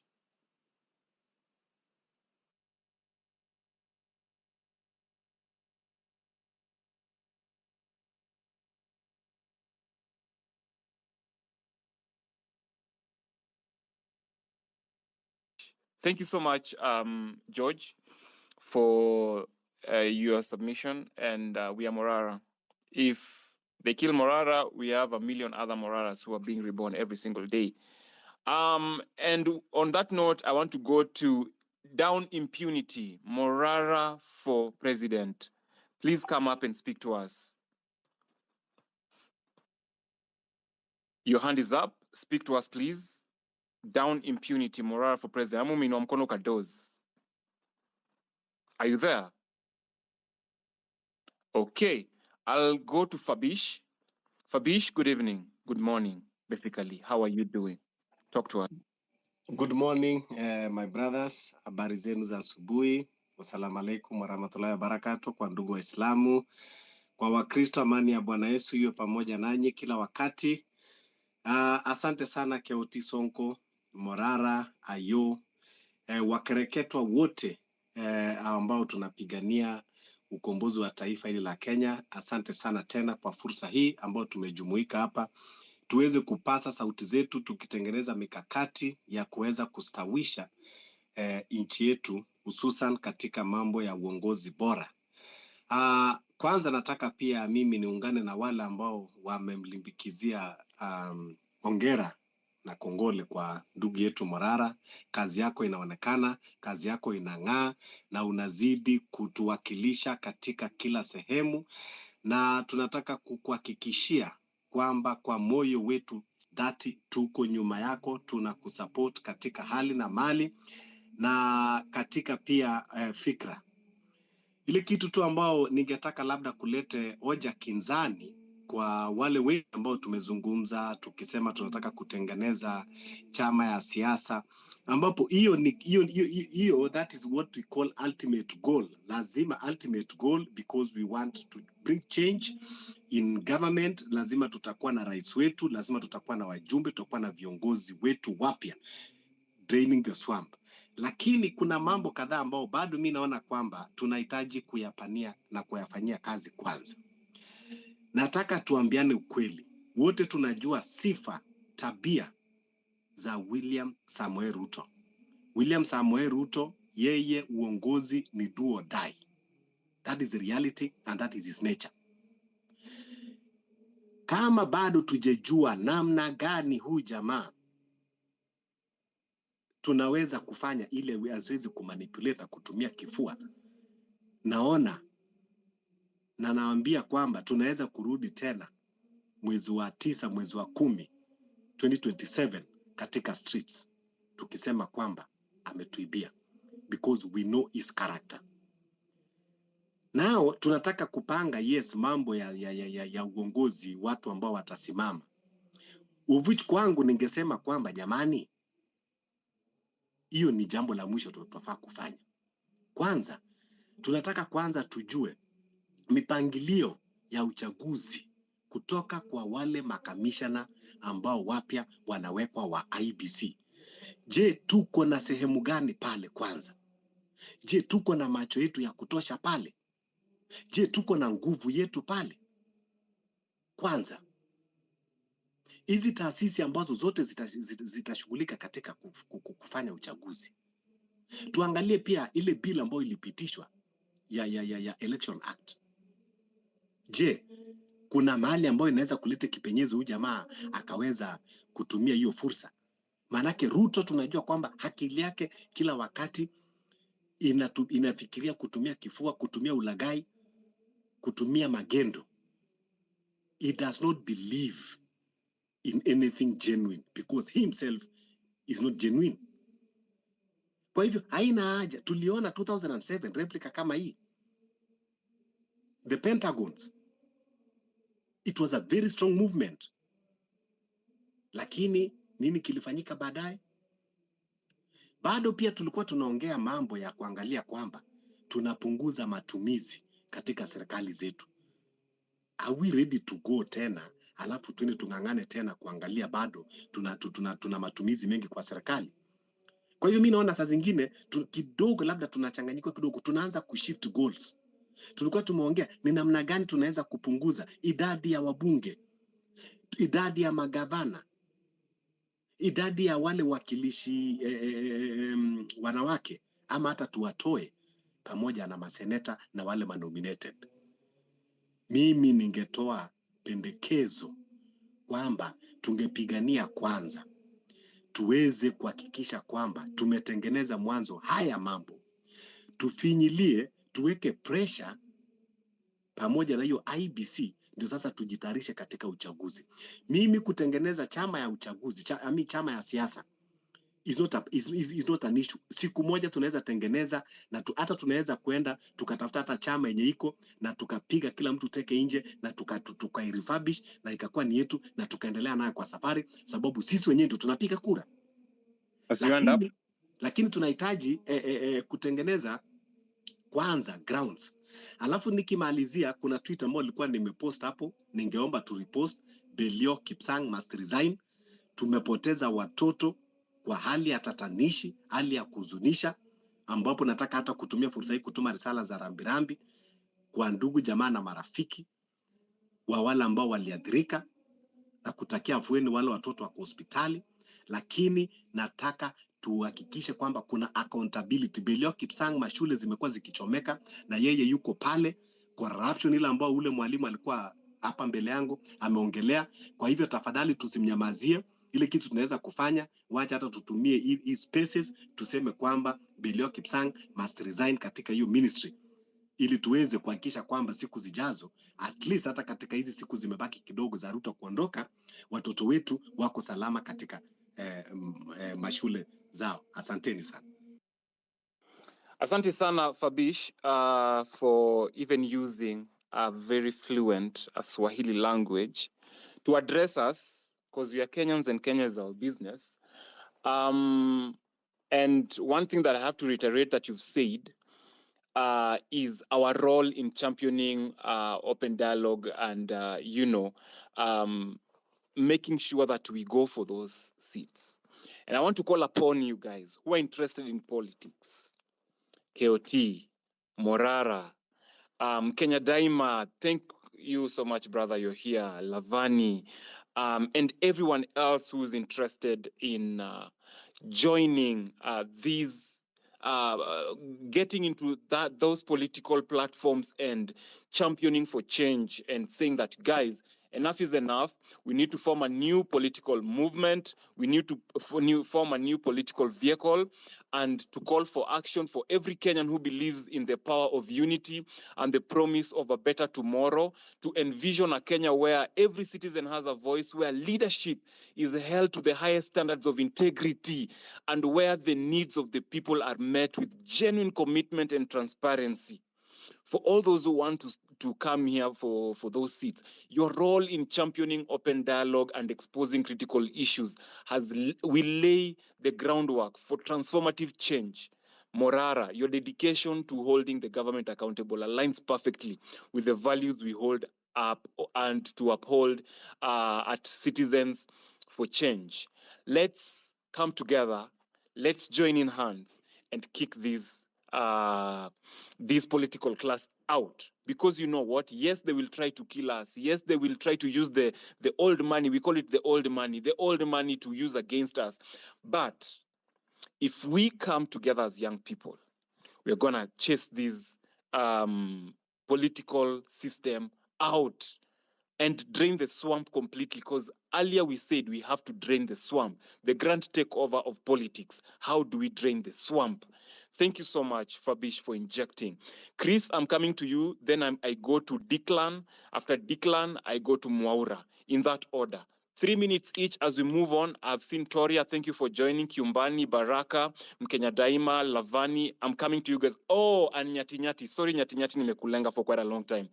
Speak to us, Chris. How are you today? Talk to us. I'm good. Good morning. I hope everyone is good. First of all, I want to take this opportunity to also bring out what I feel and what I see happening. Jambo la kwanza. Let's be honest as Kenyans. Leo hii nikisimama kiti na nitumie pesa zangu, nitataka kurudisha pesa zangu kwanza because niko na ile maono kwamba after miaka 5 bado nitataka kuwa mbunge ama kukua mjumbe wa mahali sehemu fulani. So lying to us that utatumia pesa zako na ukose kutafuta deals za kurudisha pesa zako, that is a big lie. And that's why individually I support hiyo initiative ya Morara kwamba tunafai to redefine our finance, our political finance, ili mtu unaingia huko, pesa sio zako zenye umeingia nazo, umetumia pesa za watu kucampaign, watu wakakupatia kura. Ukifika huko hutakosa kufanya kazi na uanze kutumia njia ya mkato kuambia watu kwamba nilikuwa natafuta pesa zangu. What Ruto is doing. Ruto anaiba ili 2027 akuje agawe watu. Sometimes naweza sema I feel bad when I see people attending this meeting, but upande mwingine pia nasema at least vijana wanakula hiyo 500. Hiyo siku kama hakuwa amepata kibarua, at least anakuwa na kitu ya kujilinda nayo for the day. But mi huwa nasema kula hiyo 500, usiende hiyo rally. There's nothing you lose. At least umepoa 500 na ni pesa yako, hiyo ni tax yako. On another thing, individually, natoka Busia County. I love to run, but let's be honest, without cash ni ngumu. Mimi leo hii nilikuwa against forming a party, nilikuwa against leadership kwamba hiyo wakati tumekuwa kwa maandamano, because individually nimeenda maandamano zote except ya kwanza. The first one ndio sikuenda, but the zilifanyika zote I went. Sikuenda because somebody was financing me, nilienda because I was believing in what was happening. Na sikuwa na shida kwa sababu nilikuwa naambia watu hata nikitoka naweza rudi ama nikose kurudi, but if I don't, we jua at least I tried to go and voice my opinion out there.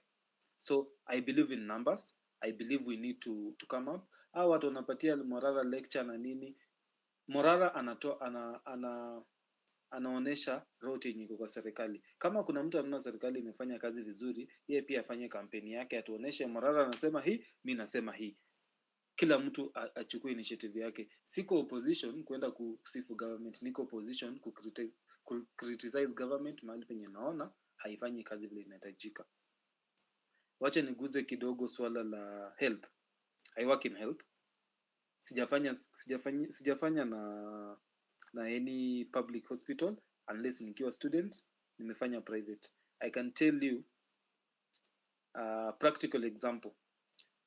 I encourage women and a lot of women, usiende kuzaa kwa hospitali ya private kubwa. Why am I saying that? Ukienda Pumwani, yes kuna chances facilities sio safi, mtoto wako anaweza ibiwa, kuna crowding na nini, but I'll tell you with the authority kwamba they give women a chance to give birth. Ukienda in a bigger private, you can name them, sitaki kuzitumia, sitaki kuziname majina, but when you go to them, what they do is they want you to go for a CS. Why do they want you to go for a CS? Ukienda CS, maybe mtu atakucharge 120 and above or 200, independent facility gani. They'll make money out of it. But ukienda kwa public facility, before uone mtu amepelekwa theater kufanywa surgery, jua kimeumana. That is one thing. Another thing, hii mambo yenye mnasikia watu wakilia huyu jamaa mwenye anaona Nairobi West, Bliss, although Bliss pia Gachagua yuko ndani, sio huyu Jay Saini ni proxy, but pia Gachagua yuko ndani. Huyu Jay Saini ameanza kuwa na cases kuanzia kitambo, from around 2010 wakati wa serikali ya Kibaki. alikuwa na kesi ya hospitali fulani inaitwa Clinics. Hiyo Anyang' Nyong'o alikula, Raila alikula na watu wake na watu wenye walikuwa kwa serikali ya Kibaki. Bliss ndio inasumbua walimu, inasumbua polisi. Kwa sababu gani? All civil servants wameweka huko by design. Ule muhindi mwenye alikuwa na Medhill aliangushwa. Politics will play a part, na pia alikuwa na scandal zake. Sitaki kumtetea. Huyu mwingine Jay Saini amewekwa hapo kumreplace. Anamreplace kwa nini? Ruto has a plan. Tulikunywa sukari ya mercury, so expect in the next in 10 years time cases za cancer zitaongezeka. What are they investing now? They're investing in hospitals, not blindly, by design. I'll tell you, I can talk about more on health. I can tell you about COVID vaccines. I can tell you about the manipulation imekuwa kwa hizo medical covers, and why. Ask yourself a question. Mbona hospitali ilijengwa ya askari hapa karibu na Nairobi West, lakini iko na state of the art facilities but high function? Ili kuna mtu aenda akule pesa za civil servants by design. So I'll tell you, I support, if kuna kuform political party, we can start it now.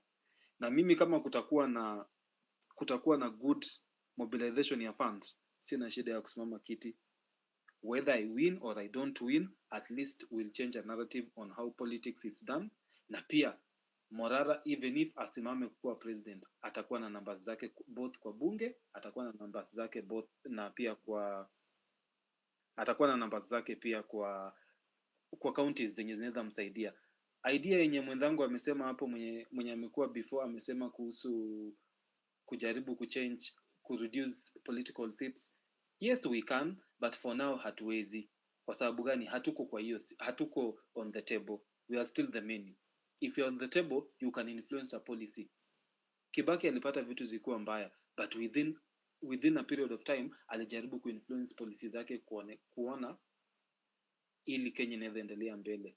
Saa hii ukiona, enda Rwanda have just copied Vision 2030 yetu. Sisi huku tuko na good planning na tumeweka kwa makaratasi vizuri, how wana implement live.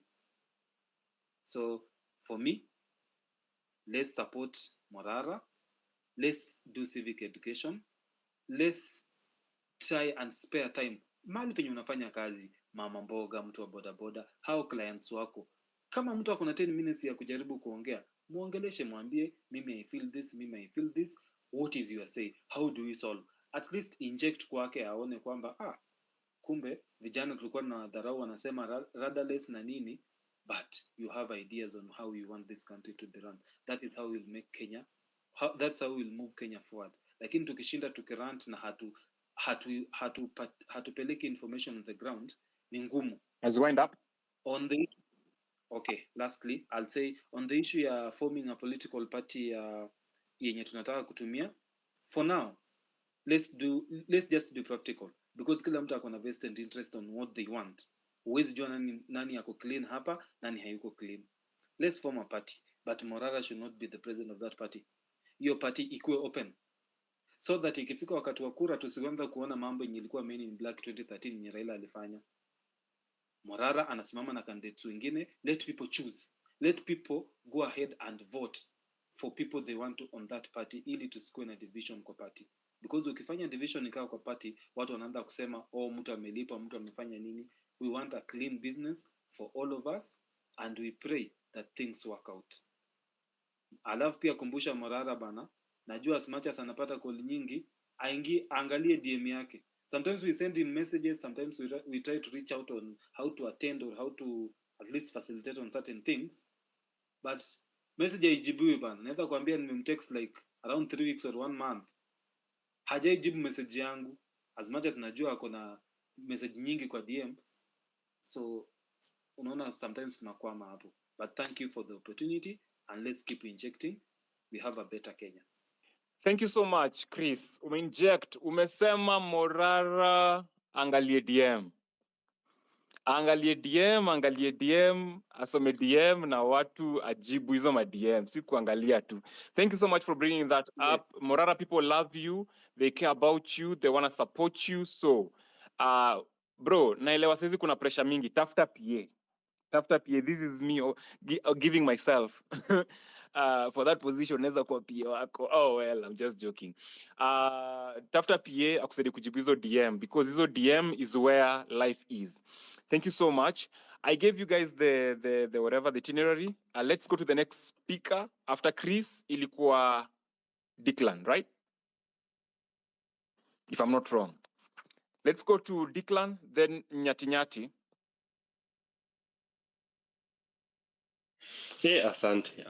Asante sana.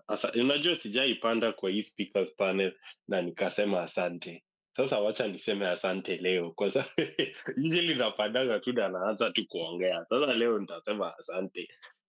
Nimengoja tangu 6 p.m. I've been here 6 p.m. I want to talk to my president. Nataka kuongelesha president yangu. I've been so excited over the past 2 days because guys, I have a car. You guys, sikuwa na gari. Sahi niko na Prado KCJ 200W ya white. Na Morara anatembea nayo dunia mzima na iko na PA system na anaongelesha watu kwa mama mboga, anaongelesha kila mtu. You guys, sahi siwezi ambiwa ene. Nikitembea naambia tu watu ongelesha watu vizuri bwana. Watu wako na gari kubwa. Mi ni mtu wa gari kubwa, sahi siwezi ambiwa ene. Niko na gari, wacha ni repeat number plate KCJ 200W. Niliweka pesa zangu hapo. Niko na gari guys. Morara, thank you. Wacha niachie hapo, wacha nisiendelee. Watu wanajua kwa nini nasema hiyo thank you. Mimi nakutambua kama my president. Hizo zingine zenye watu wanasema mimi sijui. Morara ni president wangu. I go around saying my president because he's my president.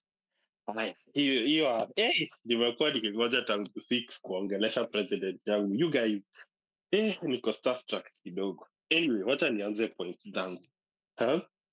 How are we going to drain the swamp? Haraka. Aya, ya kwanza, campaign laws. President wangu, Morara, Ali mentioned about campaign laws, but he didn't go into it. He just mentioned it as a point. How are we going to drain the swamp? The campaign, when you're trying to kill something, sijui kama mnaonanga hizi ma TV shows, hizi za political and those things, they always tell you if you want to take somebody out, follow the money. Follow the money. How are we going to follow the money? How are we going to remove money from politics? We need to change politics into a poor man's game. We're going to do this by coming in with new campaign laws. We need to lower the cap that people can use when campaigning. Basically, if the campaign cap now, there's even no campaign cap for the amount of money you can use. I stand to be corrected. Maybe there is. But if there isn't, one needs to be set, and it needs to be set very low. In that, it will deter the kind of people who don't have any other tactics rather than giving out money and following tribal lines. They'll now have to come up with new tactics, and these tactics will have to be good tactics. We want to switch it in that the handouts do not come from the campaigner to the people who are campaigning. The handouts come from the people who are campaigning to the campaigner. Let us give politicians, the ones that we believe in, our money. And do you know what that will do? When those people get into government, when they get that seat, utakumbuka ulimpatia 200 bob yako ya mwisho. You'll make sure he uses that 200 bob properly. You know now, Kenyans can go around at sasa hawajali kwa sababu walipewa 200 na governor wao, so they're feeling okay. Wait until the day where ulipatia huo governor 200 in your campaign, because and then akuje sasa afanye kazi mbaya kwa government. You won't allow it. So we need to review our campaign laws. We can even put things like you cannot use more than 5 cars. Kwa nini ukuwe na motorcade ya magari 20? Ukuwe na gari 5 na lori moja. Anyway, number 2, unity. You guys, unity. Unajua, the question was posed a while ago. Should we start forming political parties? It seems that the answer is yes. I was a bit skeptical, but it seems the answer is yes. And why is it yes? Because we need unity. We cannot be having a space on the other side, another one here, another one there. It has to be one. People in this movement need to be selfless. People need to come out and volunteer. That is how we will work together to drain the swamp. Teamwork makes the dream work. Nilisikia ati Morara uliuliza ati I think it's 6,000 who was saying like a few hours ago. Morara put a post up saying that, what slogan should we use? Somebody else is already using Kenya Ni Home. Kenya Ni Home is a great slogan. Let us use it. Somebody else came up with a slogan. The slogan worked. It supports the movement. We take that slogan and we roll with that one. We need to be one unit. We need to be one unit. It's very important to be one unit. And we need a brand. Ukiangalianga campaigning, so this civic education thing, it is not just civic education. It's a civic education campaign. You guys, we now have a car. Unasikia hiyo Prado nilikuwa nasema, now we have a car na iko na system, lakini hatuna ngoma. Ukikumbuka the other day in the other space I was singing, unakumbuka hizo siku watu wakiimba tano tena, ndani, alafu hii side ingine watu wanaimba Raila TB, my guy. Those songs, As you wind up, sasa watu wanazipenda. And nikiona wind up. We need a song, we need a brand that people can identify with. When they identify with the brand, they will want to immediately come to the cause when the brand comes for a cause. We need a brand and we need a song.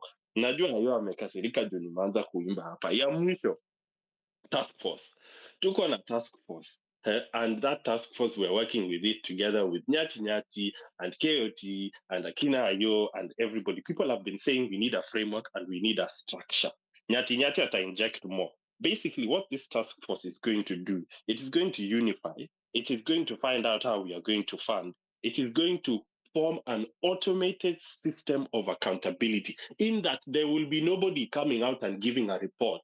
You will be able to go to a portal and find out what is happening in the portal anytime. Sio lazima ungoje what day of the week ati Ayo anatoa report ati Morara alikuwa huku na huku.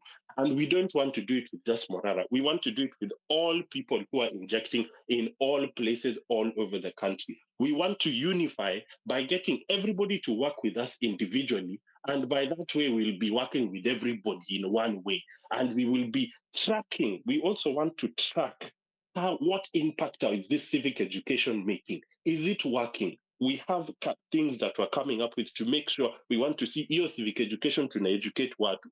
Is it working? Imeingia kwa kichwa. Ya mwisho. Ayo pole, ya mwisho. We need to separate. The question was, how are we going to drain the swamp? We need to separate religion from politics. We need to separate it. I'm sorry, but it needs to be separated. We cannot. I was invited to a thing by High Commission. I called people in the diaspora for a meeting. They want to talk to us on how we're going to move forward. The first thing they did in that meeting is open the meeting with a prayer. And I was so annoyed. And I was annoyed as a Christian. My issue was not the prayer. My issue was not God. My issue was not Christianity. My issue was you cannot have a national forum opened by a prayer from one religion. Do we not have Kenyans who are Indian? Do we not have Kenyans who are Muslims? Do we not have Kenyans who are atheists? Do we not have we have Kenyans of all different religions. When you call a national forum, you open that national forum with the national anthem or a line from the constitution. That is what you open a national forum with. You do not look at national things with religion or prayers. If anything, bottom line, it is just rude and dismissive of other people inside your community. We need to separate religion from politics.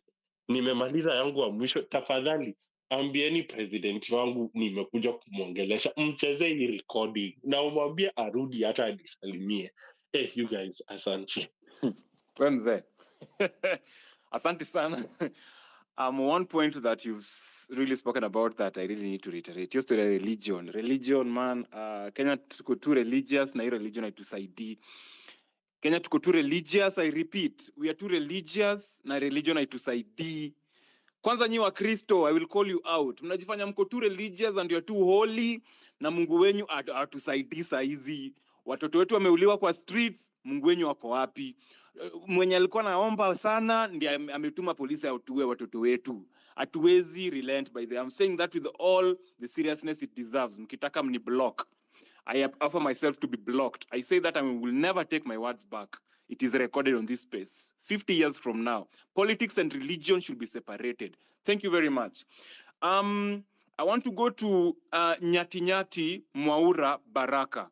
Saizi nakumbuka venye mliingia hapa. Nyati Mwaura Baraka. Thank you very much, Declan. Hey guys, thank you so much for this opportunity. Declan, man, you're so charged up. I feel so charged up just listening to you. And I'd like to say that what we're building behind the scenes is nothing that they're expecting to be hit with.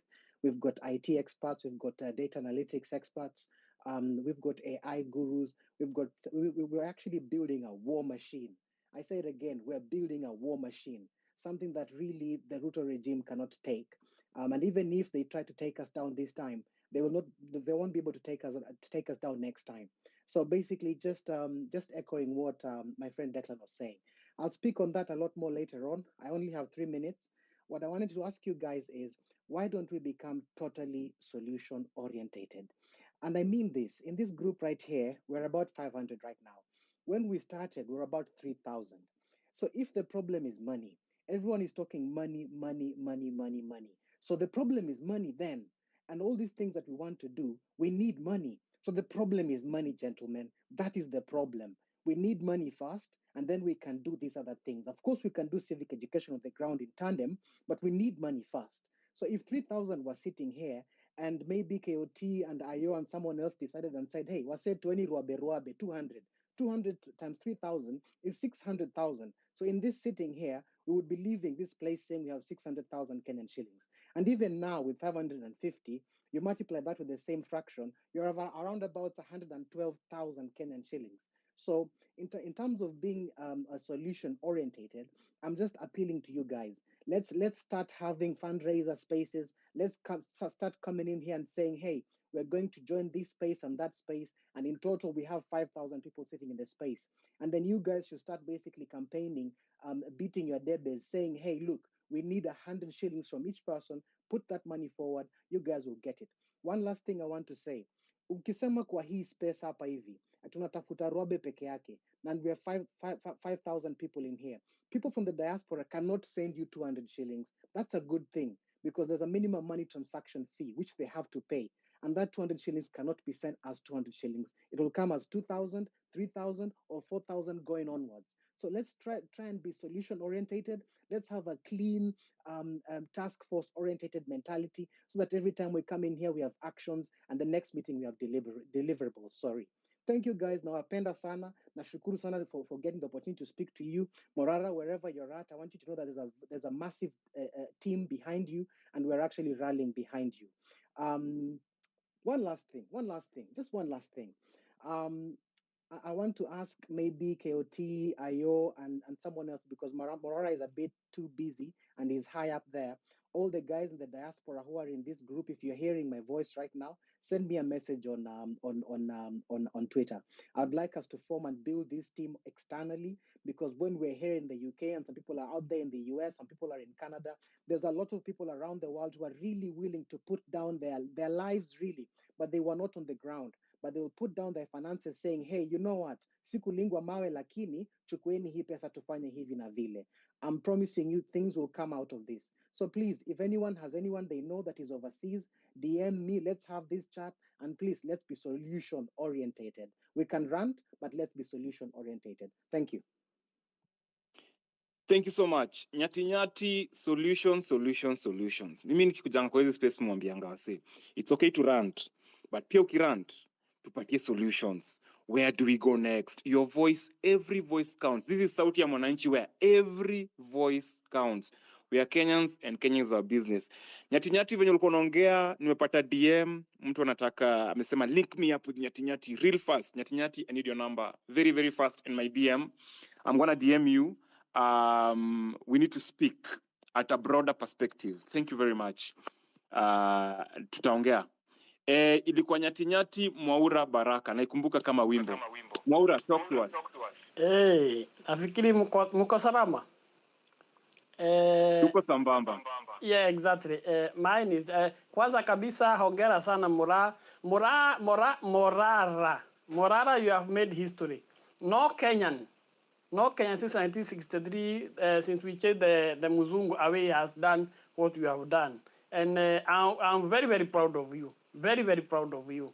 If I was in kama ningekuwa hapa naambi utakunywa kahawa, because I don't take beer, so I can only buy you coffee, not beer. So that is it. Now, let me go to my 3 points very quickly that I want to say. Number one, somebody has complained here, Morara, that you are not responding to DM. So now, Morara, now you are in another starter. You are now our incoming commander-in-chief. You should have not 1 but 2 or 3 PAs who should be organizing your daily diary and everything, where to go, which point to go, and how to inspect. So, answer him maneno mapema, because when you get to that state house, mambo itakuwa mingi. So start preparation mapema of going there, because I believe that something good is going to happen to you. Kuna mambo mazuri sana inakuja. You might be our Moses who will deliver us from Pharaoh. Pharaoh, I mean Ruto in the gym, and the Kenyatas and others. Number 2, and this is very, very important. I want us not to make this thing to look like a Gen Z thing that only Gen Zs can do for a rule. For me, age, the only thing that age does to a human being is to make that person grow old. And that's why you can see a person who is only 24 years old, very smart. Somebody who is 60 years is an idiot. Sorry to use that word.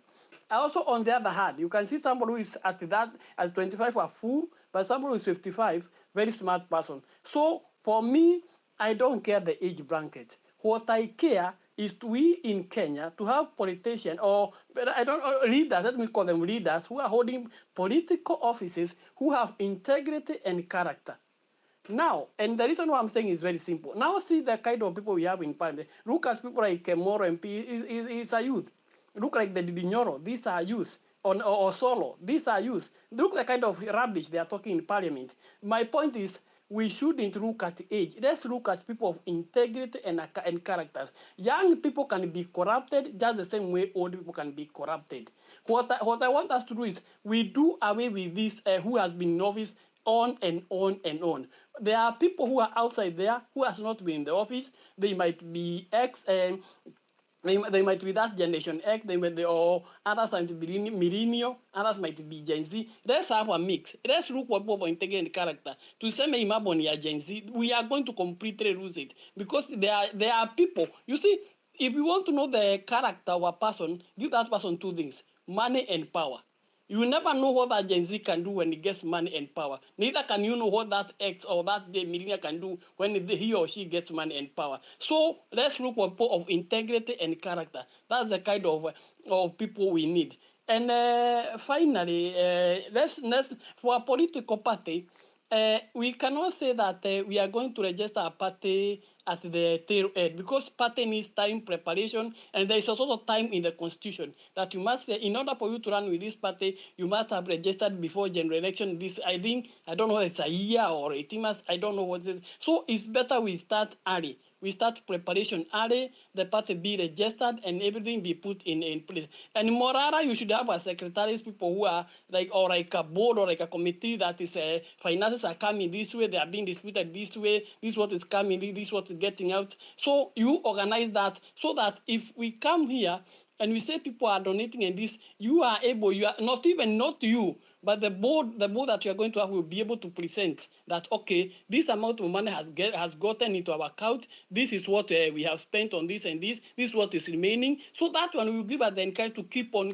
donating more and more. There are some of us who are maybe somehow wealthy who can even give $1 million. It's not a problem for some us here, but we want accountability. I'm not saying you're not, you don't have accountability tomorrow. Don't get me wrong, but you know we human beings by nature, we are selfish and you know how we are. So I think that one we have taken it to Morara and also have PAs like 2 or 3 who will be helping you in your day-to-day activity, preparing your diary where you'll be going, which project you'll be expecting and this, and also that you won't get bound up with all this kind of work. Thank you, and Ayo, please hold each and every Christian as an individual. Don't put us all together. I'm a Christian and I never liked what you said. Please, please.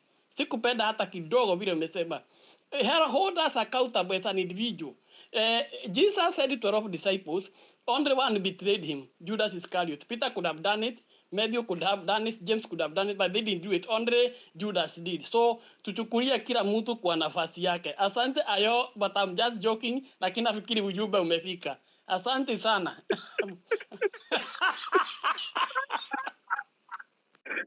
Mi napenda nikiwaguza roho hivyo. I touched where is untouchable. I like it. I have delivered today. KOT, tuma kitu kwa M-Pesa, I've delivered on your space. Nikishika watu roho hivyo sehemu nyeti, kwa roho place nyeti. Unajua nimefikisha message home. Thank you so much, Maura. I really appreciate, and I know not all Christians are bad, but this section of Christians who think that, yeah. Thank you so much for that correction. I really appreciate your time, Maura. That was Maura, ladies and gentlemen. And now we are going to Baraka. Baraka sijakusahau. You've been patiently waiting with that Kenyan flag. Speak to us. Yes, I also want to concur with the sentiment that you need not generalize the Christian community, because some of us are doing wonderful work in advancing the cause. We are occupying churches. Personally, I've been even to Kiamba Church a week ago, and I visited the place and met the pastor. He wanted some monies as well for building the church. Obviously, the church is not working at the moment, but it is under construction. Now, that is not the point why we are here. But I wanted to just point out that there are Christians out here who are fighting for the good cause. KOT Sonko, when he was in Mombasa, he went to inject in church. He didn't go there to take politics. He just went there to remind the people about pushing for justice, not accepting corrupt people to bring their corrupt monies to the pulpit. So let us remember that there are people in this fora who are Christians, but they do not take the BS that the church has allowed for so long. So to the matters at hand, the grand takeover of politics. For the past 1 week, I've been working in the office of okiya omtatah, and we've been also sitting. I think over this past week, I've been overworking. I'll say even right now, today we were at Kidurai, and after we left, we were with KOT Sonko. After we left, we went to another meeting, and I will say it was a high-profile meeting because I won't share the details here. But here's the thing: what is at stake is big. We are playing geopolitics. We're also playing at the same time the politics of life and death. That is, their lives being lost. There are people who have been shot and shot. Last week I was at Kasarani. I met somebody who had 5 bullets still lodged in their body, and they were afraid to go to the hospital because of the threats by the police. I met at Mlango Kubwa a certain gentleman who lost the child during the protest. I think I've been meeting so many people who have lost their lives. In Githurai today, there are people, somebody was telling me that you see the person who, in this picture, actually he's a friend of mine. We grew up together. He's 36. The person who died is 36 years old. And the guys, they were telling me that this person actually passed away. It has been a great realization that there is much that we need to do to change our country. I've been to Uasin Gishu as well, and when I was in Uasin Gishu, they were talking about ethnic mobilization, that is arming of the native, okay, I wouldn't say the native population, but some part of the population And this has been a tool that Ruto has used since 1992. We are not tribal by nature. It is the politician, it is one person who weaponizes the tribe. And because of the unfair generalization, as Ayo, maybe you should also be careful about it. When you generalize the Christian group, that is what Ruto does. He generalizes a group. So he tells the people that the Kikuus are bad. So that is the narrative he wants to drive. But when we have been to Kiambu, today met, for example, we met Mau Mau grandson, he's from Nyeri. Yeah, but he stays in Machakos. When we interact, we do not think about the tribe. But if somebody wanted to use the tribe to disparage me as Baraka, he will remind you of where I come from. He will remind you of where Morara comes from. He will say that Morara is bringing Mkisia anatuletea shida huko hivi. He will remind us that even when we did not remember it. So I will speak to each one of us on what we are supposed to be doing going forward. I think I've taken personally for myself, I've taken the great responsibility to reach out to people. Yesterday we had a meeting, a small meeting with guys from Meru County. I'm not from Meru County, and tonight as well during the space, I wasn't in the space, but I was elsewhere, and we were having a discussion about Meru politics and how the locals there can change the politics of. That's what we have been doing really on personal capacity and with okiya omtatah, trying to identify leaders, especially those who have been vocal here on X, and giving them the support that they need to move our country forward. And it is important to remember that when we say that we need Moraras everywhere, they are not going to come up from heaven. They have to be empowered. Some of them have 1 follower, 2 followers, but we need to find them and amplify them. We find them when they are doing what they are doing, and we support them, not just financially, because sometimes we look at the finances so much, we forget about the physical support that you can offer somebody by coming up to the rally. For example, Morara, we need to have a network to support in human resources. You see, if on Friday we were in Dandora and we had over 300 people coming and we were jubilating together with them. The previous day we were at Korogocho and also Kawangware. Previous day, the other day we were in Kasarani, and we were getting numbers of people coming on board, and they were listening to what we had to say. And when they listened to what we had to say, we reminded them that it is not I from wherever I come from who is going to change Kasarani. It is the locals. And once we leave, we do not just leave empty-handed. We leave with the contacts, we leave with those connections, because we want to identify the leaders and we want to nurture them. Lastly, also, let's remember that we do not necessarily have to wait for 2027 to make the change we want. In Western, where I also happened to travel more than a week ago, I met somebody along when I was in the matatu, and they had interest to recall their local leaders, because from even as we were sharing, our local leaders from the MCA, the MP, and up to our president, they are thieves. They do not care about the people, and there's that option to recall them. And obviously, at the moment, most people are not maybe exercising it because of IBC, something which we were deliberating with Okiya on Friday, how we need to push these guys. And for us to push them, we do not necessarily have to even go to the streets in demos. We can go to the streets in rallies. We can weaponize. Because the thing I've understood, on Twitter, we are together, but on the ground, that is where the problem is. If I ask anybody at random, let me just say Toria um, or Victor, like how willing are you to hit the ground and to be able to dedicate your time to reach as many people as possible, to come and listen, to also attend events, be in the boardrooms, negotiating how not negotiating but drafting documents that are going to help our country move forward. How many are willing to do that? That is the heavy work that has to devolve upon so many of us. We have the brains, and we've seen ourselves using those brains. But how many of us are willing to work, knowing that we might not necessarily be the ones sitting in parliament? For me, I'm willing to work and to make sure that even if I'm not the one occupying parliament as a member of parliament, or as occupying the county assembly as a member of the county assembly, that somebody who has been vocal, the Joshua Okayos, let them go and work with Morara. Shakira, today we were at Kidurai, people who maybe they were at the forefront, but then now they have been pushed back. Let's bring them back and tell them, okay, you fought for us, but here's the thing: we want to support you financially, we want to support you morally, we want to give you that space. So we take them and we put them in front of people and we say, yes, those were the protesters. Yes, Okiya at one point was a protester and he was an activist. He's still an activist and he still protests against injustice.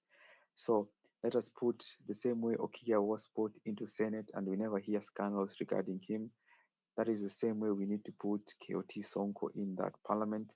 We need to put Lavani from Kilifi in parliament. Or, Kimanzi, that is Kenya Daima. We need to put ourselves in positions of influence and risk it all and do the hard work. Because trust you me, from my experience in the past 3 weeks, traveling across the country in over 10 counties, meeting hundreds, I think right now I'll say I've met thousands of people, meeting people from different political parties, meeting all politicians. Some of them are millionaires. I have come to understand that politics, as we have understood it in the past, it is not what it is. It is a facade so that it keeps the rest of us out. If you have a good brain, you do not necessarily have to have billions.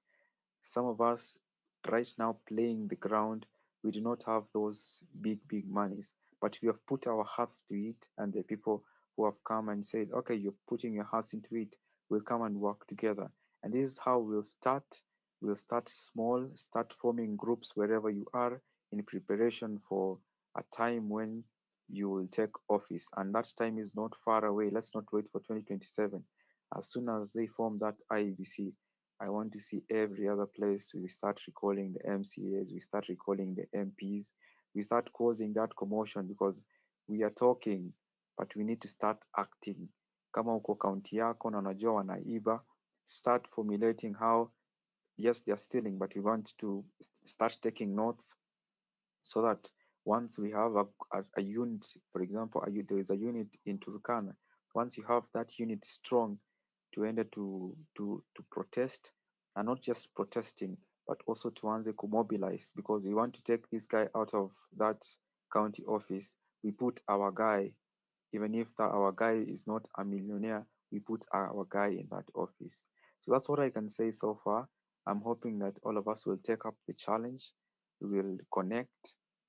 When we have, for us at Okiya's office, we're going to have an event on October 4th at KICC.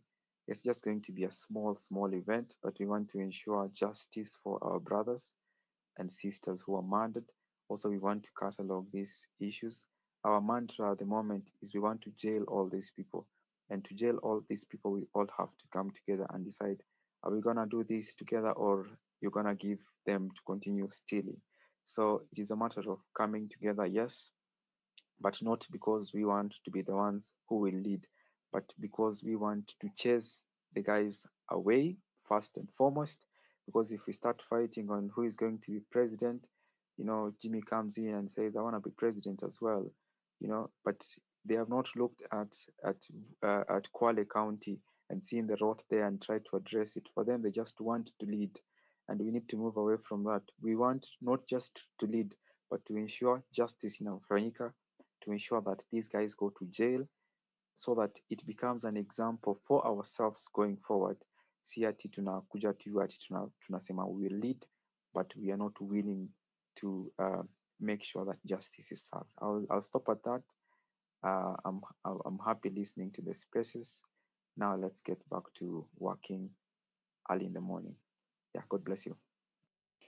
Thank you very much, Baraka, for injecting. Wakili Baraka, thank you so much for your injection. Ladies and gentlemen, 17 minutes past top of the hour, 1 a.m. East African time. I have a few speakers that I want to allow to speak. Then I will drop as a co-host, get some rest as I leave Binti and KOT to continue with the space. So I have Toria, then I have Lavani, then Toria, Mkenya Daima, Lavani, then Steve, then I will drop. Then you guys can continue with the other speakers. So I'll go to Toria first. Toria, please, let's not overrun because right now it's 1 a.m. in Kenya. So that means if you guys take like 10 minutes to speak, people will doze off. So I want you guys to take the shortest time possible to speak so that we exchange voices as much as we can and more speakers come in. And I can see requests. Please do not drop your request. You'll be accepted. I can see your request. And I also have Kipchirchir. Sorry, Kipchirchir, I almost forgot you. So Toria, I'll revert this order. Toria, Kipchirchir, Kenya, Lavani, in that order.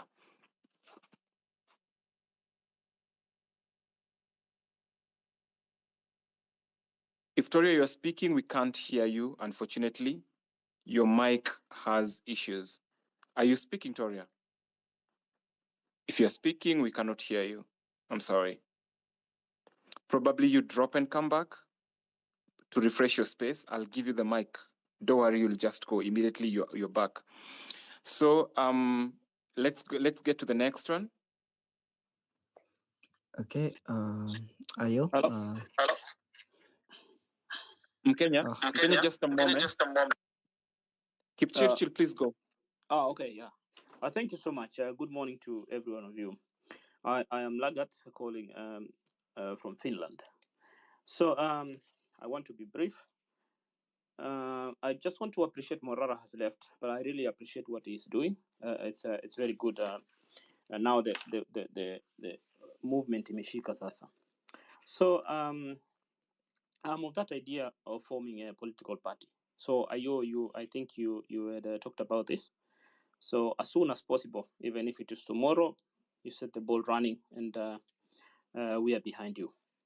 And then a lot of people have been talking about the mambo na pesa. Of course, campaigns in Kenya is very, very expensive. But from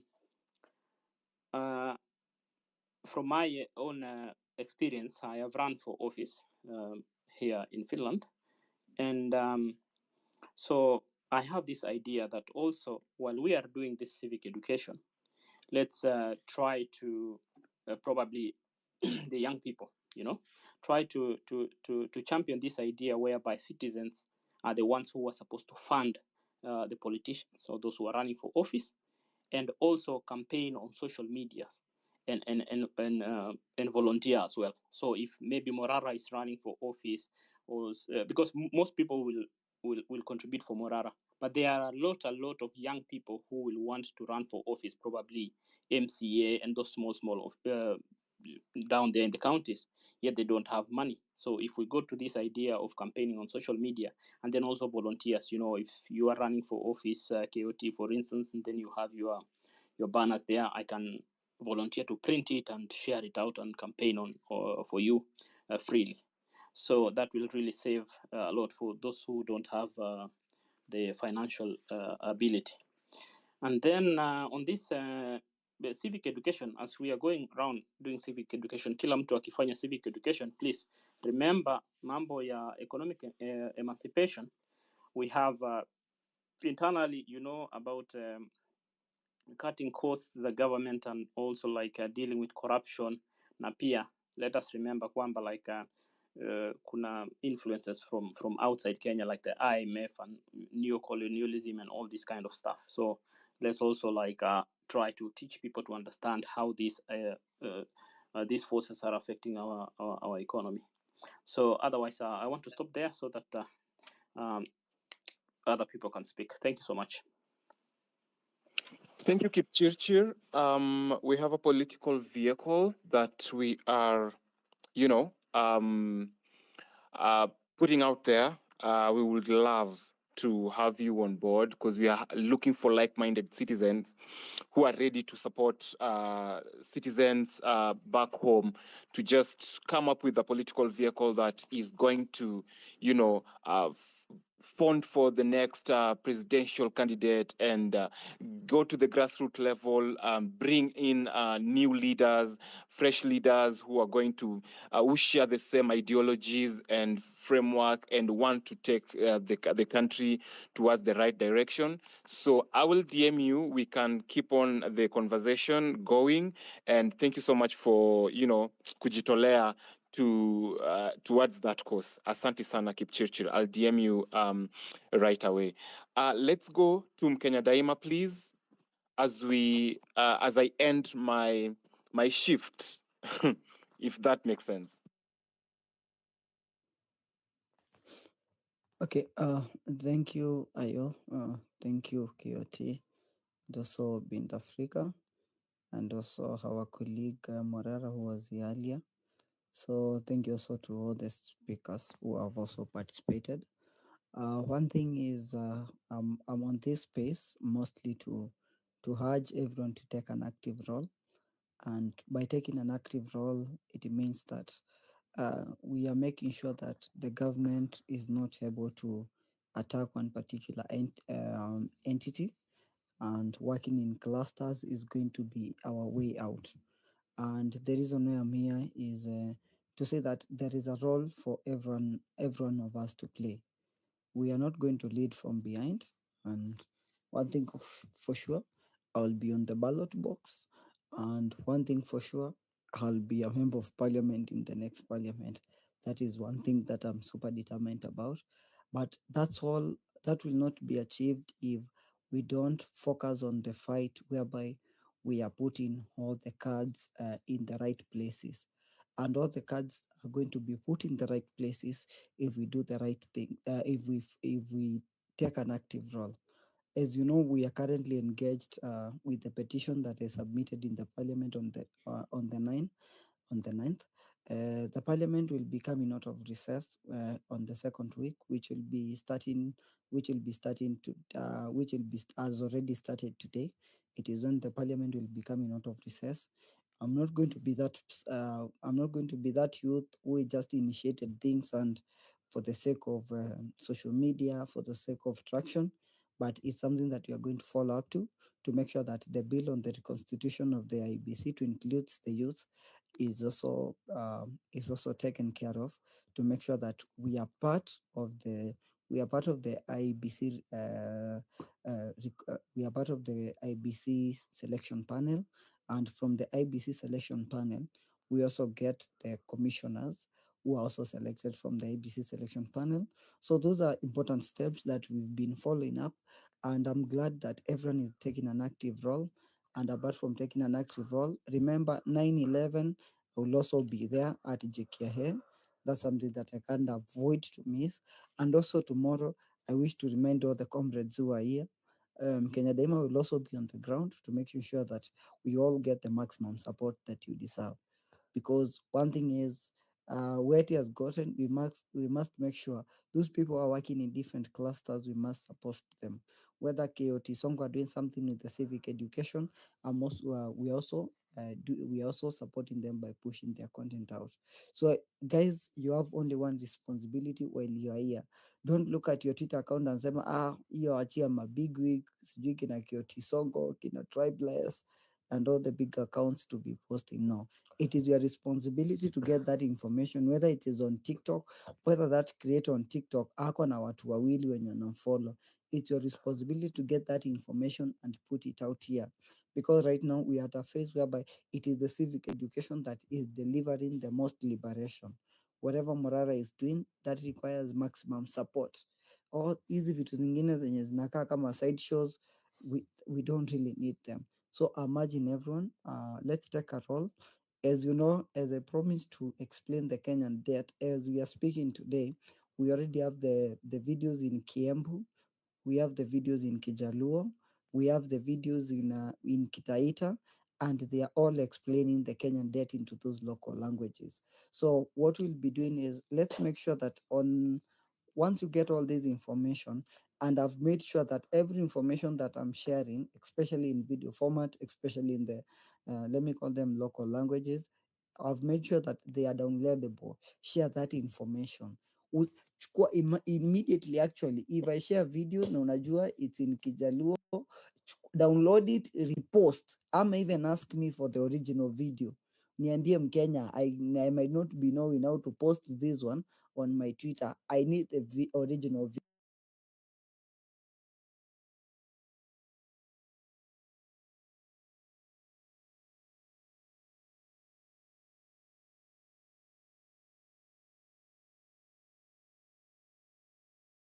Onto the videos, we've explained the Kenyan debt.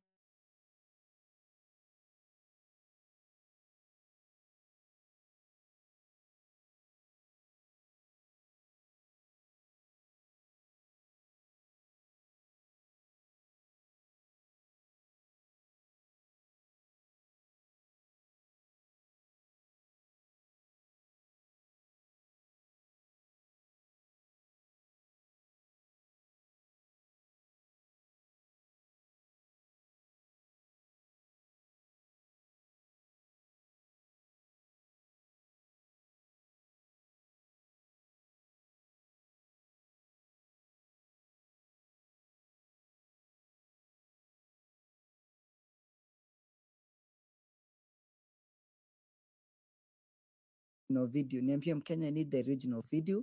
And what we've done to the videos, we've translated to them to the local language. Both there is a caption, and also the video is in the local, it's in the local language. So that's one thing. The most important thing is to make sure that the message is out there. It is the civic education that is going to free Kenyans, and it is your active participation. Remember, if you are on Twitter, you are only 4 million. Only representing a population of 54 million. That is what I want you to understand. You are an ambassador of your village. When I stand on Twitter, I know I'm ambassador of Sekuru village. Apart from Kalonzo, who is another vocal voice, I know Mkenya Daima is the second vocal voice from Sekuru. But that is not enough. Wherever village that you come from, you are representative there. Take this information and share it. Let our people have all this information. This information should not remain among the few. We don't want the people in the village to have propaganda. We want the people in the village to understand that they are the one who put this government in place. Thank you, Ayo. Thank you, Kioti Songo. That's all I wanted to say. And this week, I will be following up on the petition that I submitted to make sure it gets a date for the reading. Once we get a date for the reading, imagine all the youths will go there, and I've been advised to reserve what we are not do reading hapo in parliament. So if the bill will be read there to make sure that the youth are included in the constitution of the ABC, that is something I'm really going to appreciate. I think I've nimeongea enough. And on the last one, if you might want to help the translators that we are working, I have 63 translators. So far, we've done around 7 videos in local languages. Kindly reach out to me, and we will keep on supporting the translators. The illustrators are coming from my company, so those ones don't need to be paid. Wacha tu hao watalipwa na the work that we do at the company, because volunteer like 2 hours every day to make sure that we focus on these videos as a company. But the translators, they would really like your support. Thank you, Ayo. Thank you, Kioti Songo. Bint Africa, thank you. Asante sana Mkenya Daima. Thank you for the good work you're doing, for the translations, for the civic education, man, effortlessly. And asante sana for your job yote unafanya. It will never ever go unmentioned. Keep on keeping on, because we are just fueling ourselves with the passion that is the fire that is and passion that is burning in us. So asante sana. I can only imagine what you're going through while at it. Asante sana for injecting. Right now I'm on Lavani Miller. Lavani, good morning. It's 31 minutes. It's 29 minutes to the top of the hour, 2 a.m. East African time. Speak to us, Lavani, before I drop off. Thank you, Ayo, for giving me this opportunity. So I've listened keenly to previous speakers, and I couldn't agree more with what they are saying. Civic education is important, And the reason why we are all here is because we want change to come to our country, to come to our home. So maybe I can just begin by saying this. It is Martin Luther King Jr. who said, "Those who love peace must learn to mobilize and organize better than those who love war." Because it is only through organizing, it is only through mobilizing that we'll be able to defeat these individuals. So we understand that our country has been taken captive by elites, individuals who are power hungry. Their greed surpasses their love for our country. They do not think even a little bit. Their hands are itchy to steal from us, to grab our resources, to make our lives even more to sink us into more misery. But we have a solution, that we as a people, we were born free and we were born with a free will. The duty and the responsibility that we face today as a nation is something that is generational. It is not a coincidence that 77% of Kenyans are below the age of 35 years today. It is not a coincidence that this revolution is happening at a time when we are alive. We have a duty to the future. As much as we celebrate our past, Dedan Kimathi, and those who are even not mentioned during the struggle for liberation in the first liberation of our country, we must also remember that we bear the same responsibility for the future generations that are coming after us. That is for our children and our children's children. So this is an honor. It is a historical moment as we stand on the doors of history to remind ourselves of the noble duty, the solemn duty that each and every one of us carries today. So this is not a Lavani Miller's war or a Keoti Sonko's war. This is a responsibility that we must carry together. I want to insist again that a talented player will win you a match, but it is a team that will win you championship. And what you're looking forward towards is that we want to get rid of all greedy, corrupt looters that are draining our country and sucking us dry. These vampires, these parasites that are there in form of an elected leader, but they do not lead. They mislead us. They take away what we have had, what we have worked for so hard. It is the pain of our children not being able to afford education that is fueling our anger and our need for change.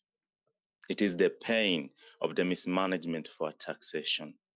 It is the pain of watching university students coming out of school after spending so many hours, a lot of resources. Their parents have sold off land, they have sold off animal to take these children to school. And after school, you are 4 years after graduation and you cannot find a job. And even those of us who are employed, the truth of the matter is that some are misemployed. Engineers are working as hoteliers. Hoteliers are working as car wash boys or whatever they're doing there. So we must end this madness. And Gen Z, the revolution that we say, the Gen Z revolution, has awakened the soul of a nation. It has reminded us of the need for change in this country. It has told us that in order to carry forward the vision of a better Kenya, where we all can feel free and be proud to live in, must be fought for. That eternal vigilance is the price we pay for our liberty and our democracy. And if you want to cement on these gains, then we must organize ourselves. So I share in your pains, fellow Kenyans. I share in your desperation. But we cannot give up. We cannot relent. We cannot yield. That is why, together with many other Kenyans, we have started the initiative because we understand the fact that political power is the only way that we can be able to change the structures and the systems in government. It is good to agitate from outside, like we're doing right now, but it is even greater if we have that power and those voices taken into parliament, taken into executive, taken into presidency and other places, even in county leadership. That is why we understand that to do that, we need to do a teamwork. We need to work within structures. We need to work within an organization. And if you analyze according to your best interest and according to anything that you have ever studied in this country, the only way to take political power in this country is through a political party. And therefore the question arises, do we need to join a political party that is already formed? ODM, UDA, we have more than 101 registered political parties. But these parties, if you observe clearly, they do not represent democracy. They represent demagoguery, where there is a guy on top of there who controls everything in the party. Young people within these parties cannot even express their voices. They are being held as slaves to the masters of those parties. And therefore, the only solution that remains is to form our own political vehicle. And that is what I'm here to speak about. That if we come up with a vehicle that represents our ideology, that represents our values, that represent us, and we go forward and front candidates, prepare them. Some of you here are just eager. They want to be leaders, but they don't have that courage to step up. We need a party that will identify these individuals from the grassroots, from wherever places they are all over this country. We identify them, we support them, and we make sure that they win. We know that resources are important when it comes to mobilization campaigns and getting elected in this country. And it is true that not necessarily because you're a talented leader, you'll have the resources required for you to go into parliament or to go into an elective position. So we need to also elevate that, form a political party that will come up with fundraising structures that will support the young people who want to initiate and do change in this country, be able to do so. Because you recognize that you may be talented, but at the same time, you may lack the resources. So the reason why we are organizing and coming together is because we understand that we are a diverse nation and we are beautifully talented. There is potential within you, within each one of us, and there is something that each one of us can surely do. When I look at this team, I see engineers, I see lawyers, I see workmen, people who are just working, putting up structure every single day, watu wa mjengo, mama mboga. I'm seeing all of you. Now, that is the strength that lies in us. We must bring all of us under one umbrella so that we don't just agitate, but we also organize, because they fear if we are organized, they actually will not have any mean of campaigning. They'll not have any clue of fighting us. We have to come together. And if you are actually interested in doing that, there is already an initiative at a very advanced stage to secure a political party. And the constitution is coming to be decided by you. The structures of the party will be decided by you. And the internal democracy will be the paramount concept that governs this political party. That nobody will come to ascend in any position without seeking the mandate of the people. The voice of the people will be the one that will be heard. When it comes to fundraising, it is the people who will fund the campaigns. When it comes to selecting leaders, it is the people who will choose the leaders. When it comes to recalling leaders, it is the people who will recall the leaders. When it comes to mandate and manifesto, it is the people that will determine the manifesto of the party. No single individual will be in charge, because we understand that we need to do this collectively. When you're given the mandate, it is an honor to serve this nation, an honor to serve your people. And you must do so with emphasis on transparency, accountability, and integrity. Nothing short of that.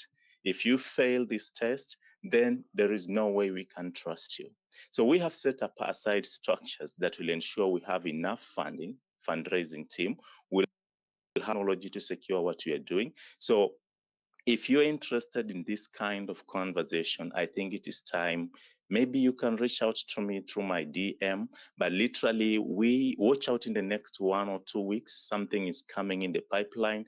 We are going to engage. We are going to discuss. We are going to be very robust and engage each and every one of you who is interested in taking political power and actualize real change in this country so that we can actually start seeing a better Kenya, an education system that work, a health system that work, and everything in this country that works for the common citizen. Service delivery should be top notch. When it comes to that, we want to ensure that service delivery, citizen is king. We don't want to be held as slaves in a regime where we live in free will. So today you may decide to sit back and say, maybe this is not your thing, this is not your time, or maybe you can give yourself, tell some self-comforting lies to yourself that it doesn't affect me. But let me tell you, what affects that kid in the Githurai will affect you eventually. We are collectives. And in Africa, we have a philosophy that we say Ubuntu, that I am because we are, that what will happen to you eventually has an impact on me. So there is no time to relent. There is no time to waste because even the political parties are already organizing. So what we need to do right now is to get back together, organize, and now start working towards a structure that we all agree on. Let us debate. Let's have those kamkunjis and the town halls and everywhere we'll be able to do that so that we come up with an entity that actually represents the interests and the wishes of the people. So if this is your journey, if this is the vision that you want to carry through, and if this is the party that you want to be able to contribute in building, kindly reach out. Let's work together. Let's put our hand together and ensure that we get a Kenya that we all deserve. Thank you, KOT. Thank you, Ayo. Thank you, Binti, for organizing this space. And thank you for giving me this opportunity to talk to my compatriots. God bless you. God bless Kenya. Thank you. Thank you so much, Lavani Miller. Unajua ukishaongea, I'm not worthy to even speak after you, but na feel ni kama tu Western ndio sana fa kuongea. Alafu ndio tukuje kwa watu kama sisi, because you guys are very, very, very good speech deliverers. But oh well, thank you so much. And these are the next leaders of not leaders of tomorrow, leaders of today. But ladies and gentlemen, as I wrap up this enlightening Twitter space, I want to extend my deepest gratitude to each of you for your presence and invaluable contributions. Your insights and ideas have truly enriched our discussion and made today's conversation meaningful. I'm tapping out, but that doesn't mean that the space is ending. A special thanks to Morara Kebaso, our initial host, whose tireless efforts laid the groundwork for this space. Morara's dedication and commitment to engaging with our community are deeply appreciated, Yani. Even as we've encountered technical challenges before and the space dropped. His leadership and his instrumental in bringing us together is quite stern. Thank you so much, KOT, for always showing up. We really thank Morara in his absentia. I also want to express my sincere appreciation to Binti, who's just stepping in for me for co-hosting today's discussion as I leave. Your support and active participation have been crucial in guiding our conversations before in our spaces, Sauti ya Mwananchi, and we are so grateful for your role in making all these spaces in the recent past successful. And KOT, our gracious host always, your role in creating a platform for open and honest dialogues has been invaluable. Your commitment to transparency and accountability aligns perfectly with the vision we share for a better Kenya. Asante sana, and even this.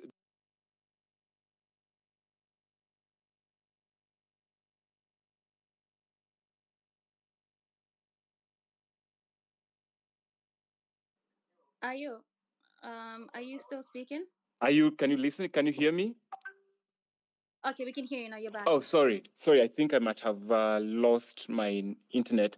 So I was saying, thanking you. I'm wishing to express my sincere appreciation to you, Binti, for always co-hosting our spaces, Sauti ya Mwananchi. Your support and active participation have been crucial in guiding our conversations, and we are also grateful from the Sauti ya Mwananchi team for your role in making all our spaces eventful and successful all the time. And KOT, you are our gracious host. Your role in creating this platform for an open and honest dialogue has always been very invaluable. Your commitment to transparency and accountability aligns perfectly with the vision we share for a better Kenya, for a better tomorrow, for a better future. And today we've explored significant issues and discussed vital solutions. One of the key takeaways is, the need for unity amongst Kenyans in the face of adversity and various challenges, because it's essential that we come together for a common purpose and a better cause for that matter and a brighter tomorrow. And in the spirit of unity and progress, I'm also excited, just to echo what Lavania said. I'm excited to introduce C4C, Citizens for Change, a new political vehicle that is dedicated to taking Kenya to the next level. This initiative represents our collective vision for a more equitable, transparent, and progressive nation. And we believe in supporting every visionary leader with great dreams and, for this country. And as the legendary Dr. Martin Luther King once said, change does not roll on the wheels of inevitability, but it comes through continuous struggle. So this powerful quote reminds us that, the change that we want requires our active participation in and perseverance. Let's keep on persevering. It is our collective responsibility to come together and drive the transformative nation that we wish to see. We invite you to join us in this transformative journey.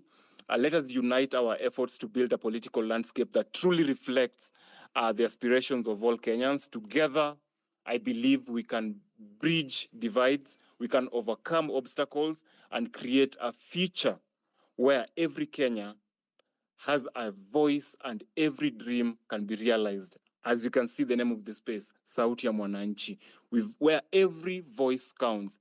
Your participation in that political vehicle will help drive positive change, because we need the change that we need, and we ensure that our leadership embodies integrity and vision. As I leave you, let's work together and elevate Kenya and make a lasting impact for generations to come. Thank you once again for your engagement and dedication to a united and prosperous Kenya. Thank you for your comments. Thank you for giving me easy time while co-hosting you guys. See you tomorrow or in the morning and even in the evening for Sauti ya Mwananchi again. Let's keep on supporting young leaders. And thank you again. And you are the Kenya we need. There is no Kenya without you. God bless you all. God bless your families. And God bless your hustle. See you tomorrow. Bye for now. Bye. Binti, back to you. Thank you very much, Ayo. Thank you for also your time and dedication and effort for taking us through the past however many hours as our co-host. I want to say thank you as well to KOT Sonko for hosting the space, and to all our speakers and listeners, everybody that's been in tune. And so I'll be here helping you guys through the next hour and a quarter or so. Please keep on requesting the mic. We will give you a chance to speak.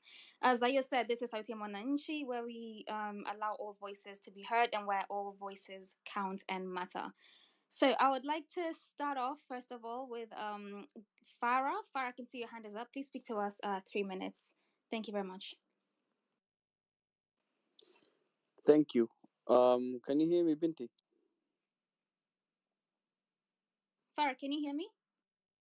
Yes, I can hear you. Can you hear me? Farah, if you're speaking, I don't think we can hear you currently. So if you just drop and then come back, I'll give you the mic straight away. But for now, I will go to Echo Haven. Hi, Echo.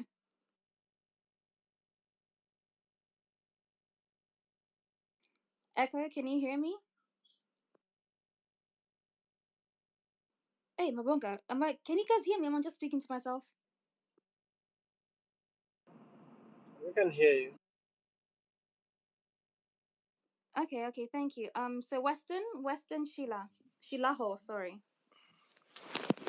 Thank you, Binti, and everyone else on the platform, KOT. Binti, my take is that a political party Can you guys hear Western Shilaho? Can they hear me? Binti, can you hear me now? Oh, okay. I can hear somebody speaking. I think it's Farah. Yeah, am I audible? Yeah, you're audible, but Western, I can't hear you. Just drop again and then come back. I'll give you the mic straight away. So for now, let's have Farah. Farah, go ahead, please. 3 minutes. Thank you.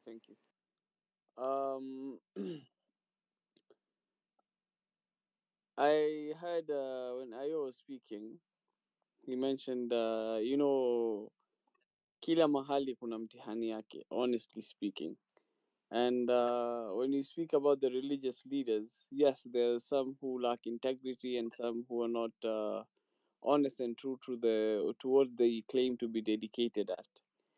And we must do as much as we can to ensure we end the unholy matrimony between the religious institutions and the political class, because our religious institutions are meant to sow the moral fabric of our societies, whereby they guide our morality, they guide our spirituality. They ensure that the society in general does not detract from our belief systems. And lately, a few, and a very few number at that, have lost their integrity and dignity and forgotten what their dedication was. Because, on the other hand, you look at there's quite a large number of the same group of people who are doing amazing things. Because if you look at people like Bishop Warari and Father Mutie, Abdullahi Abdi, Salim Vayani, in the 2022 elections in itself, they did such an amazing work to ensure that there were no chances of violence. And go back in history a little bit, because one who knows his history tends to learn from the previous people's mistakes. In 1997, the Ufangamano House, the religious leaders led the revolution. They called people to the streets. And we are a very religious nation. Leo, even to the extent our president follows a religious leader, if we bridge the gap between us and the religious leaders and ensure we talk to them in kind words, because even Moses was told to address Pharaoh in kind words, so who is worse than him? Because he was told فَقُولَ لَهُ قَوْلًا لَيِّنًا لَعَلَّهُ يَتَذَكَّرُ أَوْ يَخْشَى. Speak to him kindly, so that his heart might either fear or he might come back in remembrance. So if Farao aliambiwa ongeleshwe kwa uzuri, what about your religious leaders? Because these are people who are supposed to guide us morally. If they detract, it's your responsibility to remind them that this is wrong, this is right, because you will not make us stop believing in God. It is innate to us. Whether you go back to your cultural norms or you go back to your religions, it is innate to us that we believe in God and we believe in a supreme being. And just because a few people have become corrupt doesn't mean that we lose our belief system, because it guides a lot of our morality and our societal balances. That's one. The other thing is, we honestly need to care a little bit more. Moses saw the burning bush alone, and just as Morara began his tours alone, today we have everybody who wants to associate with him and do everything with him. Do the same. He cared enough to do it. And now each and every one of us here wants to be associated with Morara. What's preventing you from loving your country the same way? Yeye hajazaliwa Kenya tofauti, wala hapitii mashida tofauti. He is experiencing the same problems we are experiencing, because he's dealing with the same systems we are dealing with. We need to care more. We need to come out more. We need to be a little bit more responsible, because a lot of us here, in ourselves, we are not honest enough to know that I myself am not a person who should hold public office because I am not a person of integrity. What we need is not youthful leaders, because I myself am 28 years old, because mimi najua ninapenda biashara na ninapenda pesa. Hiyo kiti sitawahi tafuta. We don't need people who are just oppressors in waiting, honestly, because kama tofauti yako na huyo mwanasiasa ako hapo ni positions. If we switch the positions, we are just switching the oppressors. Then we don't need you as well. We need people who understand that the collective is much important than the individual. Because when the public school works, when the education system works, when the power grid is on, even in their houses, even in their sums of money that they collect, they do not need to take their kids to private schools. They do not need to use private hospitals. Those are the kind of people we need. If you're thinking that you're going into office to change your life individually, I can promise you, some of us, this is a path of eternal vigilance. Na tutakuwa tu hapa na wewe. Thank you guys.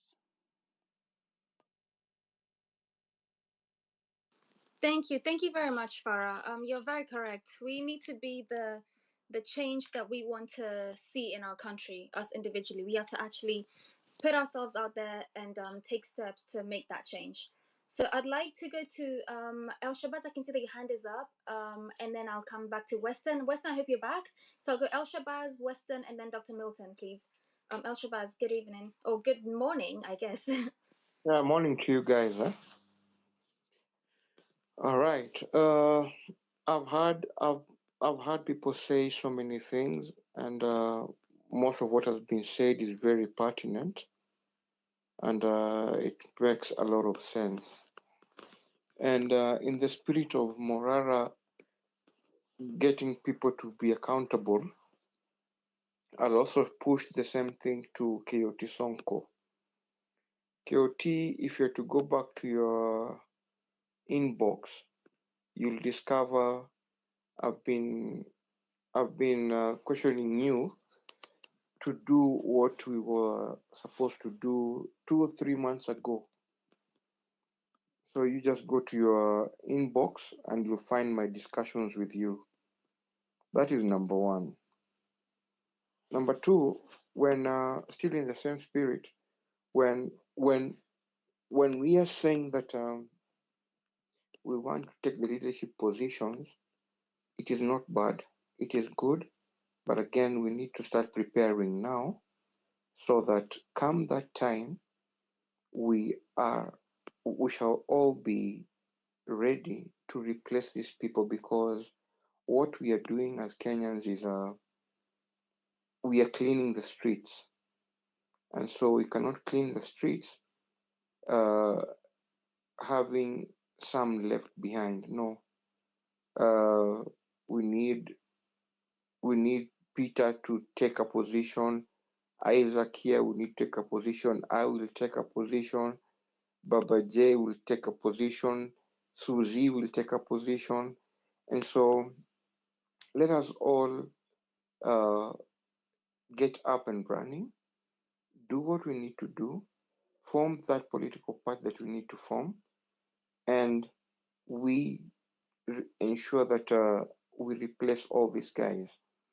A good case in point is that right now, we've just seen that Wavinyandeti was arrested or something of that kind. And that just tells you that this is the opportune moment that we can use as a people to make sure that come to 27, then we shall be able to change and make this country work differently, work in a way that our children will have a reason of not going out to go and do blue collar jobs somewhere else. Then we've seen that if we don't do something right now and we continue talking, then there's a high possibility that we shall only have more, maybe Morara huko juu, but again, who will be down here? And the reality on the ground is that we cannot only change the commander-in-chief, but we also need to change even the MPs, senators, and women rep and all these kind of positions. Why I'm saying this is that if we change the entire system, it will help us have a better country. But if we change a few individuals, we're just wasting time. This is a fact that cannot be changed. The other thing is, what is it that we are doing individually? How many of us can come out to the streets? How many of us are willing to come? These are some of the things that we need to ask ourselves and make it our point or our obligation that when people are being called out, then Javan will have to come out. Then somebody Western has to come out. Sijui kama tunaunderstandiana hapa. People have to come out, irrespective of where you are. Watu lazima tukuje nje. Now, the other thing is that for us to have a formidable and a very serious group that people can do whatever they do, guys, can we follow each other? Let us create, can we all follow each other so that Javan can have a force, somebody else can have a force in whatever place that they are in. Right now, I've seen, was it today? I saw Alai's post akisema ati we all need to fight Adani na hizo vitu zingine. Nikacheka tu, unaona, because the truth is kuna wale wenye wako kwa hiyo group yao wameona unless you are with these people then you really can't go anywhere. Last but not least, guys, this is the thing. What's not happening? So what I'm saying is as a conclusion, let us put it upon ourselves that we shall have to change the country. We shall have to clean the system. Failure to which our kora they'll steal from us, and not all of us can go and live huko abroad kule. Huyo mwizi ameshikiwa leo huko na 690 something million. Sawa. You guys have a good morning or a good night depending on where you are. Thank you very much, El Shabazz. Thank you for your sentiments. You guys, we cannot do this leaderless thing anymore. We have to actually put ourselves out there in order to be able to make real and actual changes in our country. Currently, the time is how many minutes past the top of the hour? It is 6 minutes past the top of the hour. That's 2 o'clock East African time. And we have been here for a while. Guys, I want to tell you that we have to thank KOT Sonko for hosting this space. At the top on the title, you can see there's a tip jar there. Please send, even if it's 10 shillings or 5 shillings for his data. He's doing this for free. So let's support him in whatever way we can. And yes, I would like to go to Dr. Milton. Dr. Milton, good morning or good evening? It's evening time where I am, but good morning to everyone else who's back home.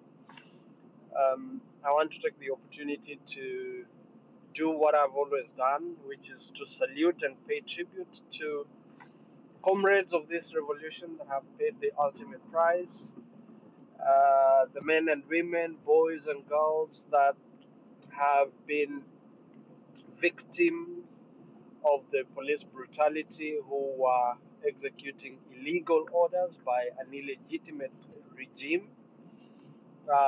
We have a duty and an obligation to ensure that their martyr spirit does not go in vain, and that we can be able to reclaim our country. I really love the conversation that is going on, and I want to weigh in on it.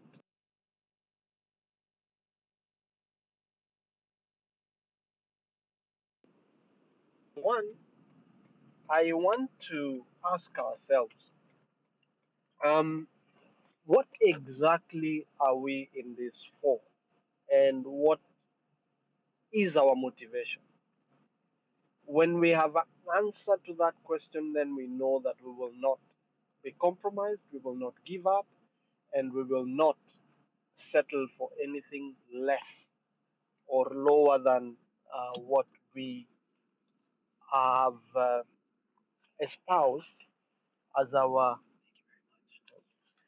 as as our main objective of being in this revolution. And having said that, I want to say this, that knowing what we want is one thing, but we need to be in a position where we know what we do not want, because we are fighting against a people, against connivers and political thugs who will give you everything that you do not want. And when you do not know exactly what you do not want, you are bound to fall for it and thereby sell your soul. So that is very critical.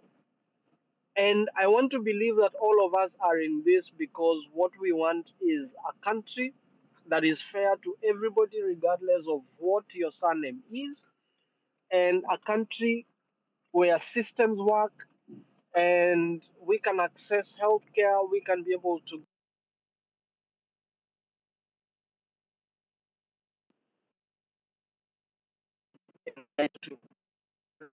we want. Is it that we do not believe that we must be clear enough in our minds that we do not want any kind of rhetoric that speaks to what we want but is only quoted as such. And therefore, we are being told that now we have a broad-based government na tumeleta kila mtu, tumeingiza kila mtu kwa serikali, sasa wacha tufanye. That kind of gibberish is what we must say no to, because that is not what we want. Having the CS for education coming from Kisii County or yeye kuwa Mkisii does not add a plate of ugali on my table or the table where my people come from. So we have to be able to say no to this kind of nonsense where we are being told that the millions of people that agitated for better governance were doing so because we wanted ODM, a few ODM operatives to be in government. We must be able to say no and hold the president to account a higher degree of accountability in terms of the political power that he is exercising. He is only exercising that political power on our behalf. And so when the president then goes on to tell us that I have done everything you wanted to do and now enough is enough, which employee tells their boss at enough is enough? That one alone should be able to raise our anger levels to crimson, the color. not red. So we have to be able to know what we do not want. I don't want to take a lot of time, but that is the point, the first point that I wanted to make. The second point I need us to make is this: we must be able to graduate agitation that is manifest in the name of maandamano and expressing or exposing the corruption in terms of stalled projects and people having been paid for things they have not done and they intend not to do. And we need to move it to another level where now we say, after Morara has exposed the projects that have not been undertaken, even after being launched and taxpayers' money having been paid, what is the next level? We need to go to the level where I have seen my brother Opondo now go, where he identifies who those contractors who have been paid money are. And we identify them and we say, this road, the Isiolo Modogashe, where 1.8 billion was paid, the contractor that has been paid that money is so and so. This company, we spend money, we know who the shareholders are, and we look for those people, we know them. So step after that is for us to make this information a weapon by making sure that then we make this information into substantive motions where we move the courts of law and other agencies of state, where EACC, where DCI and DPP are unable or have been unable or unwilling to act. Then the people have the right and the capacity to invoke their inherent power under Article 3, read together with Article 22, Article 23,